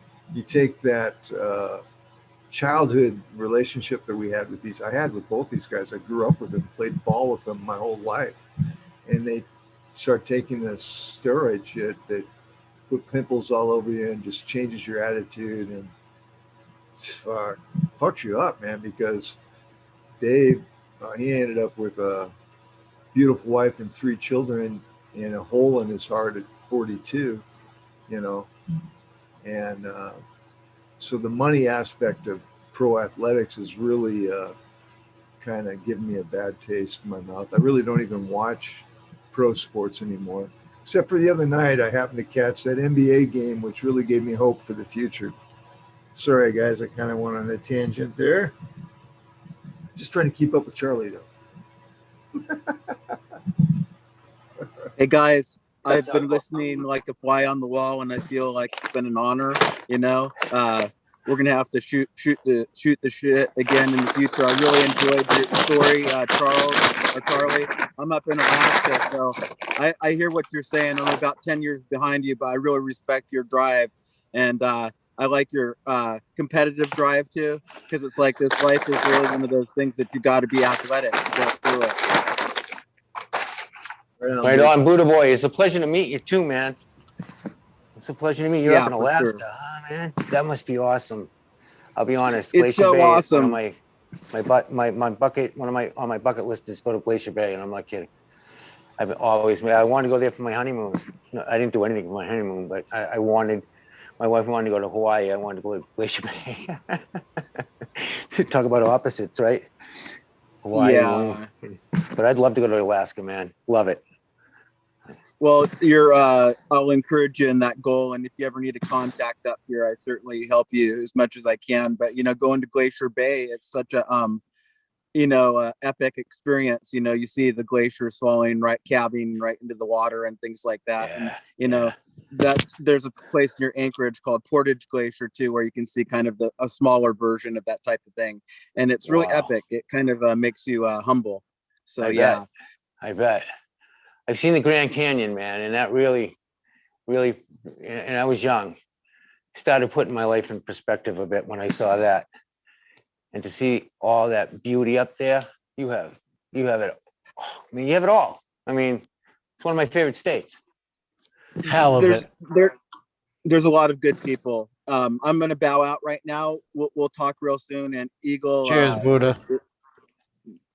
For sure. Cheers, for Buddha. sure, guys. So, have a good night. Sorry, I didn't mean to hold you up. Sorry. No. I enjoyed the conversation. I'm just going to save a little bit for the next time. Thanks Absolutely. A lot. Peace. Ciao. It's always Ciao, bella.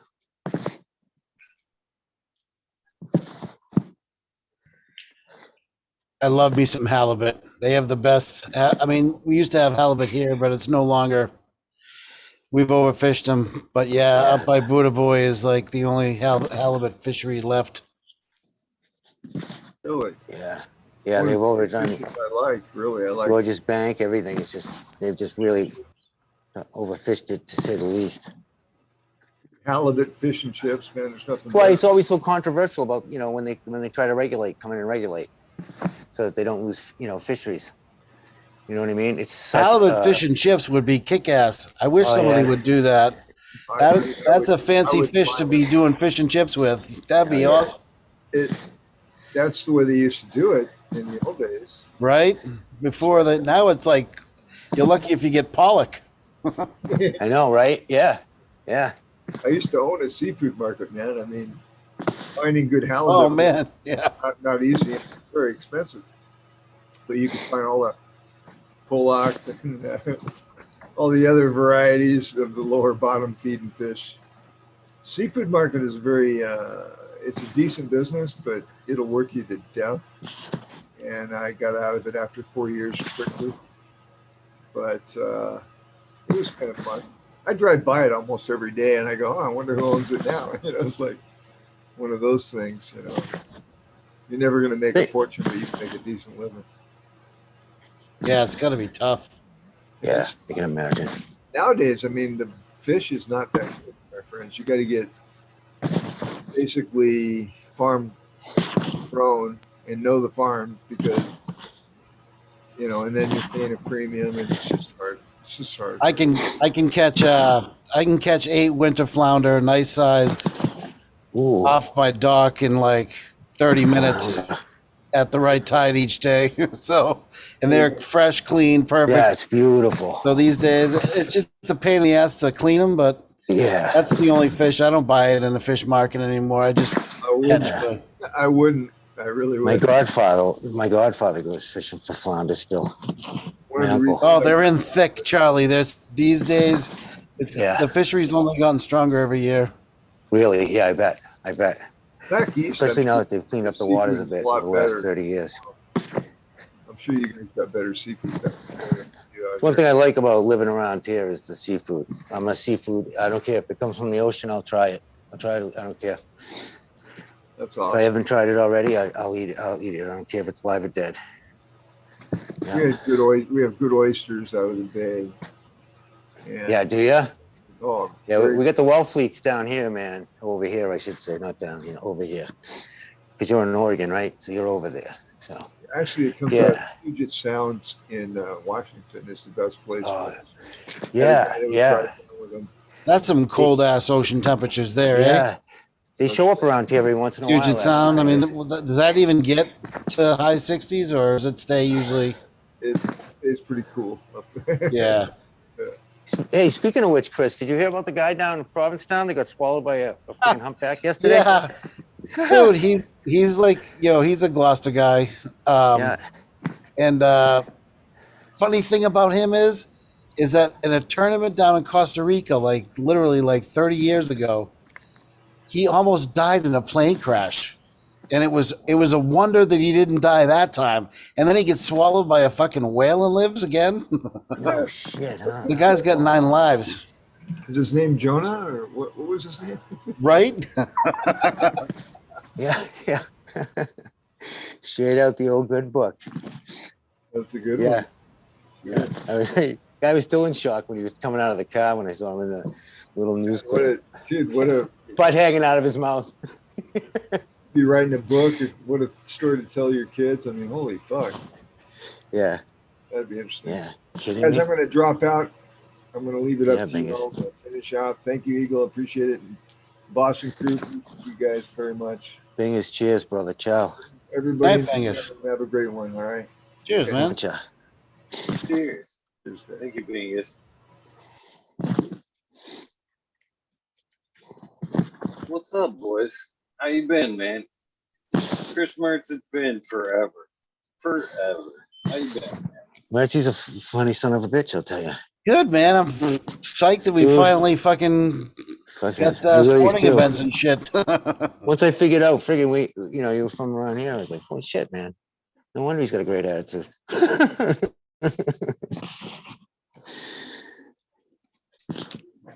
Oh, yeah. Together sometime, Mert. You know that?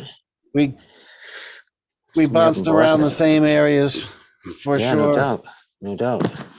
I'm down in the North End at least 2 or 3 times a week, so I better go down there and get my hair cut. Yeah, I'm there in 20 minutes. Yeah, yeah. So right down Route 1, you're there. Bam. Right? 495, Route 1, either way. Oh man, Or I just take the train. 95. It's so much faster. Oh, yeah, yeah, yeah. It's literally comes right. I mean, I'm a 3-minute walk really Oh, nice. You shoot to right the into Mill train. Station. Yeah, yeah, Yeah, no and it's doubt. basically you get double the trains where I'm at. So I get 40 trains a day in and out Holy shit. Yeah. each way. So Wow. Wow. it's almost like Like a having an private community orange almost. line. Yeah. You That's a know, lot of it's a trains, lot man. of I mean, trains. Yeah, I used to actually, take the it's commuter rail shrunk every back now day. with COVID, but it Yeah, used to yeah, be yeah. 40 trains each way. No shit, man. Yeah, we should. I mean, I don't have a lot of time. I don't know if they're ever going to do a rally this year. That's already probably been canceled, right? At the end of the freaking summer. I don't want to wait that long, though. I don't When I know go to what. Boston, I'm alone too. I don't have my wife. Usually 90% of the time, I don't have my wife and daughter with me. So that's a good thing. Yep. Yeah. So, I mean, I usually have to, I go to Everett first. That's where my brother is. So I go to Everett first and I go in town. Yeah, I got to pick up 99. food. Dude, where I live, there's no good restaurants. There's literally, I mean, and I know I'm spoiled. I'm from Boston and surrounding areas. So, I'm used to a good steakhouse or a good seafood. So Whether, you see all the Bruins over there in the North End too. All the bees live over there still. Yeah, yeah. Actually, I have my picture with most of them. I actually took out when they won the cup back in 2011. My friend owns did own a couple of parking garages down there. I don't want to say their last name, but and they used to park there all the time. And after they won it, Tyler Sagan went out when he got his bonus for winning the cup. He went out and got a $250,000 Mercedes. I forget exactly what it was. 2-door coupe. I know that, man. The thing was friggin' sick. And he came in because he was going to my friend's Messamino's restaurant right there on Endicott Street. So they were parking him and it was Tyler Sagan and Marshawn and Tukarest or Tuk. And I didn't know who Tuk was. So he pulls in with his brand new car, Sagan, and he parks the thing and they go over to do the thing. Before they did, I'm like, hey man, I said, do me a favor. I had no idea who Tuk was at the time because it was, who was the goalie back then, the redhead, I always forget his name. And but I asked Tuk to take a picture in front of the car with me and Sagan and Marshawn, and he laughed. He's like, he whispered to Marshawn, he goes, he doesn't know who I am. And I didn't. I had no idea who the hell he was at the time. Yeah, I swear to God. Yeah, he took my phone and took the photos, and then we took the car out for a spin, bro. We took that fucking beast for a fucking ride around the block for sure. Thing was sick. Went all the way through Charlestown, did a nice quick little 10-minute turnaround in Thompson Square. Yeah, I think it was awesome. Sorry, I'm babbling. Yeah, the North End is great. It's just still safe. Like my daughter were to live in Boston, it would be in the North End. I know that Same here. the My daughter was neighborhood would look conceived. out for her. My daughter was conceived right there on Salem Street. Oh, nice. Yeah. You know Ernesto's, the pizza place? Yeah. Yeah, that's another friend of mine owns that. And, I used to live right across the street. So then you know the Dardinos. Yes, I do. Yes, I do. Oh, Annette. Yeah, I haven't put it this way. I don't think I know him personally. I know that name. Yeah. What street are they from? I've worked with them for a long time with that family. Yeah. Yeah, the Spagnolas, Spagnolas, Yeah. Contractors. Yeah, Spags, like Anthony Spags and all those guys, Teresa. And then, did Nicky Diamore, he owned Diamore's. He just passed away, but he was one of my oldest friends down there. But even Kenny that owned the old Ace Hardware, he's actually from my hometown originally. But when the old man died, Dave, he sold it, made millions. Or I think he developed he held out to the last minute and they made it into the he hated that high rise place, out of it. He literally hated that place. Kenny, the son, Too funny. he couldn't stand it. He was a miserable prick. I worked for him for a little while. He was a miserable, miserable man. He just wanted the father to die so we get rid of it. That's all he wanted to do. Yep. Oh, yeah, sad to say. Sad to say. And the old man was a World War II vet. He was friends with Nicky, my friend Nicky. Yeah, yeah. But So yeah, he fun. sure did, man. He cashed in for the fucking next thing I know. I was going because I moved out west. I'm out by Worcester now. I'm in the Blackstone Valley. So Nice that's and when I gotta quiet. yeah, it is very quiet. I'm not a big fan of the town and school system, but it's a quiet town. That's all that matters. You know, that's You can't I go don't like. wrong in the I'm not a state, big though. Worcester fan, bro. I'm not a big Worcester fan. Sorry, anybody from Worcester out there, I'm so sorry, but I grew up when it's still the same. It hasn't changed in 50 years. That's for sure. It's only gotten worse. Sorry to say. Sorry, Chris. What were you saying? No, I was. I don't even know. Yeah, Squirrel. right. I'm babbling anyway again. Eagle's still around? Who's still on here with us? I don't even know. Yeah, he's still right here. I'm still here. I'm still There he is. here. You know what? I have a nice friggin' piece of finger hash from trimming some huckleberry cookies last couple of Eagle's days. on his 7th joint of the since I've been on. Right on. Oh fuck! We should take a walk in my flower room. The lights are off, but we take a walk in my flower room. It's a it's a fucking mess. I just put in some monsters that I'm almost 6 feet. They're going to be at least 6.5, 7 feet. And they just went in 3 days ago. Oh shit! Yeah, and then I got more in there. I got some that are finished, and I transplanted them and then shot them into flower just a little bit too quick. I should have let them settle in for another few days or a week, but I didn't. I needed something in there. This place, I got a couple of places. This place here is a perpetual. So, and then the ones behind that though, they were huge and they're on week. I think they're 7.5 weeks old, and they're almost 8. Some of them almost 8 feet. I got them staked Wow. up and tomato cage, and you name it. Yeah, those I let settle in a little too long because I couldn't even make it back here. I couldn't make it back here because I got so many other places that, and I don't have time to do a lot of maintenance in this place either because I'm running around. So when I get here, sometimes all I can do is water them. That's it. I got time to water. Yeah. You know what I mean? So, Oh, you got great ceiling height there, though.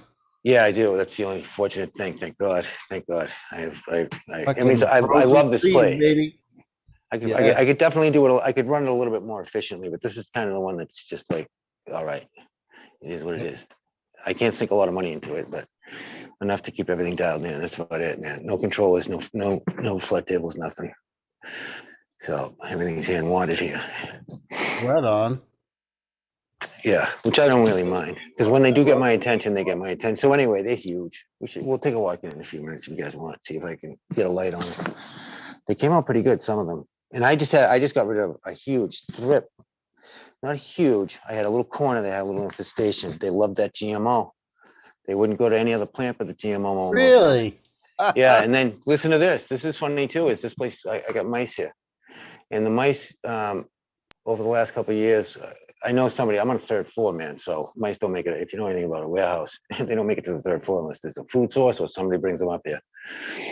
And there's no food source, but a couple of people moved in, or a gang of kids moved in, and they must have brought them with them for sure. Because all of a sudden, because I had been here for 7 years before they moved in, not a mouse ever. All of a sudden, 2 months after they move in, I'm seeing friggin' damage. And I'm like, what the fuck is this shit? And sure enough, mice. And but they gravitate only to the Hell's Angel. Like even in the flower room, I lost one. In fact, it's still in there. The one I'll show you the damage. Are they Man, chewing through the pot, or are they? yeah, they sharpen their teeth on the Yeah, friggin' on the fucking- trunk. Yeah. Yeah, but only it's funny. It's only the Hell's Angel. It's only like they'll nibble at a blueberry fuel, but don't do too much damage, enough to do anything to it anyway. But that friggin' Hell's Angel, man, 2 of them at once they got, and I was like, holy shit, these things just like the Hell's Angel. And I had, I got multi-strain. I must have had at least 10 strains in there, 10 different strains. And the Hell's Angels are mixed in the middle and on the sides. And sure enough, it was almost like they were friggin' had some kind of radar just for that one. It was weird. I'll show you it when I go in Has a though. distinct smell that they like, huh? Oh, something, man. Is it the sweetness, the sugar coming up the Yeah, I wonder. the phloem or coming down from the xylem? I don't know. I don't know. Yeah, it's got to be, right? Yeah, yeah. 'Cause like I said, that's a real sugary one. Because when I do a strip, even in veg, it's one of those plants that, give a little drip out the whatchamacallit, the stem, the leaf stem, and it will give you a little sticky. So it definitely friggin' does a good conversion of the sugar. Yeah, I got one right over here too. I got a few over here. That's what I'm transplanting tonight. Actually. Aphids, aren't attracted to sugar. They're attracted to nitrogen. So maybe it's less. No. These are mice. Mice eagle. Okay. Yeah. No, the thrips. I've had aphids. Not fun. But no, I had thrips because what I had a bird's nest. This is what I believe anyway. Is I had a bird's nest, and it's actually in this room right up there. And I didn't do every winter. It's such an old building. After every winter, I go around and check everything. And one of the old vent ducts that go outside. My friend who initially had this place years and years ago never put a damper in or any sort, like nothing to keep the birds out. So I think I had a nest up there, and I think they came down from inside there, and they just caught, because they're such slow movers, and I stay on top of my plants when it comes to any kind of inspections, obviously. And I saw them slowly starting to break out. I hit them with the Azzy a couple of times, and I got them down, but they're so damn small that it's so tough to get them all that when I put them in the flower, they just gravitated to one corner where I had 4 GMOs. And those GMOs still did really, really well. But man, those leaves were silver. Some of them, especially the lowers, because they come out at night. They're night feeders. As soon as the lights go out, they come out. And yeah, I couldn't believe it. I'm like, what the hell is this shit? So I had to douche the whole freaking room, man. Oh, I was pissed. It's a big room, so it's like just moving all the shit. You'll see when we go in there. But it was like, wow. But I got rid of them. I just chopped everything and fucking did some spinosad. Finally got rid of them, man. That Azamax, thank God. I still use it. I don't care what anybody says. I've been using it for years. But anyway, let me see if I can find my light before I start transplanting. You guys want to see if we can get some spots on some bud? You guys care? Yeah. Are we on YouTube at the same time? We still get chat going? Yeah. I can't see any of it. And I got a Note 20 Ultra. I figured I could freaking see the chat finally on this damn thing. It's one of the reasons why I got it. And I can't see chat or anything. Hi, chat. Hi, everybody. I don't mean to be rude. I completely forgot you guys were out there. Who's ever still out there? Hi. I've been giving you much love, man. Oh, man. Right back at everybody. I'm sorry. Yeah, I don't like to be rude like that, man. It's awesome when these people show up. And I mean it. Thank you. Back at you, everybody. No, any big plans for the summer, boys? You were able to make some time. I totally get the the reason. Family first, man.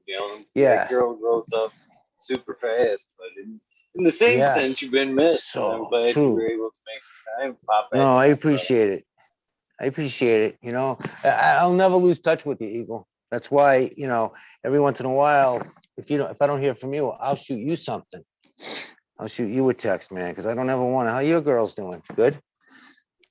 Good. In fact, Lexi was in chat tonight. She was Lexi and Britt. We were eating dinner tonight, and I was like, Charlie's Farm's gonna be on tonight. She was like, oh yeah, I'm gonna have to watch tonight. Oh, right on. She was in chat. She tuned in just because you were gonna be on tonight. Ah, that's sweet. That's sweet.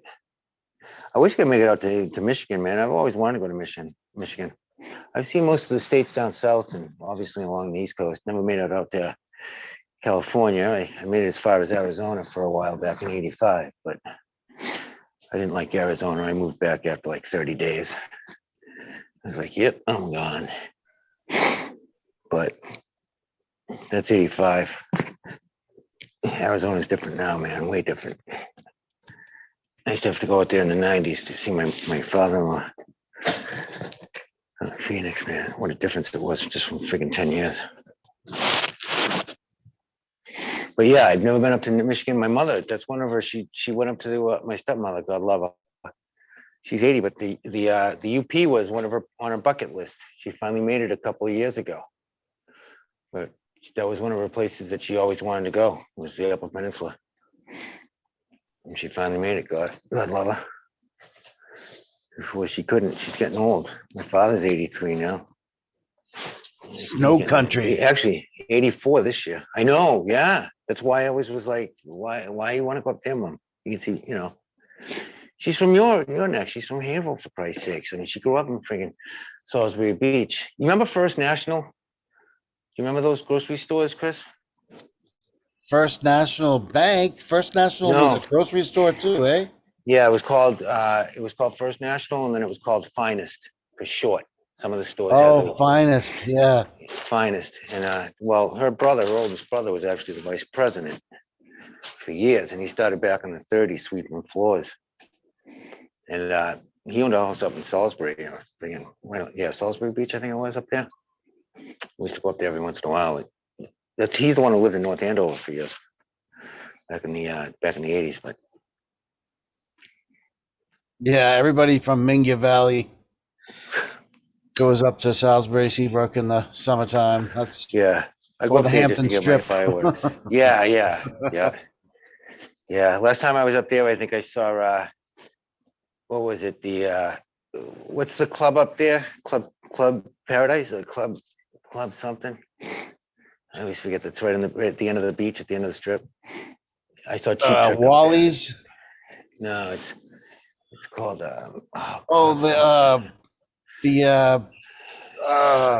a big club. Club It's white Casino. building. Club That's Casino. it. Club Casino. Yep. That's it. Sorry. Mm-hmm.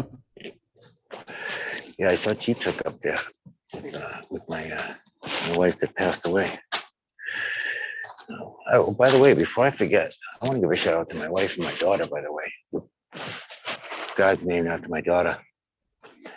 Hey, Bubs, what's going on? Hey, she wanted to stay up to see the show. She wanted to stay up. She's like, can I stay up to watch the live stream, Mommy? I'm like, if Mom lets you, you can. It's a school night. I don't know if Mommy's going to let you stay up to 11:30. She made it to 11 o'clock. And she passed out. But I love you guys. You guys are my world. This is all for you. Yeah, I got a cool know how daughter. to play 45s? What's that? Did you learn how to play 45s? What do you mean, 45? Oh, the card game. It's kind of like a Merrimack Valley card game. Oh, no. No. I never did. Yeah, really local thing. Yeah, was it? Yeah. They get together at social clubs and everybody plays 45s, a big tournament for money. Yep. Yeah, I think I heard a couple guys at the club back in the day, the Italian club down the North End, down on Thatcher. I thought a couple guys, I think. Yeah, the North End too. Stanzas they do downstairs. Oh, yeah. Stanzas they have 45s at one night. Yeah. Or used to. Right. Green 13, what's up, brother? Good morning. Good morning. I used to know a bad motherfucker called Ganja Grower. How are you, buddy? Good, man. Good to hear from you. Nice one, boys. You two okay? You three? What's going on, man? Yeah, there's been a bunch of people rolling through tonight. Glad you made it. I saw it. I was lying in bed. I was like, Jesus. On. But I didn't like. For a second. There you go.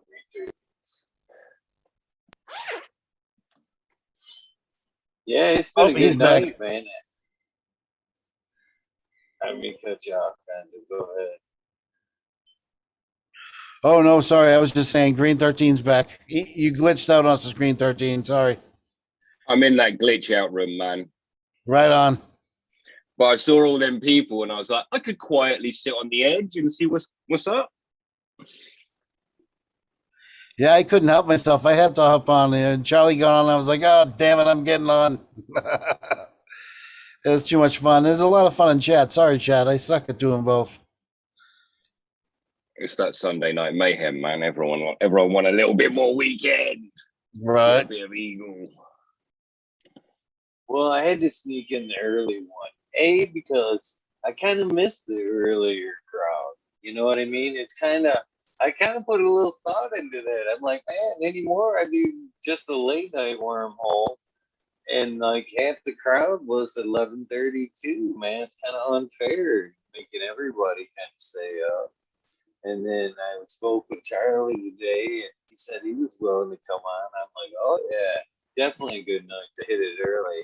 And I'm glad I did, because I probably wouldn't have caught as many people as I did tonight. So, but yeah, it's been a good night. I needed a good night, a great panel like tonight. It's been a good night. So Appreciate hey, it. Thank you, Chris, Charlie, of course, Green 13, Pop Man, everybody else that came tonight. Charlie's farm working Thank his you for arse fucking off holding the over there. beacon for so goddamn long. Jesus Christ, we're coming up on what, 16 months? It's amazing. Yeah. Coming up on That's awesome. episode 420, And brother. still fucking 420. priceless episodes, you know? You still got fucking kick-ass shit flying, you know? Fucking that interview the other day was another spectacular episode.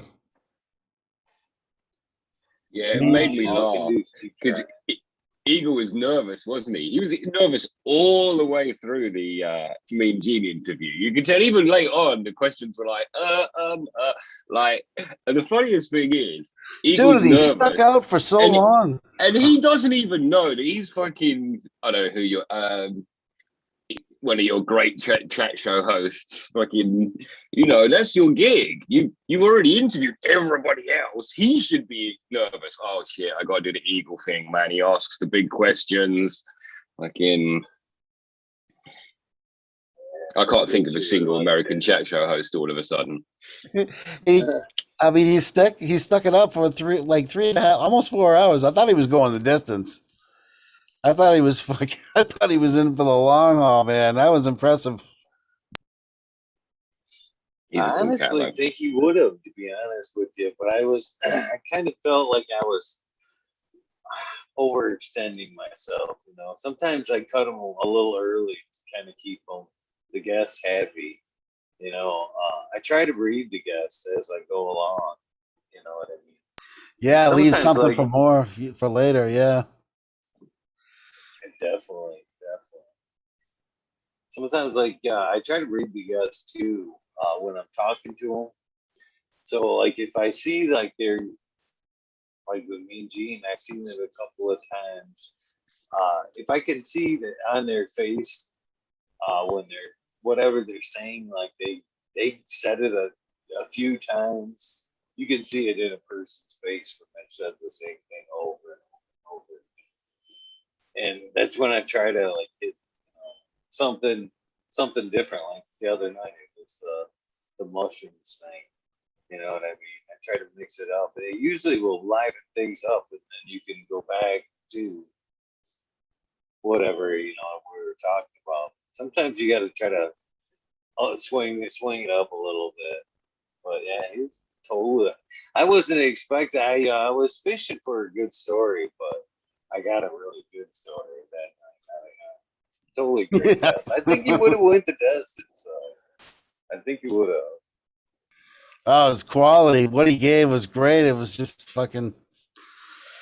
Yeah, but I totally I get it, man. You know he gave so much. It's kind of like you feel bad. You're like, oh, I'm sorry. Don't want to wear out your welcome. Kind of. He was so giving.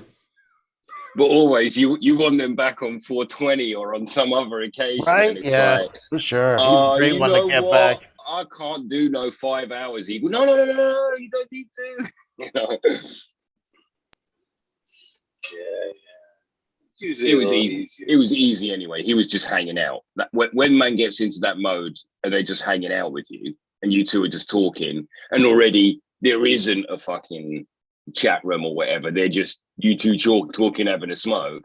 Then them ones they roll easy, you know. When people come in and they've got a message and they want to tell it, and they want, here's my story, and bye. You know, it's like different, isn't it? Yeah. I'm still looking to get. There's so many good ones yet to get. You know what I mean? There's still a lot of fun to have. Actually, I got one confirmation from Nick President today. That one I'm kind of looking forward to as well. Who's that? That's the cat that had the Lyme disease. Oh, okay. Like the Lyme disease. Right. Did he get it from Tig? Yes, sir. Fuck. Yeah, that'd be a good one. So, yeah, that's scary shit, actually, that Lyme disease. Yeah, it is. I'm in the woods, man. Fucking ticks are a real thing up here around me. A real thing. So that shit scares the shit out of me. I got to pick one off my dogs like all the time. All the time. Right. I had big headaches. I've known friends that had Lyme disease. And that shit's real. It's a real battle right there. I don't want. Yeah, it's real in that there's nothing they can do about it at the moment. You just got to take the pain, I think. That's why it's so hard to believe in this day and age. Even with that mess that's going on now, it's hard to believe that things can get out of control with no cure like that for such a long time. Yeah.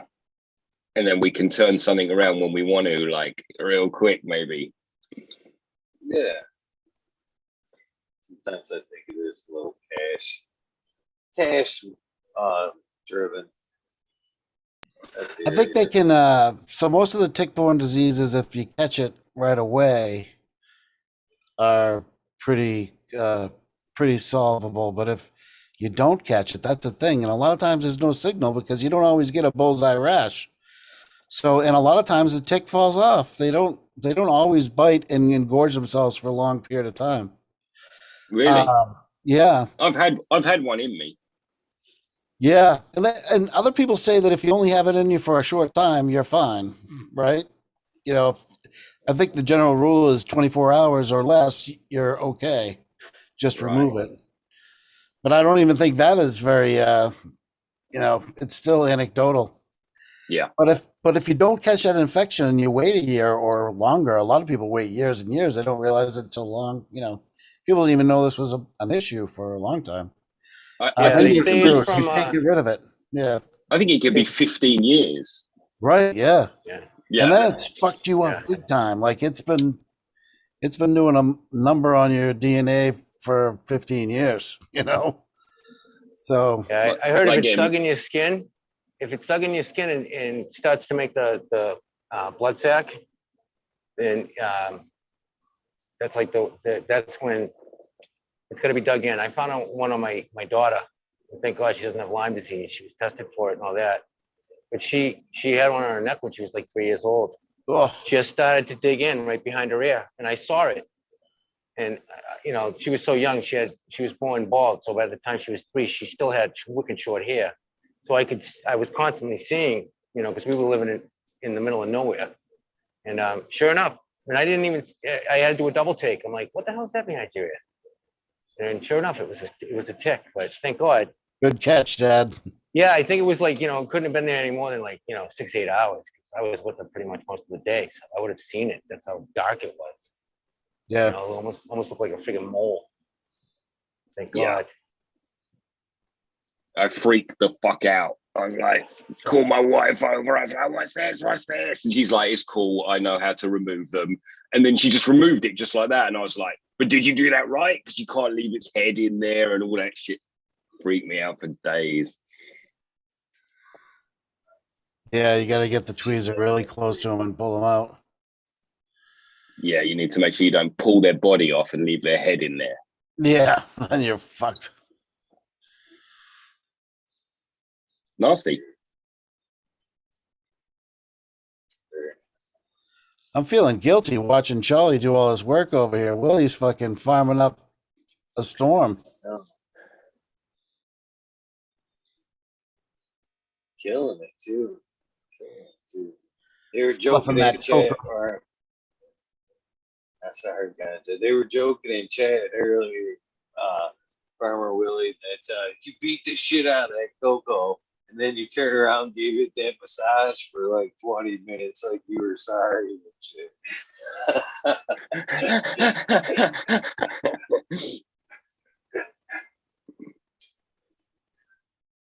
That's a good one, man. That's a good one. What's that on the wall in front of you? Is that aircon? Yeah, that's just a window AC. Right. That's a nice size, man. I've been looking at one in the last few days. Yeah, it's an alright room. It's got, I have. Look at the ceiling. Yeah, look at that. Ceilings. So yeah, I get some height. I got 3 rooms. They're all identical. I would double stack that, man. I would double stack that room. All right. I'm not used to that much fucking ceiling space. Right? I got like 4 feet or something. Yeah. And then you put a bed. You put a soil bed in there as well. Yeah, I'd love that. Shit. Vertical gardening. Having said that, I would then, if I didn't double stack it, I'd feel like I'd need side lighting. Yeah, I'd made some big old trees. I was actually thinking about making a step board, step shelves on the side going up, like in a V. I've seen that before. That's super cool. Yeah, I'm maxing out my I actually saw Chef B and his son, Chef Derek Butts, up in Canada. He actually did it with his room with his son, and it looked really good because they had limited lighting and they had limited wattage. And I'm really maxing my wattage out at this place because I got pretty much most of my power is being pulled in the flower room. So I only have like 60 amps in this place or 100 amps or something. I forget. All right, shit. Yeah. But yeah, I like this place. I like this place a lot. I've been here almost a little over 10 years. A little under 10 years, something like that. What is it, 2001? So yeah, 10 years actually. This is my 10th, yeah.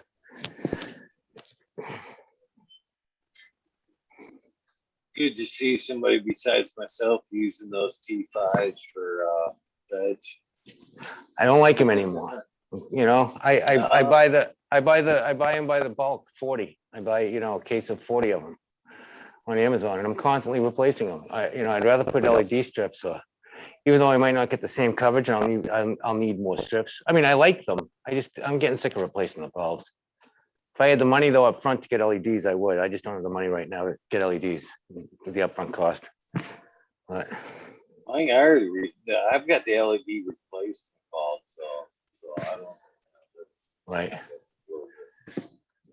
But is it just a difference of the quality of the bulb though?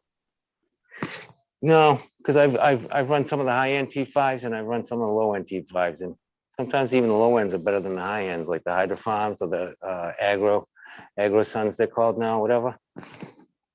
Actually, it's Agro Bright. Life of the bulb. What's that? Sorry. I mean, for like burning out wise, you see like the life of the bulb, an actual longer life of the bulb with more expensive, more expensive bulbs. No, I haven't noticed anyway. No, because I know what you mean. No, I have this is a 6 bulb, and the one after it's an 8 bulb. And then I got the Mars Hydro, that little 1,000 watt there, and then I got a 1,000 watt Thaui MH in the back there. But there's a couple. It could be the ballast for all I know. I don't think so, just because they're not all going out. It's just one light in each, and it's usually this first one on this one, and it's one of the middle ones, and the 8 bulb one. So it could be just to connect, when I get a little, because there's a lot of power being pulled in this building from everybody else. So I get a lot of surges, lots and lots, especially with the heat now. A lot of people have shitty ACs and they're freaking constantly kicking on and off the compressors. And so I get a lot of power surges. In fact, the ballast for the MH, I just noticed my 3-prong connector in the back of the ballast starting to get a little too hot. And one of the slots is starting to blacken out and melt. So I got to change that out after I do all this. You know, So, I'm thinking as of late, and I got a couple of kind of tech savvy guys here. Gotcha, Green 13. I'm thinking as of late. Remember, I've been bitching about my internet problems forever. Forever. But I'm starting to wonder if there isn't something to do with some type of like radio air interference or perhaps like a ground interference through the panel. But I think my internet problems, my Wi-Fi problems are directly related to my HID lights, my high pressure sodium lights. I would seriously believe that. I would seriously believe that from a Yeah, frequency for point of sure. view. And I know that my Wi-Fi problems are directly correlated to my dehumidifiers. When they kick on and off in these rooms, that's when I go into a lag spaz. But I have a slightly weird setup in that some of that's running along a power line, some of that internet. So that's why it does Yeah, that. I've rolled through places where the only rooms where you didn't have Wi-Fi was the old tech rooms, the old lights, the old Thowies. That was the only place. Actually, even Steve Reisner, even Aquaponic Steve, at his facility, he doesn't roll through the bigger because they have the older lights. He has a lot of the new lights. The King, I can't what he calls the LEDs. His buddy owns an LED company, but they also have a lot of the old stuff. And then wherever the old lights are is where he can't broadcast from. Right. See all that perlite dust, man. I'm glad you put a mask on. That was fucking disgusting. See, he's wearing his mask. Good boy. Yeah, man. and I have an Fucking exhaust. hell. I have an exhaust duct right here as well. So I think that's what you Nice. hear sometimes. I got the exhaust dust right on it. I mean, the exhaust fan right on it. Yeah, I don't play games with this stuff, even though I smoke butts. No. Yeah, that shit's nasty. All the down to earth amendments too. It's like, Do you know what? Any small particulate, really. I feel like now it's like someone was talking to me the other day about MDF. They take it as seriously in. Was it you lot? They take medium density fiberboard cutting as seriously as asbestos in some countries. So it's just any particulate, man. Shit. Right. Yeah. Yeah. It's funny, really. The COVID thing has meant I've always got a mask, so I'm much better at wearing a mask when I'm doing work now because there's usually one around. You know, I yelled at my fucking youngest today. Well, I didn't yell at her, but I'm like, we're driving. I watched her. She was mowing the grass the other day, and it's like it was a little dusty. And I'm like, well, why isn't she wearing that fucking mask? Fuck, you wear it at school and shit. The one time they could be doing you some fucking good and you won't wear the mask. And she's like, it'll leave marks on my face. I'm like, well, what's the fucking matter? Shit. You're gonna have the mask on your face when you go out anyway. So, Yeah. fucking save yourself the dust. Jeez. I was thinking about dating the other day. Like you can't check any girl out really. The young uns, I suppose they're not wearing them as much, but yeah, it must be weird when you're trying to be attractive. So hey, I look better in a mask. So do you think that could be like fucking a thing, man? At some point? I mean, shit gets weird, but do you think like what I'm getting to is like the tan line thing? Tan lines were sexy at some point anyway. Do you think the mask tan line will be like, look at that? The most fucked up thing is, as soon as you said it, dude, that's where my head went. As soon as you were like, oh, no, I was like, that'll become a fetish. It's straight into my head. It was like, because it'll even become a fashion where people will wear masks because I like this one. This is the one I wear because I'm, whatever. My sex mask. Yeah, the ball gag. I don't think it works as well for No, it perlite doesn't dust, though. filter out quite as well. Oh dear. Right, boys, I'm going to go and say goodbye to the girls. They're off and out. Monday business. So peace and love, and thank you very much. Great to see you guys. Cheers, Have a Green good 13. morning. Much love, man. Cheers, Green 13, man. Nice to meet you.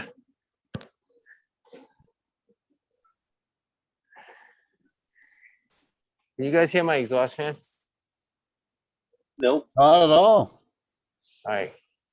Good. If it gets loud, I won't mute myself. Just let me know, I'll mute it.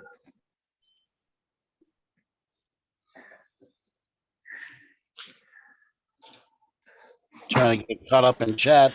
Jesus Christ, is there still a ton of people? Yeah. Oh yeah.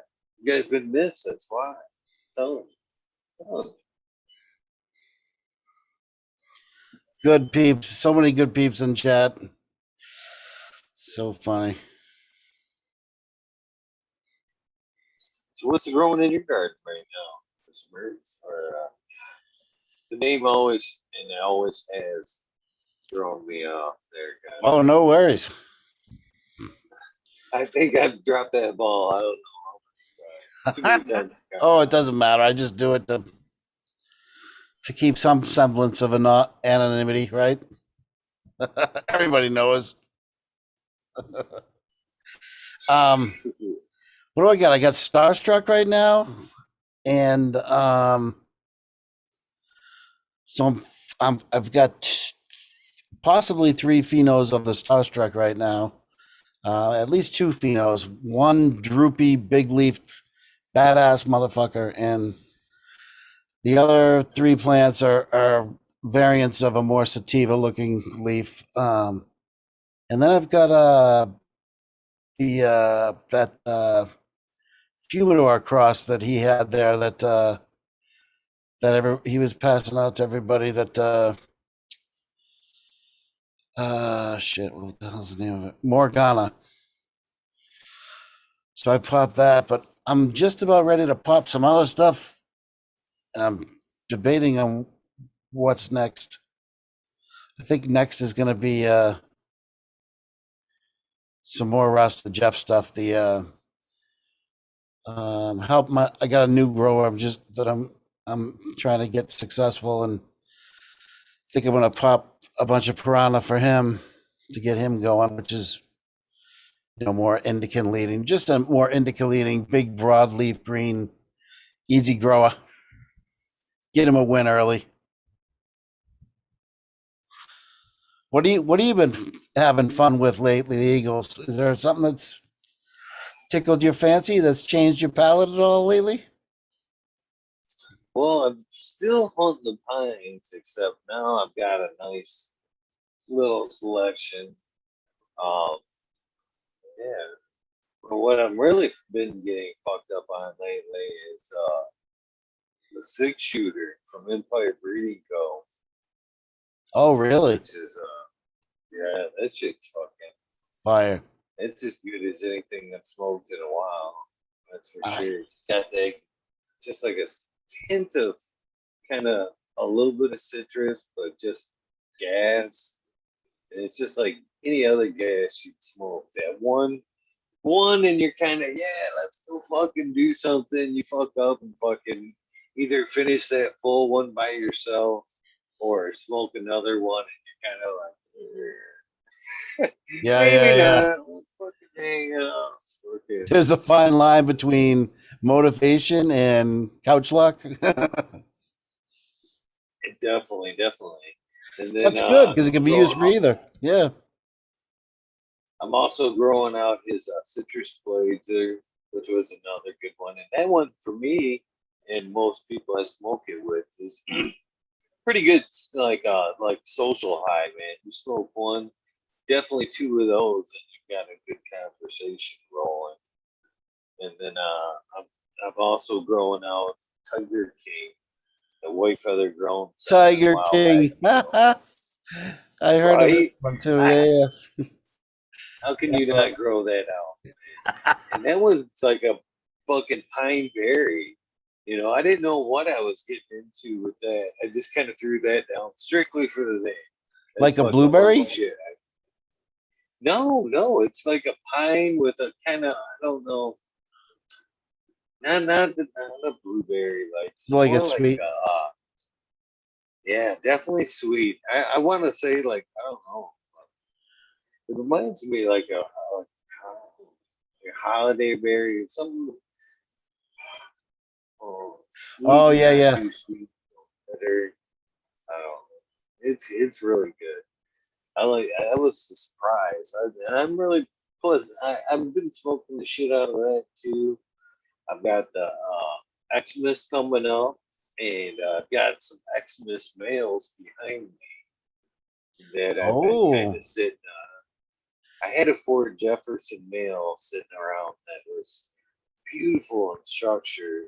And I don't know, he got too big, and I tried to set him outside. I was gonna sneak him outside because he was getting too big, and then we got a cold snap, and they fucking killed him off.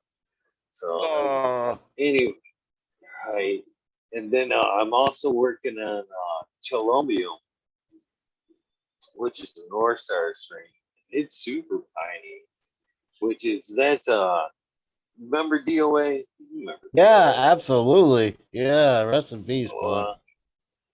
yeah, well, I wanted to do like a breeding project, like a community breeding project, and then he passed, and then that kind of turned into the DOA strain. And then Brandon Family Farms was nice enough to send over both halves of what we picked out to be, you know, the strain, which is the Jack Skellington times the Cholombium. I'm growing out the Cholombium. Smiley's growing out the Jack Straw. Or yeah, Jack Skellington. I don't know why I said Jack Straw. Jack Skellington. And so we're gonna cross them together at some point. So I got that going, and I ended up out of the 8. I got 6 females Nice. and 2 males. So I got 2 males of the Columbia back there that are really. That's these 2 You got a back whole there. fucking. You got a stable of studs back there. Pretty much. And then I've got the Mendo Loco going. I've also got Empire Breeding Co.'s Barbecue Grillo Bio version 2 going. I've got Velvet Punch, S1s floating around. I've got Bingus's Blue Mile back over there. And I've still got Med Grower ones, Smash Cake, and the Garlic Punch floating around here as well. Those have been in your garden for a while. Yeah, that's some of the favorites right now. That fucking Garlic Punch is right along the lines of the 6-shooter, in my opinion. Yeah. Double up on that, you're kind of done. And then I got this Borg 13, which is from breeder Alex Hardy Gear. Yeah, right around there's a missing episode that you can't find, Mr. Birds. And too hot for YouTube. Too hot for YouTube, it turned out to be. But after he came on, well, since that episode, there was like a running standing joke there for a while about a gift basket. Don't ask.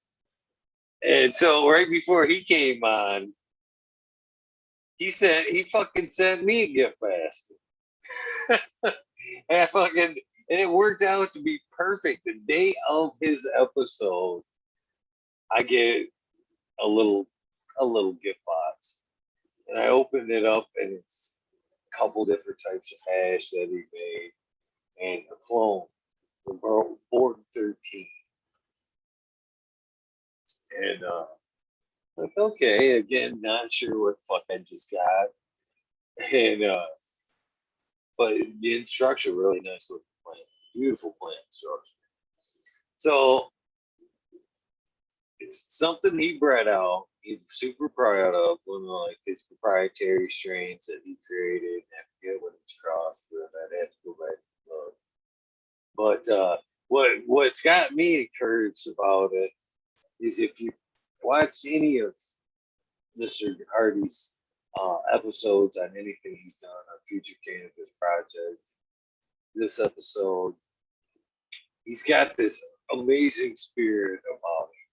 And super fun guy, but you can tell he's had some fun with some mushrooms, or at least he could be on some when you're talking to him. And the look he had when I asked him on there about the strain, he was just like, you know what I mean? Like, almost smoke that shit. You're gonna fucking hallucinate. I'm like, he's like, it's good. It's gonna be a good hash maker. I mean, it looked like he was like in the spirit world, just telling me about it. I'm like, oh man, this fucker's got to be good. He's like the one same like almost theme or vibe. Just the only thing I ask is pass it to everybody, many people as you can, with that same like, you know what I mean, electrified look. And that's the same look I gave as I passed it on to a buddy today. I'm like, man, you gotta watch this episode, man. I just got this gut feeling.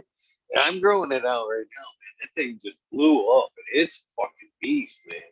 It's almost taken. I gave it, you know, I expected it to be good side, but it's taken over its 4x4 space. Wasn't meant for a 4x4, you know what I mean? I usually run quads. I'm backed out a little bit. So I've been running more 2 plants per. But man, it's chasing that other plant right the fuck out of the 4x4. It's just a fucking beast. And I'm super stoked about that. You know, it's in week 4 right now, and I say by the look of it, it's got another 7 weeks. It's definitely a sativa in here. So I don't know. I'm excited about that one right now. Got a few other strains floating around as well. But, what about the earth boxes? How are you digging that? I just took one down today, and I've got one over there that needs to be taken This out. is like your 3rd run or so with that, or 2nd run at least, right? Second run.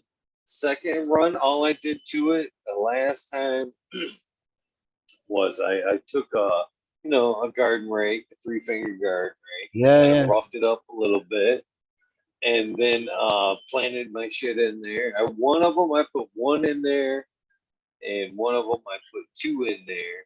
I had decent yield. I didn't veg as long as I did the last round, but again, I didn't do the top either. I didn't put the cap on it. Smiley suggests he's like, you're on your own after that. But a pretty good yield. I'm fixing to actually, there's one right there. There's the box right there. I'm actually fixing to rough that out. What I did the second time was like I said, I roughed that up. And one box I put 1 plant, in the other box I put 2 plants. I didn't give them really, but a couple of days veg, to adjust, and then I flipped them. They did pretty decent. This time I'm going to give them a little bit extra time. But all I did was rough that up, and I put a little bit of dairy dew compost on there on the top, maybe a half inch of that, and fucking flipped it. Never did anything but water. I never even put no. Can't beat that, right? Jesus, it's easy, right? No. Yeah. I'm actually more into. I have more soil-ish mediums right now than cocoa for sure right now. And again, I've got my reasons. It's not that the earth boxes or the organics kind of the taste or the yield or anything really changed what was going over here. It's more of what's getting back to the simplicity of things. But yeah, the water home kind of thing was nice. But I this time around after the earth boxes, I went and ran shit. There's the M3 mix here. There's the Dairy Dew. There's the flour dew, or there's the flour dew, the veggie dew, and then there's the Coco Loco. I ran the Yep. Coco Loco as his. Man, you guys have great soil there. Like you have like 5 different soil companies that make goods. I mean, there's like DNC, there's I M3 is wanted supposed to to run be. them, but I couldn't get them. The local store didn't have them. The other store wanted way too much. I wasn't going to pay that. Smiley told me to reach out to Tommy, but I didn't. I just, but that's one I want to try. That's a very reputable soil right there. Yeah. About that. Here it's too expensive. I'm liking the veggie dew right now. To be honest with you, it's along the same lines of everything else in the dairy dew family there, but it seems to be a little bit more geared for cannabis than the flower dew. A little bit more in there for better flower, but for the price, shit, it's like $10 for a cubic bag, 1 cubic foot bag of it, and it's water. Really? All to that point. Yeah. Yeah. Shit. So fuck yeah. So, and for me, I'm coming from 1s to the 3 gallons. So Yeah. well, 1 pound, one of those bags gets me usually 4, 5, and 3 gallons, potting up. So Oh, it's right, 10 right, bucks right. for Yep. and then it's $10 per 10-gallon, one bag, per pot to Yeah. plow. So that's And not does it bad. already have That's some way aeration nicer. in it? Like, does it have perlite or aeration? It has a mix, so it's a good mix. Yeah.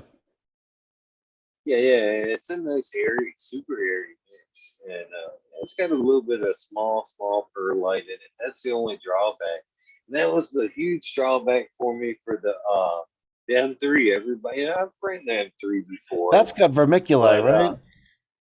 yes, yeah. That's And weird. I kind don't of like that forgot stuff about as the much. Yeah. vermiculite, and it was like heavy balls of the perlite. You know what I mean? Good size.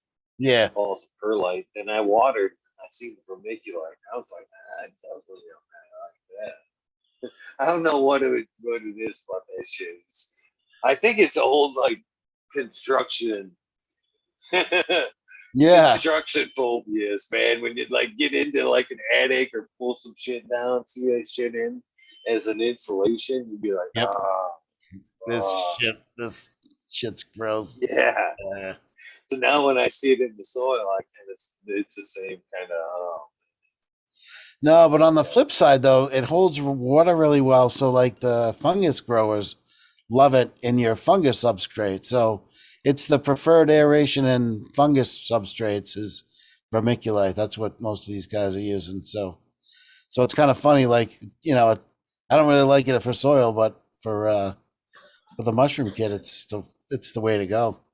And you can grow in straight vermiculite too, just like perlite or Yeah, right. hydroton. Yeah. It holds water. What is it? Willie, it holds water better than anything else, right? Something Pretty like much. that.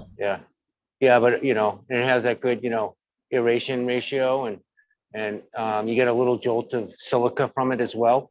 So I've never done it myself, but I have a friend that did it years and years and years ago. I think even with that chunky cocoa that you use, that's fucking aeration in and of itself. That stuff is just giving you lots of good aeration.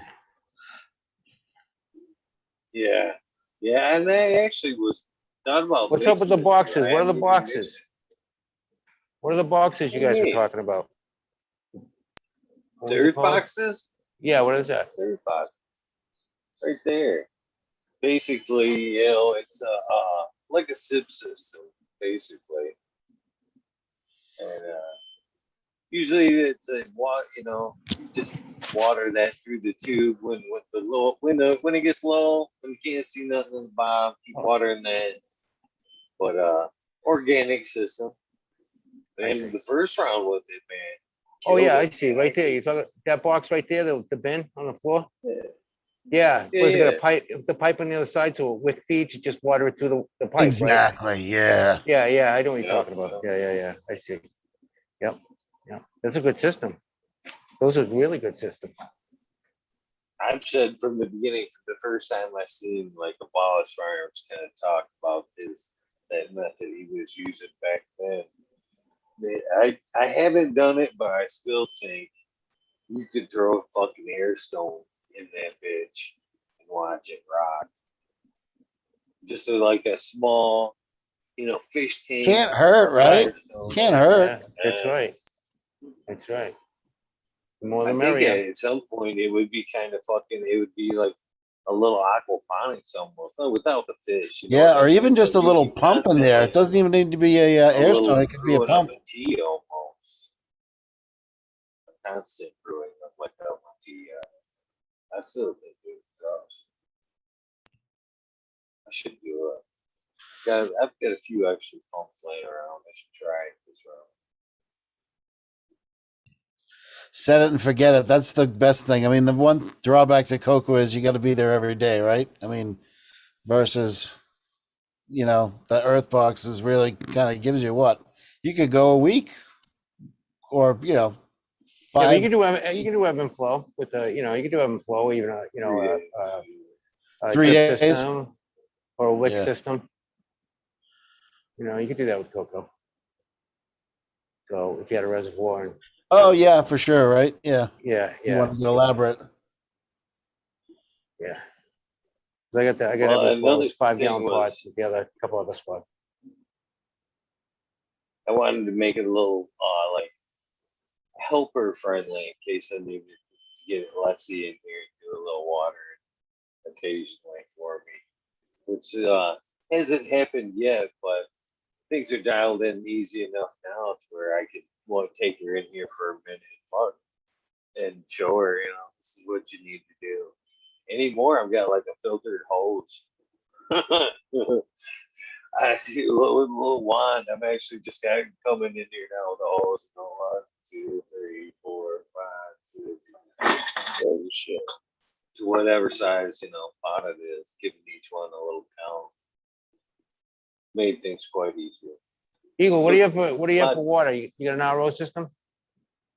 No. I've got Just a tap well water? water and I use Oh yeah. yep. How's Well the well water, water? and then I use it's not bad. When I moved in was the last time I checked it. It was sitting right about 115 or 150 ppms. Nothing terrible. No. And I'm using like an RV filter. Like mid-grade RV filter.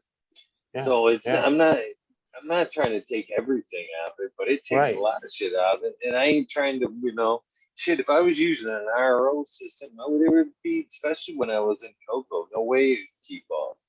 Fuck, even now when if I were to hand water without the hose, it's usually like fucking 60 gallons.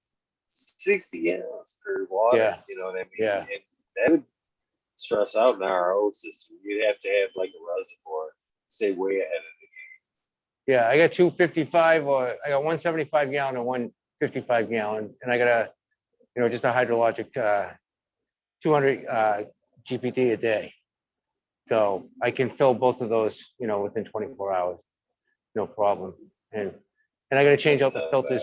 Yeah, the tap out of here is about 150, anywhere between 150 and 200, just depending upon if they're flushing the hydrants. And it comes out, I'm getting anywhere between 3 ppms and 6 ppms at the end. But I got to change it out.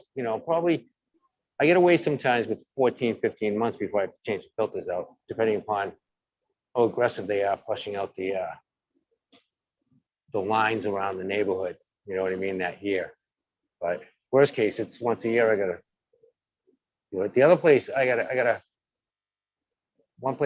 just using tap water, and it's coming out, I think around 160, 170, whatever the hell it is. But, and sometimes I don't have time to dechlorinate, so I just blast it 20 minutes out of it, 30 minutes after it comes out of the tap. Well, hour and a half after it comes out of the tap, do the mixes.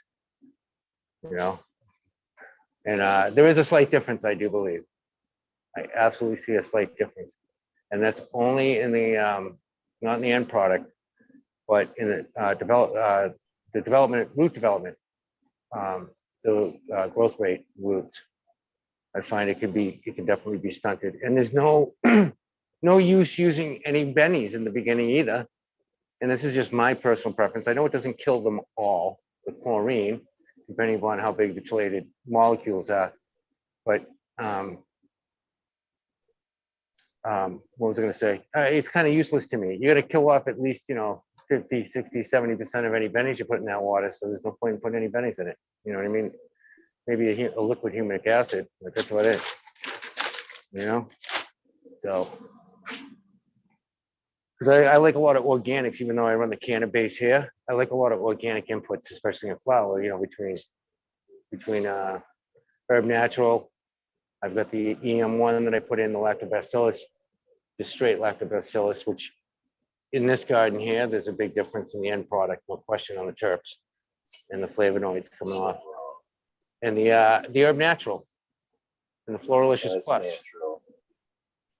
So that's one word you can describe what Chris is showing. That's all natural. Word for it. Hey, you making fun of my girlfriend? hey, I told my wife, don't pose. Christ almighty, shave those damn legs, man.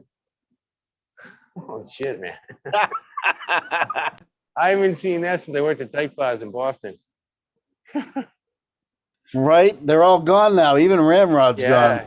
Well, they have one. Yeah, I used to work at Sporters, Chaps, down at Copley. Ramrod. I never worked at the Ramrod, but I had friends. The old 1270 right next to the Ramrod. The only one left is Jacques, I think. Yeah, you're right there. It is still there. My brother actually, that's one of his areas, him, and I think one of the bartenders there is one of his customers, but he was still saying Jacques was there. I had friends that I've been there a couple times. You ever been there? Oh yeah, I've been to the shows. Yeah, I mean, I lived in the South End for a long time, so. Oh yeah, there you go. The gay boys have dragged me all around town. Oh yeah. Yeah. I had partied with many. They had many a good night. They're the ones that cleaned up the neighborhood, for Christ's sakes. Remember? Oh man, they were the best neighbors ever. Yeah, I imagine. I bet they are. Yeah. Yeah. Yeah, and I was always a gardener before I even grew this. I was growing everything else, and they had all the public gardens and stuff, and plus just the houses. They used to grow so much great stuff in the backyards and front yards. Yeah, up in the balcony gardens. I used to hang at one of the bars. What's the Irish bar right there on Dartmouth and Clarendon and Tremont? I used to hang down there. Yeah. The Glynn family, Cleary's. Yeah, that's right. Cleary's. There you go. Yeah. They renamed it now. Yeah, I grew up with so a girl from high school basically married into the Glynn family, who's good friends of mine, one of my old roommates. She's since divorced one of the Glyns, but that family owns a lot of real estate in Boston. Jesus. Black Rose, Purple Shamrock, all those bars. And then they own most of Back Bay. The Irish Mafia. You guys make me feel like the East Coast is like a super small place. Those are the old days, man. I used to work at all the fathers' bars too. It is pretty small though, Eagle. You're right. It's like Boston's it's a city, but it's not really. I mean, it's tiny compared to New York. Blackballed easy in this city. You get blackballed real easy. Yeah, and if you don't have a name, you got nothing. Yeah, you don't have anything, period. Your word's no good. You're a piece of shit. You get all the junkies now, so, especially I got friends down the South End, man. That's all they're doing is fucking robbing dealers because they're so strung out. You know what I mean? It's like, sorry, man. I don't want no part of that world. I'm good. Oh, what was you? Oh, was it a contact?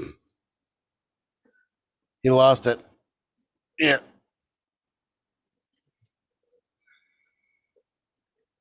No, I got it. Fucker's dry as fuck though.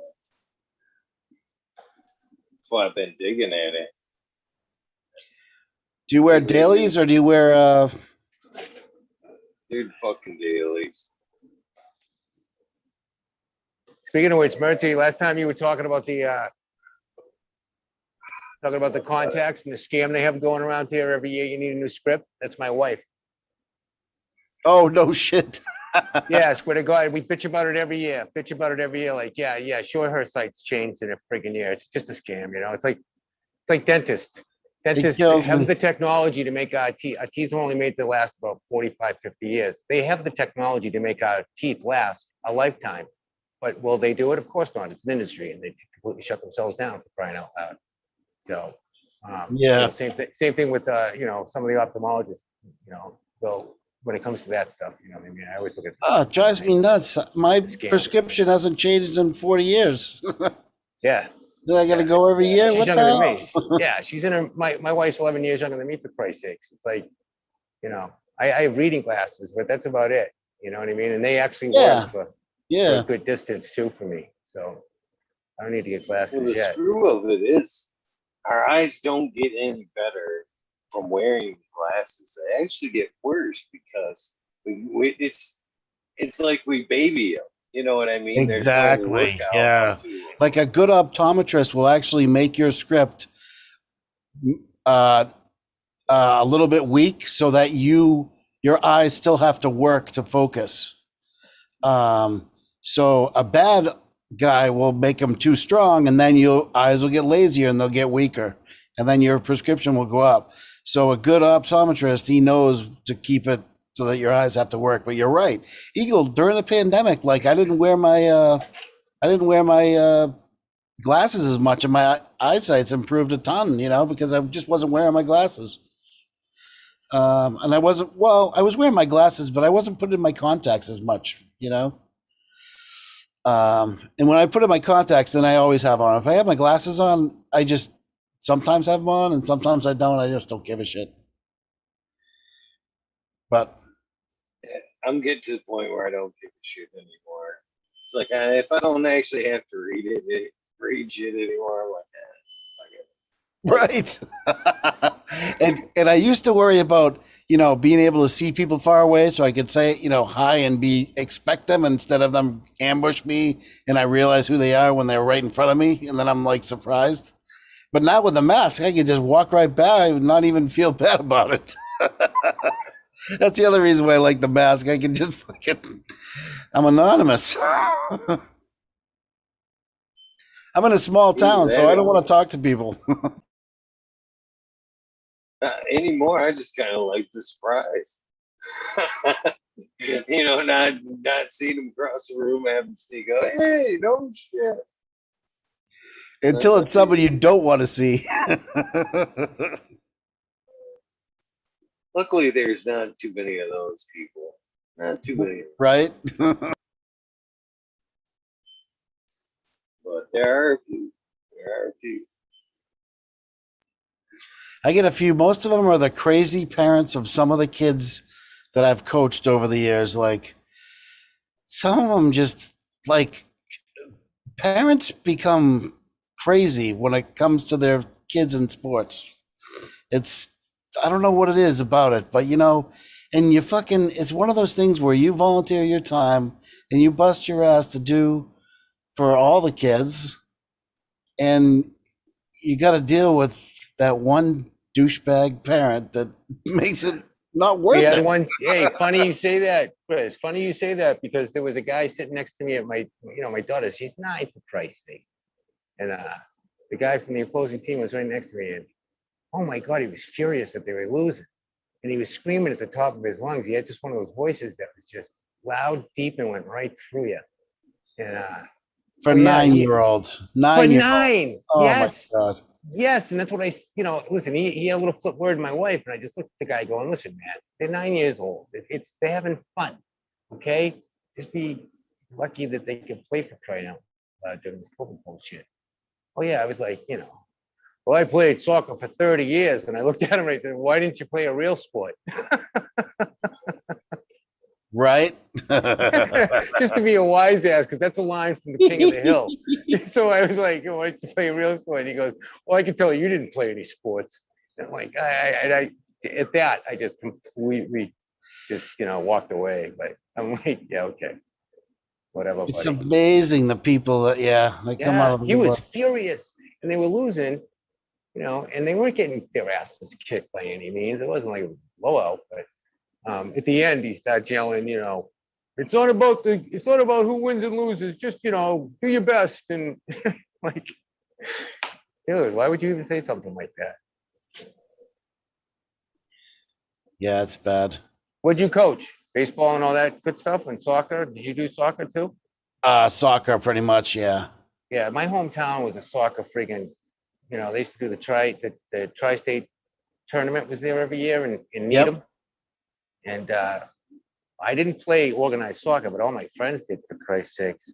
Yep. And I never played. My wife did. She played. Quincy didn't even have, when my wife moved from Situate to Quincy in '79 or something, she had two older brothers, and her father was the editor-in-chief of the Patriot Ledger for 40 years, and all the South Shore papers. Oh, yeah. Yeah, and he ended up creating, he's called the godfather of soccer or the grandfather of soccer. I mean, he's dead now, God rest his soul. But died real young too, my age. And but anyway, yeah, he created the whole soccer league in Quincy now, and it's huge. Get all the Vietnamese and Cambodians in Quincy now. Yep. That's their thing. Yeah, absolutely. I never played though myself. No, it's so much like hockey. I never played either. I'm Yeah. hockey football guy, but it's so much like hockey in the sense of just the general dynamics of it. Yeah. What I'm running, man. I love the way what a conditioner. we do kind of forget we're like not the whole world and shit. Everybody else in chat's going, it's football. It's fucking football. It's soccer. It's fucking football. That's fucking funny. I like all sports, man. It doesn't matter. I like anything that's competitive. The only thing I don't do is gamble. Yeah. But the only vice I never had was gambling. Oh, yeah, it's fucking funny. Just the rest of the world caught soccer, football. That's all.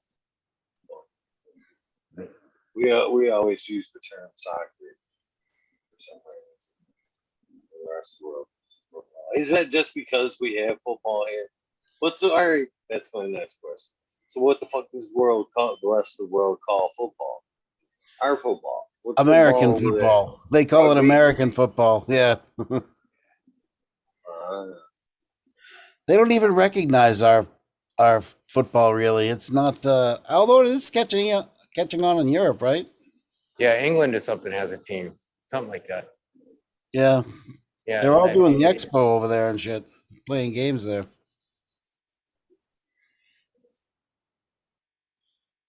All right, guys, I got a jet. I got to go get something to eat before I start transplanting all these things. And I got a whole 64 site clone that's going to come out tonight, too. Oh, well, this morning, I should say. And I want to make it home some point tomorrow. So I got to kind of sign off. Eagle, you're the best, man. For sure, Willie. Chris, I'll see you, man. Thank you. Yeah. Nice to see you, brother. Yeah, I'll try and make it on a little more often if you'll have me. I appreciate you asking me all the time. And I'll try and make it on, because I got a few late nights like this coming up. So, I don't mind as long as I can work, man, which is cool. Well, there's been many nights where we're like, remember fucking Farmer Willie? What the fuck is he been up to? So yeah, at least check in. You ain't gotta be here every night or everybody's always asking. Whatever, but that's cool, man. I really appreciate that. Everybody in chat too, man. Thanks for hanging out, and I really do appreciate all the love. I'm a humble guy, really. I'm cocky, but I'm humble. Try to be anyway. So have a good night, everybody. Peace. Eagle, we'll talk soon. Chris, we'll talk soon, buddy. Cheers, man. Peace. Great seeing you. Well, good one, brother. Oh, then there was one. We got the 420 right here almost. Yeah, yep, we are close. 411 to 411. All right, I gotta Get my No, smoke no ready. runoff. Yeah, that's what I'm doing as well. Kind of breaking one off. Man, what I am going to do, Mr. Mertz, we'll grab me something to drink real quick while somebody can banter on the. Oh, hell yeah. Let me talk to chat. Fucking Worthy, fucking Oz. Johnny Caniseed still in here. Green 13's back. Holy fuck. These fucking madmen. Fucking Al the Beastly, dude. I was watching your, I was sorry I didn't respond to you earlier. You're talking to your hockey guy too. Talking about Darren McCarty. That's one of Eagles' guests, hopefully, coming up in the future. Will be a Darren McCarty episode at some point. Michigan's own. That guy's a badass. He was an enforcer freaking for a lot of years. Impressive. That whole aspect of the game is gone these days, though, sadly. It's freaking, we do have the power forward, but you just don't have the animals like you did.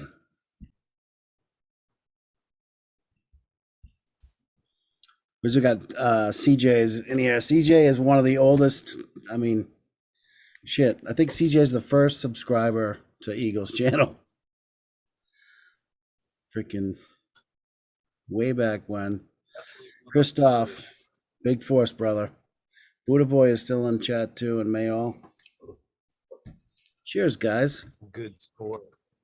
Fucking kombucha. Well, I don't know if this isn't technically kombucha. This is the apple cider tonic. But elderberry, definitely a good score. Definitely a good score. Nice. What do those run? You got to pay $1 or $2 for one of those, right?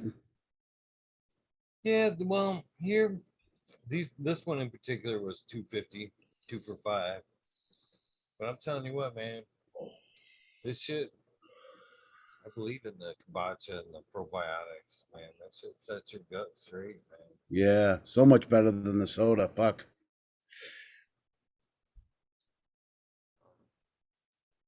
Can't say that I haven't been struggling with a soda though. Fuck, I still find myself with some corn syrup every once in a while. Like, I actually broke down and I've had like a fucking energy drink. I think two in the last week. I've had yet. Remember, I quit them back in like February. oh yeah, First, I don't know what it was, but I was like, fuck it. A little fatigued lately, and I grabbed one, and then for some reason, I grabbed one today. I actually grabbed 2 Red Bulls, limited flavor, and that's what it was too. I was like, ooh, peach, peach poison. That sounds delicious. And grabbed one. Terrible at it. Need to break it wide before it starts again.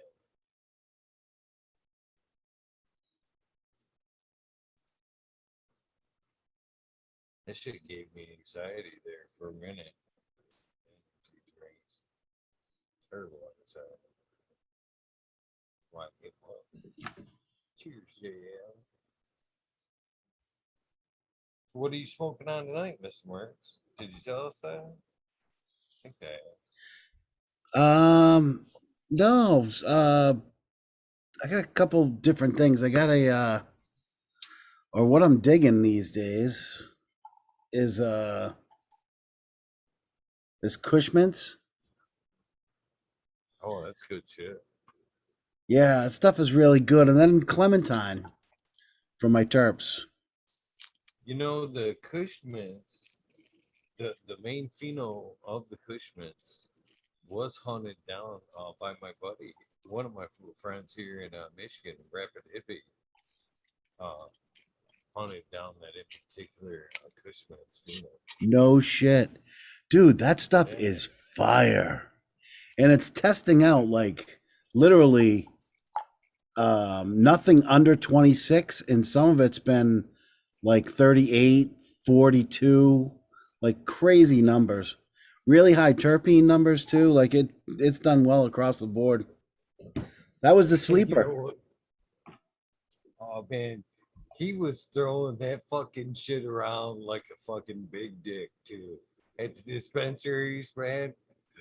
That was back when I shit you not when he had just kind of discovered that back when fuck, let's see, been before I came up here. I'm 5 years up here, so it had been 6, 7 years ago, maybe six. I'm leaning more towards six. When we had like an outdoor kind of scare here, not a scare, but it was like a good harvest, and it really drove down cannabis prices in general because they could still bring it to market, the medical market without a lot of red tape. They could still bring it into the no matrix basically before that, and it drove the prices down like crazy. There was some dispensaries, that's what we were calling them at the time, that were only wanting to pay fucking $80 an ounce for indoor. I was like, fuck that. I was like, fuck that. Hold on to that. You can have a quarter. It got down. Beat down as far as $1.20. It was the lowest I was going at that point. And this cat come fucking in with Kush mints, and he was like, "Fuck that, man! I ain't taking nothing less than 220, $100 higher." I'm like, "Yeah, you crazy, man? They're fucking wanting to pay fucking $80, man. I was lucky to fucking get my 120 out of there." And he was fucking, I shit you not. They fucking see him coming, they'd be like, "Yep, I mean, you motherfucker, fuck that Kush mints. I want to cut of that shit, man." He wouldn't come off that shit. He didn't start coming off cuts until just a few years ago. Oh, no shit. Yeah, he just kind of dominated the mid-Michigan market with that shit. Yeah, it's only gotten here right now. This is kind of like new to this area anyways. I've decided I'd like the GG4 cut. I'm gonna poke around. I ain't heard anyone talk about it for a while though. It's all GMO. I said I'd like to try and find GG4 cut. That's good. Been around Michigan, hasn't it? It's a Michigan thing, isn't it? Really? Yeah. So that's why I mention it. But I just tried something which is a cross of it, and there's something in there, and so I'm like, I would actually like to try that strain now. Really. I'm actually becoming a little bit reminiscent of it, to be honest with you, because it was so fucking here. They right here was trying to cross shit with it, and I actually didn't even want it in my fucking house. Sick of it. I was like, "Fuck that Gorilla Glue. I don't want nothing it would do with it." I'm still that way. It's a good strain, but it's not one of my favorites, man. Cheers, 420 guys. Sorry. I got that shit, but cheers all. Cheers, chat. Sorry, guys. It's probably super loud. There we go. Cheers. Happy 420. Might as well take a bong with us, because I never rolled that joint. Broke it up, but I never rolled it.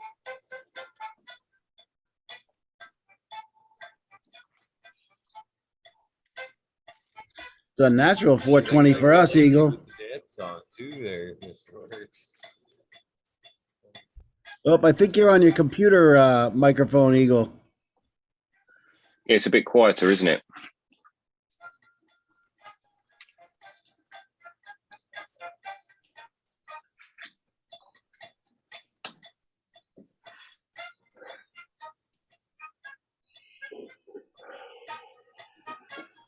Yeah, all it is for cuts here is GMO at the moment.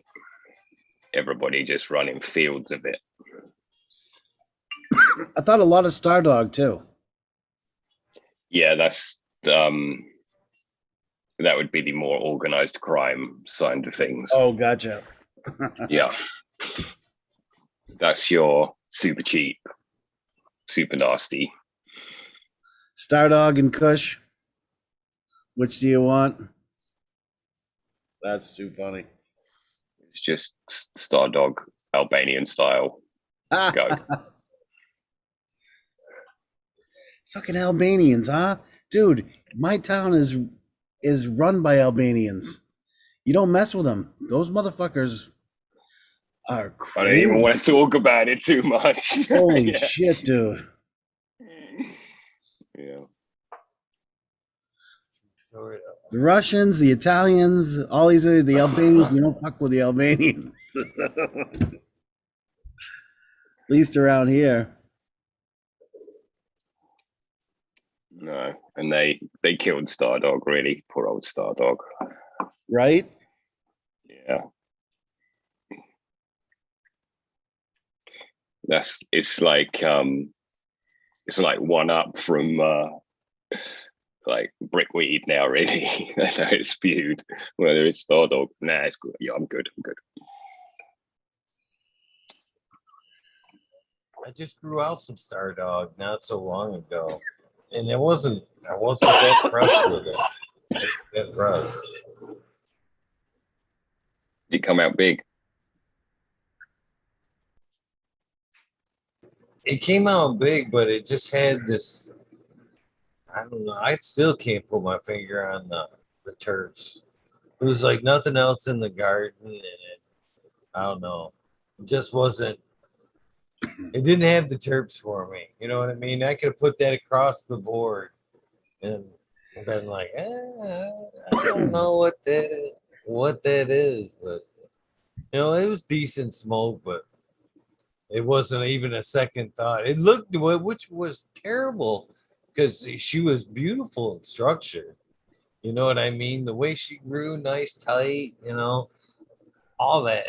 Check the boxes, and then man, she got close. It was like, I don't know. And then even after the dry, it was like, wasn't even a question. I was like, yeah, I don't know. You know those girls, they're so fucking hot, and you're like, I wish I could just talk to that girl. And then something happens, and you talk to her, and she's just dry as arseholes, boring, dumb.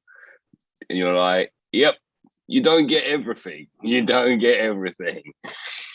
Yeah, and so true. Stardog's big, Stardog look pretty. You can't have any terps. Although gelato. Too many good things. There's too many things these days to try to beat the dead horse. That's my thing. You know what I mean? If it doesn't even spark a real interest, man, I'm not trying to fucking. Oh yeah, maybe next round I can fucking do this or do that to, you know, fucking bring out the terps or whatever. I'm like, fuck that, God. Trash can. I've got clones of that. Next. Kill that mum. Yeah, sometimes, yeah, that's it too. Shit, I got clones of that. Damn. I may trash can. It came right to a point where I had a conversation with my missus, and it was like, gonna run all those mums again because they're ready. And then I was like, actually, it can just wait. I'm not fucking running something I don't want to run, but they're already discarded, so it'll wait, because it's too much to invest like mentally into something that you're not like into, really.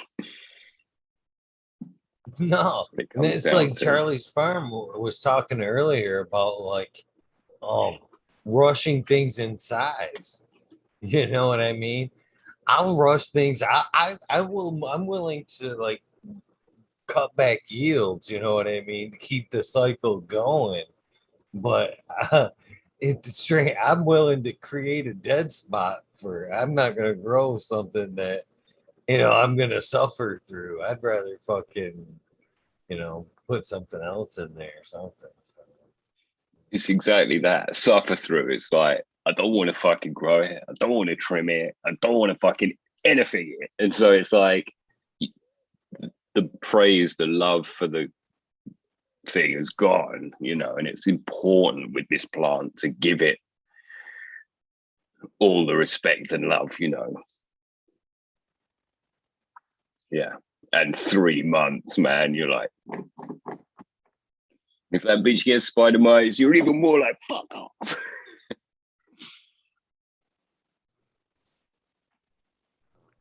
I think I've been lucky that lately, other than that Star Dog was the only thing I've had to really check off and kill like first round. And I was like, I was real hopeful about that one too. Uh, but yeah, I don't. Maybe it was just it wasn't. It was sent to me, and it was. I don't think it was like somebody's BX. To be honest with you, I don't think it was like the breeder Star Dog. I think it was somebody's BX. Tell me about sangria. Have you run that? What's the flavor on that? Orangey. Berries. Berries. No, berries. Good. Some people get the like a green apple pheno out of, and that's the one people really look for. But they're all good, man. That and it's a fucking beautiful flower. I mean, that for me as a caregiver, when I brought that to the market, everybody, even now, man, when I grew it out the last time, I've still got a cat across the lake going, "You got some more of that sangria coming?" And I'm thinking, fuck, I didn't clone that one. I need to throw some more seeds down. But fucking beautiful. I mean, it gets slightly purple and not purplest to where like it's a purple pheno where you've heard me talk about purples. Not necessarily my favorite, but it gets like a purple lavender almost tone to it with some like beautiful super orange calyxes to it. I mean, it's a pretty, and then you got the nice green, green going through it. Really pretty flower. And then that berry, it's pungent. It's got a real pungent berries tone to it. And yeah, you'll be very, very pleased with that sangria. It's coming off. It's coming off strong. Like I'm like, oh shit, you're like up in the lights and like vigorous. Like fuck, like very impressive as a thing to watch. It's either a travel in jar or a double bag strain.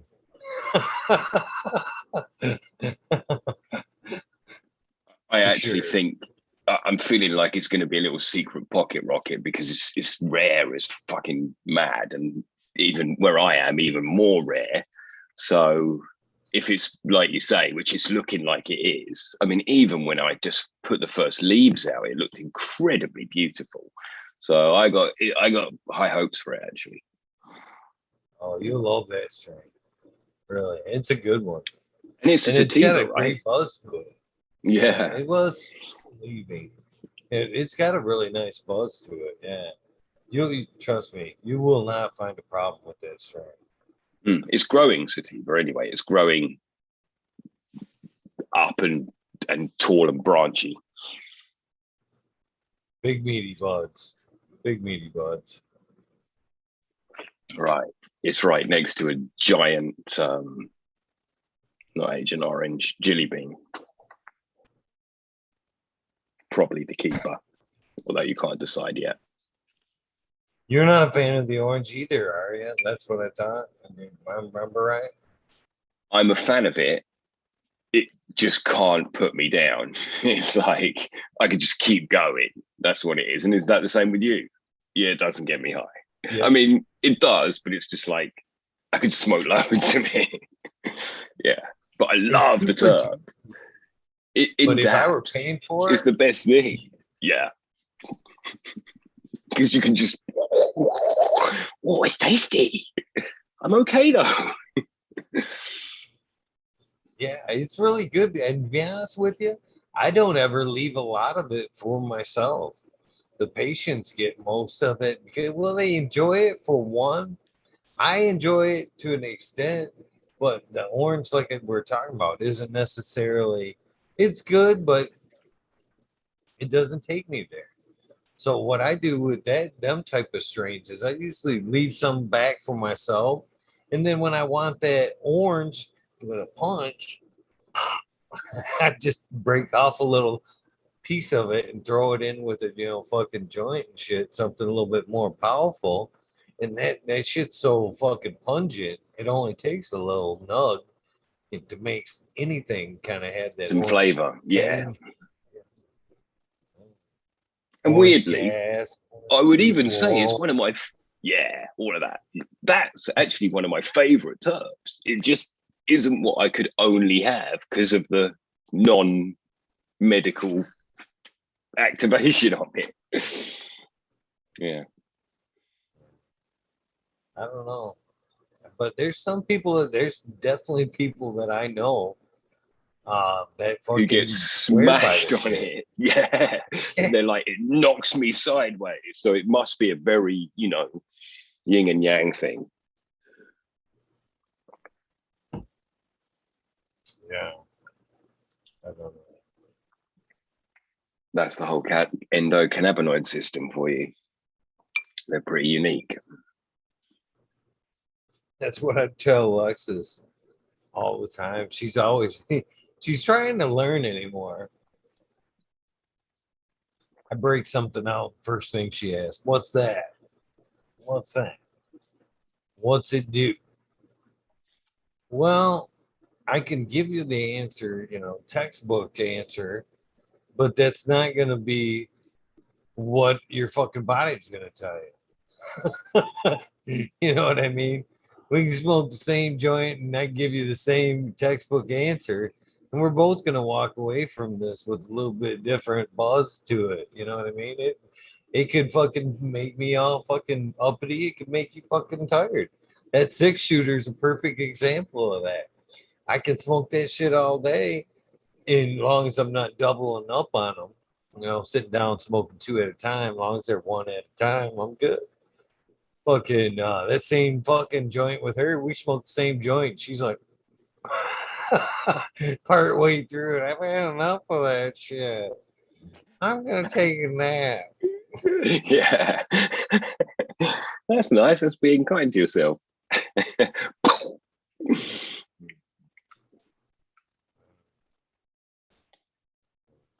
Yeah, I do like that about it. Really, it's interesting.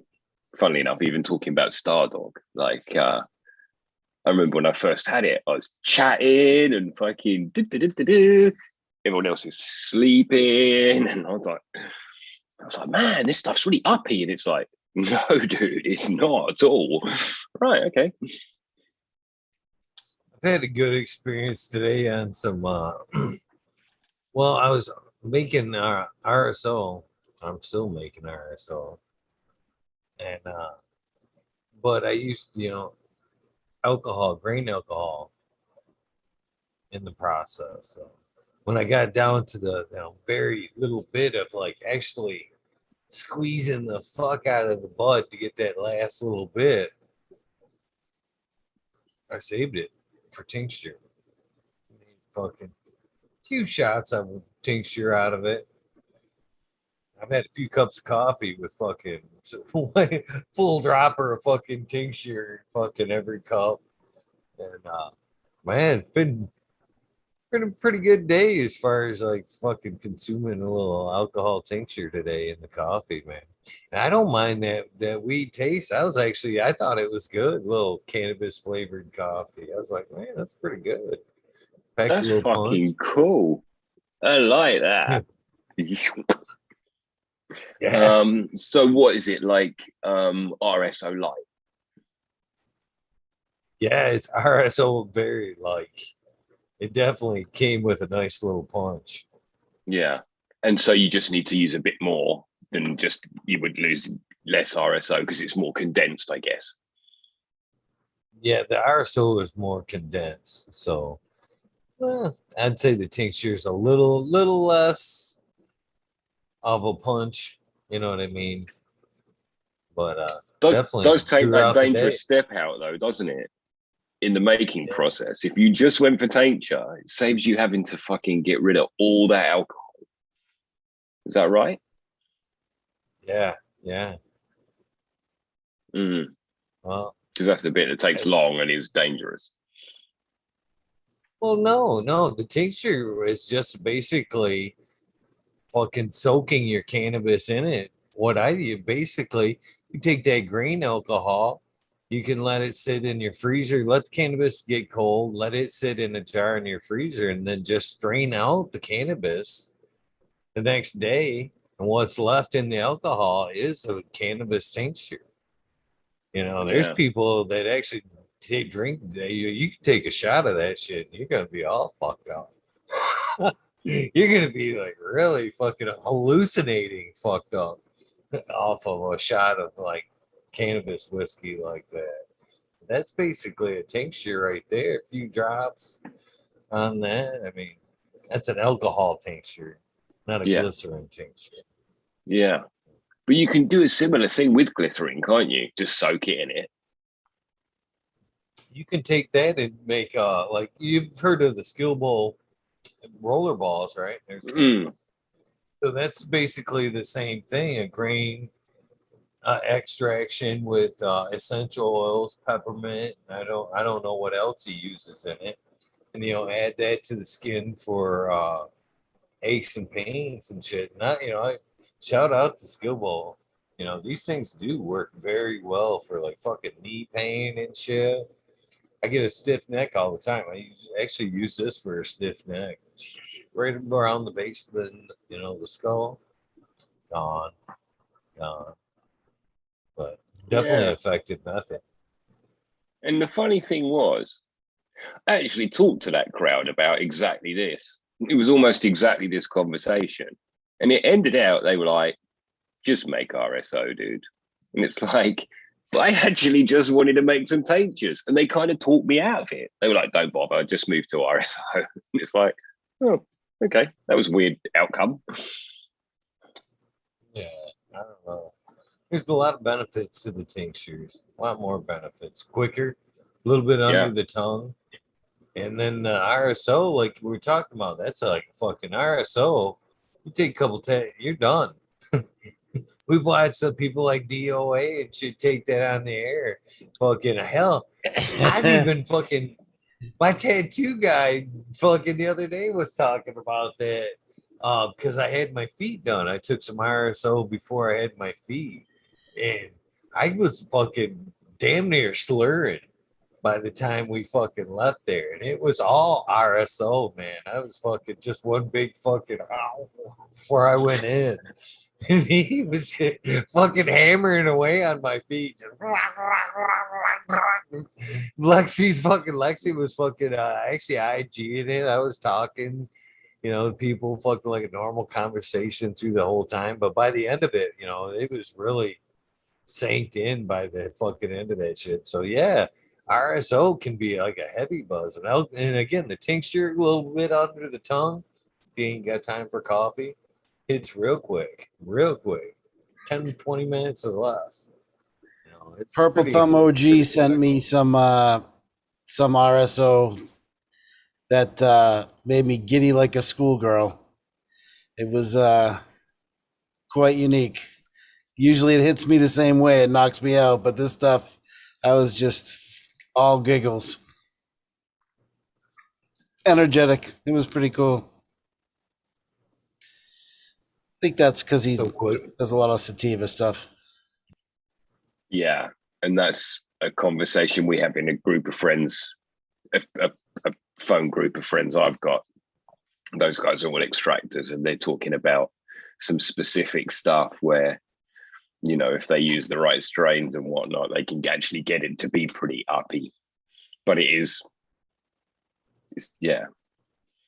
easy to make that stuff quite down because it's usually trim and old, and the trichome head is worn out. But yeah, be neat, wouldn't it? Get some crazy upwards thing. Mind you, I reckon that would make you pretty paranoid too. Well, I actually I made the RSO too, saved in the same process. Made me a little bit of the tincture, boil it down to, I'm using that's like barbaric term, boil it down to my RSO, And then I could, for a stronger uses, sleep, tattoos, patients who need it. Or fucking, you can even let that shit sit out and it'll get to a snap. You can actually snap that and dab it. It's not a bad dabble material either. So there's times where I've let that same process get to that point where I don't dab it, but I'll fucking snap it and fucking make some worms out of it, some nice little pretty worms, and throw it in the joint. Yeah, that's some really good smoke in there. Fucking. Yeah, I always do that. I always kind of do a blend and then do my real gold as a, kind of the snake in the middle. Or some hash or whatever you got special for the middle. Roll it right up in there. Gives me a better duration and a better high, I think, the blended. Yeah, I like it. I stopped doing it all the time, though. I like to make it a treat. I'm gonna go ahead and call this one, man. I just fucking realized, man, it's almost 5:00. I fucking went early tonight, man. Got a super Holy long shit. fucking wormhole tonight. Yeah, man. I gotta go walk the dog in the sunshine. Get 2 hours sleep tonight. Thanks, Eagle. Well, at least for me, Ganja, it was worth it. I know you probably be hating me tomorrow when you wake up for that 2 hour sleep, but I'm glad you showed. Oh, that was fun, man. That was great. Always great to see you. Thank you. You as well, Green 13. Thank you, brother. Really great to see you, my Great friend. talking, man. Love you guys. Yeah, man. All right, Eagle. Such a stranger, brother. I'm saying goodbye again for the second time. Peace. Thank you. Have a good one, man. Well, guys, that does wrap up this episode. Hopefully, you guys enjoyed this extra long wormhole. I know I have. It's been a great night on my end. Get a little bit of music going here and we roll over and fucking grab my shout outs list.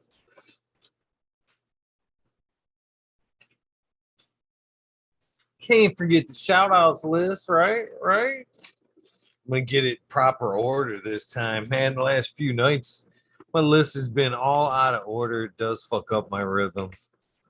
I hate to say it, but there is a rhythm to the madness. What's that? There, page 4, 5, right.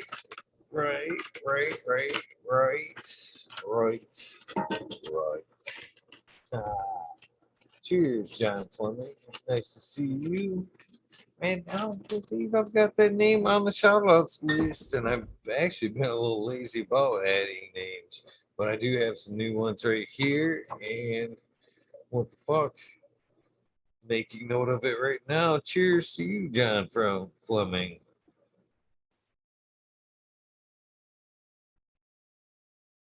On the shout outs list. Let's get some fucking music going so we can get the fuck out of here. Trying to start us off with the dab song. What the fuck? We did the dab song yesterday. Where are we gonna go with this? Where are we going? Oh, I want to go here with this. Not the YouTube commercial. Me number 1. This is Bearded Harmony. This is right into a tool cover suggested by Dank Grower that I'm fucking still rocking out, man. This is an amazing tune. You put your headphones on, crank this bitch up. Fucking so many little like noises. There's a fucking dog in the background, and I think it's just too cool. I don't know. I'm quirky about little things like that, but fucking amazing version. Get lost in it for a second. Such a good tune. Such a good tune. Here we go. I like this part right here. Monkeys talking, monkeys know that he don't has enough to go around. All right, enough of my carols. Sub Cool, D's House of Dank, Mama Law 710, Scarecrow 420, Green Thumb Bum, Christina MG 89, Unplugged 705, Medical, Medical Cuddy. Oh, geez, hardly could get that one out. Rick T, the Rebel, the 9207, Fabian, Salinas, Dave's not here, Tom Spook, Grave Walker, Mendo, Dope, T Dog, Run Boy. Wait, that's. Dung Beetle, Red Eye Jedi Grows, Mother Nature, Justin Conway, Red Duckweed, Run Boy 7426, Justin Gooder, Strongman, Opie Grower 75, Corey Treble, Michael Wallace, Small Vision 420, Who's Your Cat Daddy, Taco, Don Slug, Brick Ass, In the Bushes 827, Giant Siemens, Kevin Hans, The World's Last Hope, Pats, Fan 420, Bio Mentor, Dirt Road Dude, Kanashiba, Jose Ramirez, Red Eye Rustler, Dad Goblin, Dr. Buzz Lightyear, Acetone 710, Canuck, Ken Queen, Genetics, Stabby, Tanaze, Fumidar, Dirtman, Dan, Keith of Black Sales, Mr. Bosilla, Zim, Primo Gardens, Rasa Bob, Rasa, Jeff, Soil Roots, Small Tunes, Tyler, Frosty Buds, North Michigan, Micro, Ouija Buds, Dub T. Roy, Big Jar Gross, JC, Modern Genetics, John Last, PPG 15, Green County Grower, CJ Apple. That is a day of wonder right there.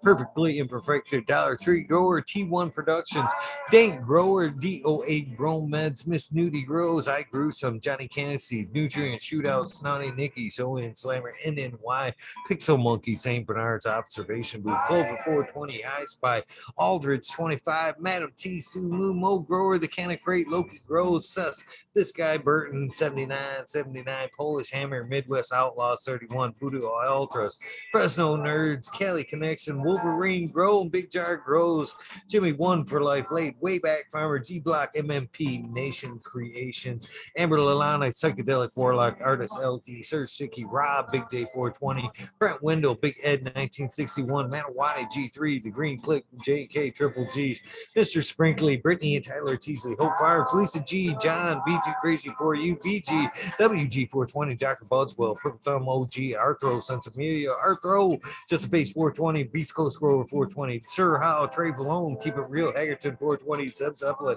Audit Everywhere, BT, Double D, Grows, Fingers, Green Puppet Man, Alex Boykajeff, Chef Life, School of Crop, Cause I Love It, Green Mountain Grower, South Watsaoki, Real 100, 212, Man, Andy Man, Miranda Family Farms, Page Farms, Me, All Flower, Ryan Henderson, Green 13, Noob Sailbot Wins, Kingdom Michael Pondex, Indra, Michigan Native, Mary Jane Medgarden, Streamer 77, Double D, Bad Bunny Nutrients, Mr. Green Pots, Mr. Green Nugs, from 619 to 664, Spaniard Kruger, Jones at the Grow, Pop G Grows, Raz Amy Dro Grows, Cass, Grow From Your Heart Podcast, Luna the Green Med Flock, Jeremiah Miranda, Sony Creek, Lost Art, Mr. No One, LG 420, Giant Mike, Prometheus, Soul, Jason Eyestone, Pete Wynn, David Colby, Mason 662, Scruggy Mix, Scroggerton the Fourth, Goddess Grows, Kaylee, Chad and Bad, Family Farms, Polly P. Bjork, Kevin Jodry, Mike Honcho, Jay Huggins, UGA, Green Tree Hunter, Kush Cloud, Joshua Seansland, Organic Horn Buds, Warren Nelson, Cam Wood, Maine Mystic, Show Love Always, Kelly Stone, Texas OG,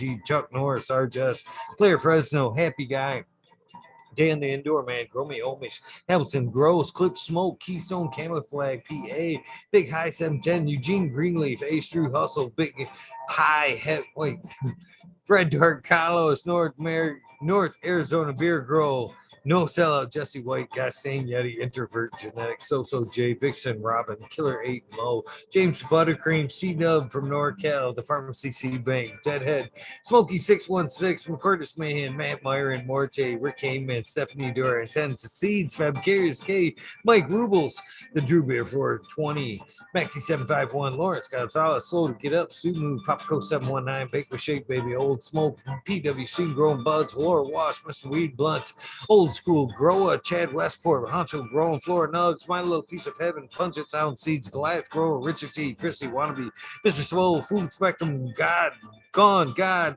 Lori Hanson, Real, 2,000 Years of Tradition, me, Mr. D. Conley, Pimp Jam, McBodyface, Show Me Sasquatch, Fuck Google and You, I'm Going Whale, Canadian Restore, Poor Dirt Farmer, Carl Wright, Zeffner, Homo Farms, Tannery Farm, Seldom Seen, Oak Park Gardens, Hell, 9782, Skunky Packs, Martial Artist, 2012, Micro Slate, Hefner, Daniel McDizzle, Medical Fit, KGB, Robert, Mr. Green Fingers, Motherfucking Thomas, Frantic Coats of Plenty, Monkey Balls, Andrew Champley, Bobby Lynn, Meats, Trent Digger, Mr. Mac, Tony Like Bologna, Bill S. Weed, Peace, Tater Delicious, Minty, Country Roots, Huron, Fire Genetics, Earth Creeper, Big Ray 420, Teeny, 101, Buds and Hazard, Mr. Club 14, Bearded B-Man, Farm 616, and all up north, Max Scroom and Ruby, Timothy McKinney, it's Neil, Justin Beans, Socronics 88, Fat Belly, Real, Jennifer Steele, Kim 03, Turf Armor, Jennifer Steele, Kim Carlitos, Latinos, Gator Country, Mr. Speed, Bullstein, Firesaw, Wally Wookie, The Goddess Grows, Rasta Bob, White Feather Grows, Vernon Shrooms, Tone Grows, Hank, The Caveman Grows, PX Gunner, Smith Noob Grows, Sean McCann, Jay Monks, Dank Agenda, Walla Walla Canna Grow, Fall Dog, Huron, Council, Melissa Paris, Rock Fam, Justice Make, 420, Ben Fro, Ivan, Fresh Herbs, Thriving Herbs, Hi Boy, Your Mailman Grows, You Eat Me Growing, Australian Grow, Love for the Plant, Argo American, Spot Poker, Unfrozen, Hate Caveman, Hawaii's Highest Surf Crack, Micro, Goons, Jeff Lowenfels, Mobius, Grows, Dake Brownies, Dan D, Elliott, Harkins, Mystic, Flavor, The Foraging Gardener, Overwater, Overkill, CL, Steve, Shadow Warrior, Valley Green, 514, Maya, Amelia, Johnson, Oz, Indica, Dr. MJ Coco, Brandon Russ, Matthew Gates, D's Back, Drone Star, Shotgun Willie, Dank Yoda, Jay Simmons, Sure Bro Grows, Clackamas Code, DJ Conley, Aaron the Grower, late 1978, Michigan Grown Buds, Your Boy, Royal Boy, Delta 9, Jay McDaniels, Clackamas 420, Stinky Cola, Dylan Steinford, PFC Farms, Husky Garden, Sun Grown 707, J.A. Drove 420, Cascadian Ghosts, T-Toads, McGee, Four Plants, A, Weedworks, Captain Scrog, Skunky Buns, Hods Warrior, Jackie Young, Terry Lee Live, Magaster, Tempty, Andy, Andy, Urge, Green Jr., Leon from All Purpose Plus, Green Goose, 11 Smiles, 11, Bindu Buds, Micro Rasta Grows, 311 Mix Up, Kinder Grows, Evergreen Haze, G Friends Tree, MMJ, Matt S, Save Ball, Dragonfly B, Justin Men, Travis Walls, Lucky Mike, Seattle Chronic Seeds, King Chronic, Titan Coast, Titan for Blessed Coast Seeds, Shenango Gas, Mavasso for Life, John Smith, Tommy Troicos, Boca King, Raz, Pop Little, Slow Roll, Spiky Pilot, Ice Cream, Green Jr., Matt Steelbird, Indo 11, Stephanie B, Sharp Pulley 989, Von Braun, Sovereign Gardner, Sonar Nation 420, Joe Y Bugs 1, this Yo2 commercial in the background, 313 Grower, one of my favorite songs coming up, 313 Grower, Painted Lady, Frank Booth. God, this is a good tune right here. This is one of my favorite songs. I used to listen to this song before my wrestling meets, traveling from city to city.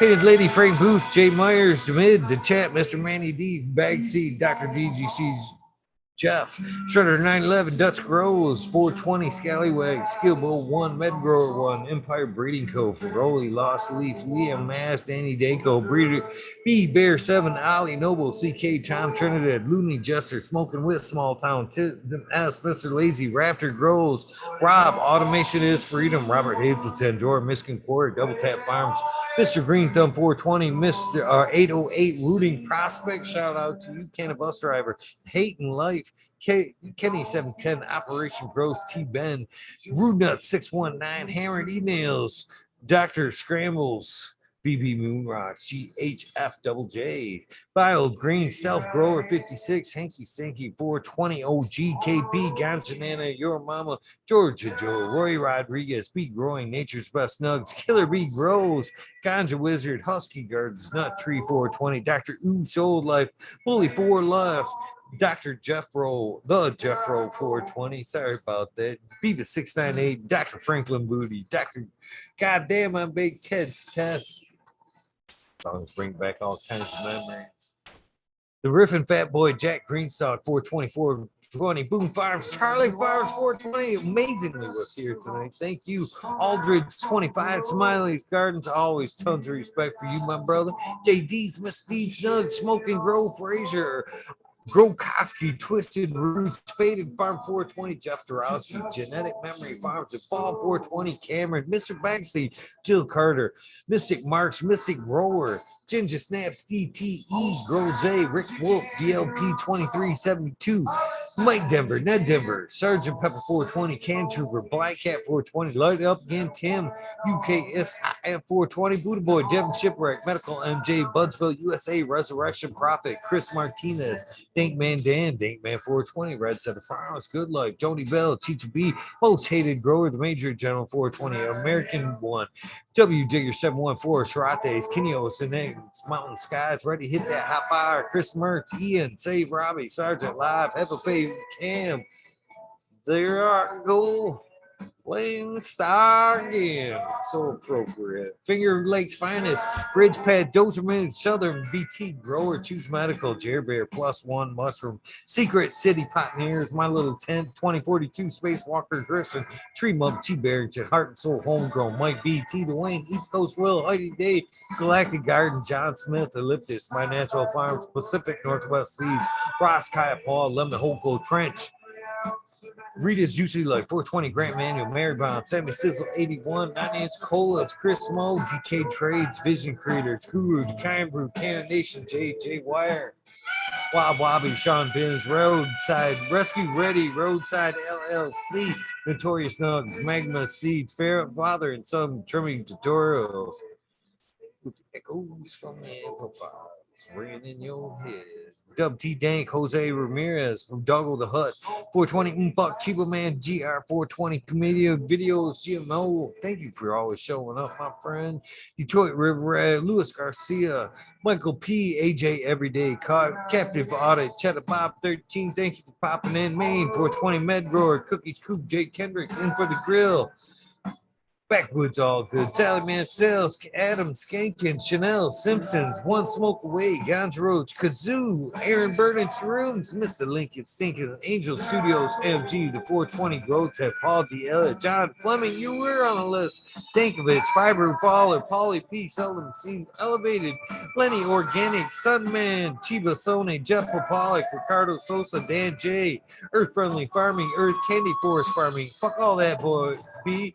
Misfit Growers, Jason Lime 512, Snake Eyes, Northern 4466, Jason Greystone, Stoner Baker MD, Stony Creek, Emmett Ross, Sonic, French Dweller, Tarzan Superman, Old Man Hermit Ash, Freebreed, Mole Grower, Matty Gar, Simple Man, Survival Time, Tim Blake, Golf Coast Chronic, Stinkfag, Caballero, Polero, Harley Grover, Jen God, Jason Lime 512 for the fucking Steve Collins, Todd Kendricks, Property Maintenance, Sharpie, The Island Hayes, Scuba Steve Speaks, JR Rem, Randy K. Scuba Steve Speaks, JR Ream, Randy K's, DCDR, Claire Killian, Wardrobe, Farming. Where we go at right here? Randy Grande, Pip 1000, Ace Boog, 3223, Wake Up, Captain Freedom B, Puffer Smiles, 15 Digit, Michigan Ganja Mooch, Hash, Fred G, Super Bob, Groski 808, Weekend at Bernie's, K-Bag, Justice Station, Strong Style, Organic, Zippy, iMedic 31, Honesty, K-Hale, Me All Flower, Brett Boog, Todd Kendricks again, Kendricks, Newtons, KNT, Chris D, True Serum, 4 times Foe, Natty, Dread, Barbara Matthews, Ancient Soul Grown, Kevin Jiu-Jitsu, Kenna Health and Happiness, Berserk 215th Lab, Low Cut, Abu, Trenu, Mo Maniac, Meds, Benchy, Helen, Huge, Janus, James T, Atomic Spoon, Miss Jill, Big Daddy LT Gardens, High Flyer 420, Lobster Brush Bro, Mother Tree Maine, Yo Boy Roy Boy, Ecstatic, Shannon Gimmons, Ruhan, Rick W, Comfortably Numb, One Smoke Away, The 840 Show, Richard Lamb, Red Pill, Where You Been, Cannabis Pursuit, K Rolling, Worthy Buzz in Chat, Logan Man 81, Oil and Flower Podcast, Entourage Effects, Warren Dixon, Pink Lady Luck, El Mondo 420, surrounded by Key Ferrari Farms, Fringe Dwellers, Single Fathers, Happiness Without Guilt, Richard Forbes, Daniel David, Pomenta, P4P Funk, Nigga T, John Reese, What About Bob, Prince Patty, Daniel Bergman, Green Puffin Man, B. Lee, James Chung, Sarge Gross 818, John Wayne, Carolina Roots Sister, Golden Hill, Deanna, El Dangarino, K&F Gardens, Blank 1030, Choose One, Only Feed, Farmer James, Crypto Dope, HIP Grower, Matt Javine, Dan Marino, Chronic Wonder, Sunrise Grow, Top 4 Genetics, Mole Vision 420, Can 2 Cannabis, Jesse Fisher, My Dog Nelia, Rooster Farm, Rooster Grows, Eric, Alex Hardy, Hardy Gear, one on the same. Medi Cropper was in chat yesterday. That was pretty fucking awesome right there. Daniel Rose Photos, Menton Grove Med, Sunrise Grows, Lexi, Brittany Koo, my baby girls. I love you more than life itself. No Limit 916, Grumpy Toad Alchemist, Canna Mix, Soul, Born Addiction, Roz, Joel, Alex D, Dirty Or Catfish, High Power, Thunder Dan, Propagation Station, John McDaniels, Lisa Marie, Sarge Gross 818, Blaze Daily, Pride Piper Perpetual, Eagle Proud Warrior, Sarah Smiles for you, Frank Lusada, the Nank Duchess, Keno, Kelly Maxwell, Captain Fold 20 in chat, Stink Fat, What About Bob, Ill Jester, Pop Shroom, John Gorski, What About Jane Doe, Dugan Gangsta, THC4, PTSD, T Barrington, Honcho Grown, Swamp Camp, Polero, Canta, Binka, Best Up Because, Jen Doe, Mr. Manny D, Canna Fire, 420, AB Normal, Frank Guerrero, Barefeet, J Brent, 74, CK, Brown Guy, 420, Pachyderm, 420, Burning Tree, Maine, EA, Gray Sun, Grove, 207, Hydro, Hemp with GG, Jamie Ream, Supreme Grape, Stony Rockefeller, Caveman, Cannabis, Brew City Sin, Midnight Roots, Dead Cynics, Knuckles, Polly P, Michael P, that is, Polly B, Quick B, Nimble, sorry about the mix up, Bud, Kilowatts, Michael D, 4889, Disbanded Brothers, Macilia, Matt Joseph, Grace Medicine, RX, Keith and Chief, Hydro Daily, Concerned American, Cannabis 401, Freedom of Speech, Dr. Georgeworth, These Trees, Ganjik, Shaduko, 710 as Oil Upside Down, Jesse Stevenson, Victoria, What About Bob, Sacred Gardens, Gus Groves, Slick Rick 8, Dog Pounds, Dave in St. Louis, Armoo Watts, Gosh Dang Yeti, Ed Brin, MN Grown, Uncle Elmer, Off-Grid Church, Christopher 54, Last Predator, Matthew SoCal, Sue, Man Beaters, James Proof, Dark Judges, Man, Dang, that's fucking, let's try Dark Horse Genetics. No Dang Judges, Dark Horse Genetics. Stoner Dude, Joel and Jen from North South Carolina, Mr. N Cry PTAB 13 Lil, Beer Brood, Beyond Perfection, XX Elite, GPXX, Uncle Stoner, Caresby, Treat Kitchens, Growers Paradise, LED Grown Gardens, Iceni Clan, Decoy Baking, Mr. Scotto, Fresh Baked One, J. Allen, Bob Groves, Big Bob Groves, that is. Jolly Canna, got some new names right here. What do we got? Nowhere Man, Captive Chronic, S. Sun Grown Seed, whatever Growlicious, and last but not least, Medius 207. Guys, thank you from the bottom of my heart. Tuning in day by day, following along with this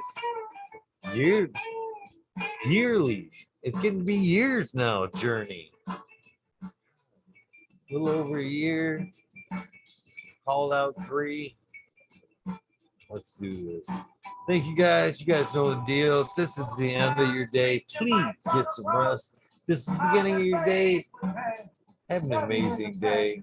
Monday, have an amazing week. Do something nice for yourself. Try to meditate. More importantly, try to do something nice for somebody today. Random acts of kindness do save lives. So I'm a living example of that. I'm not afraid to say it. Have an amazing day. Thank you for tuning in. I'll see you tonight at 2 with another wormhole. Have a great day. I'm out of here. Johnny, you've been missed as well. Thank you.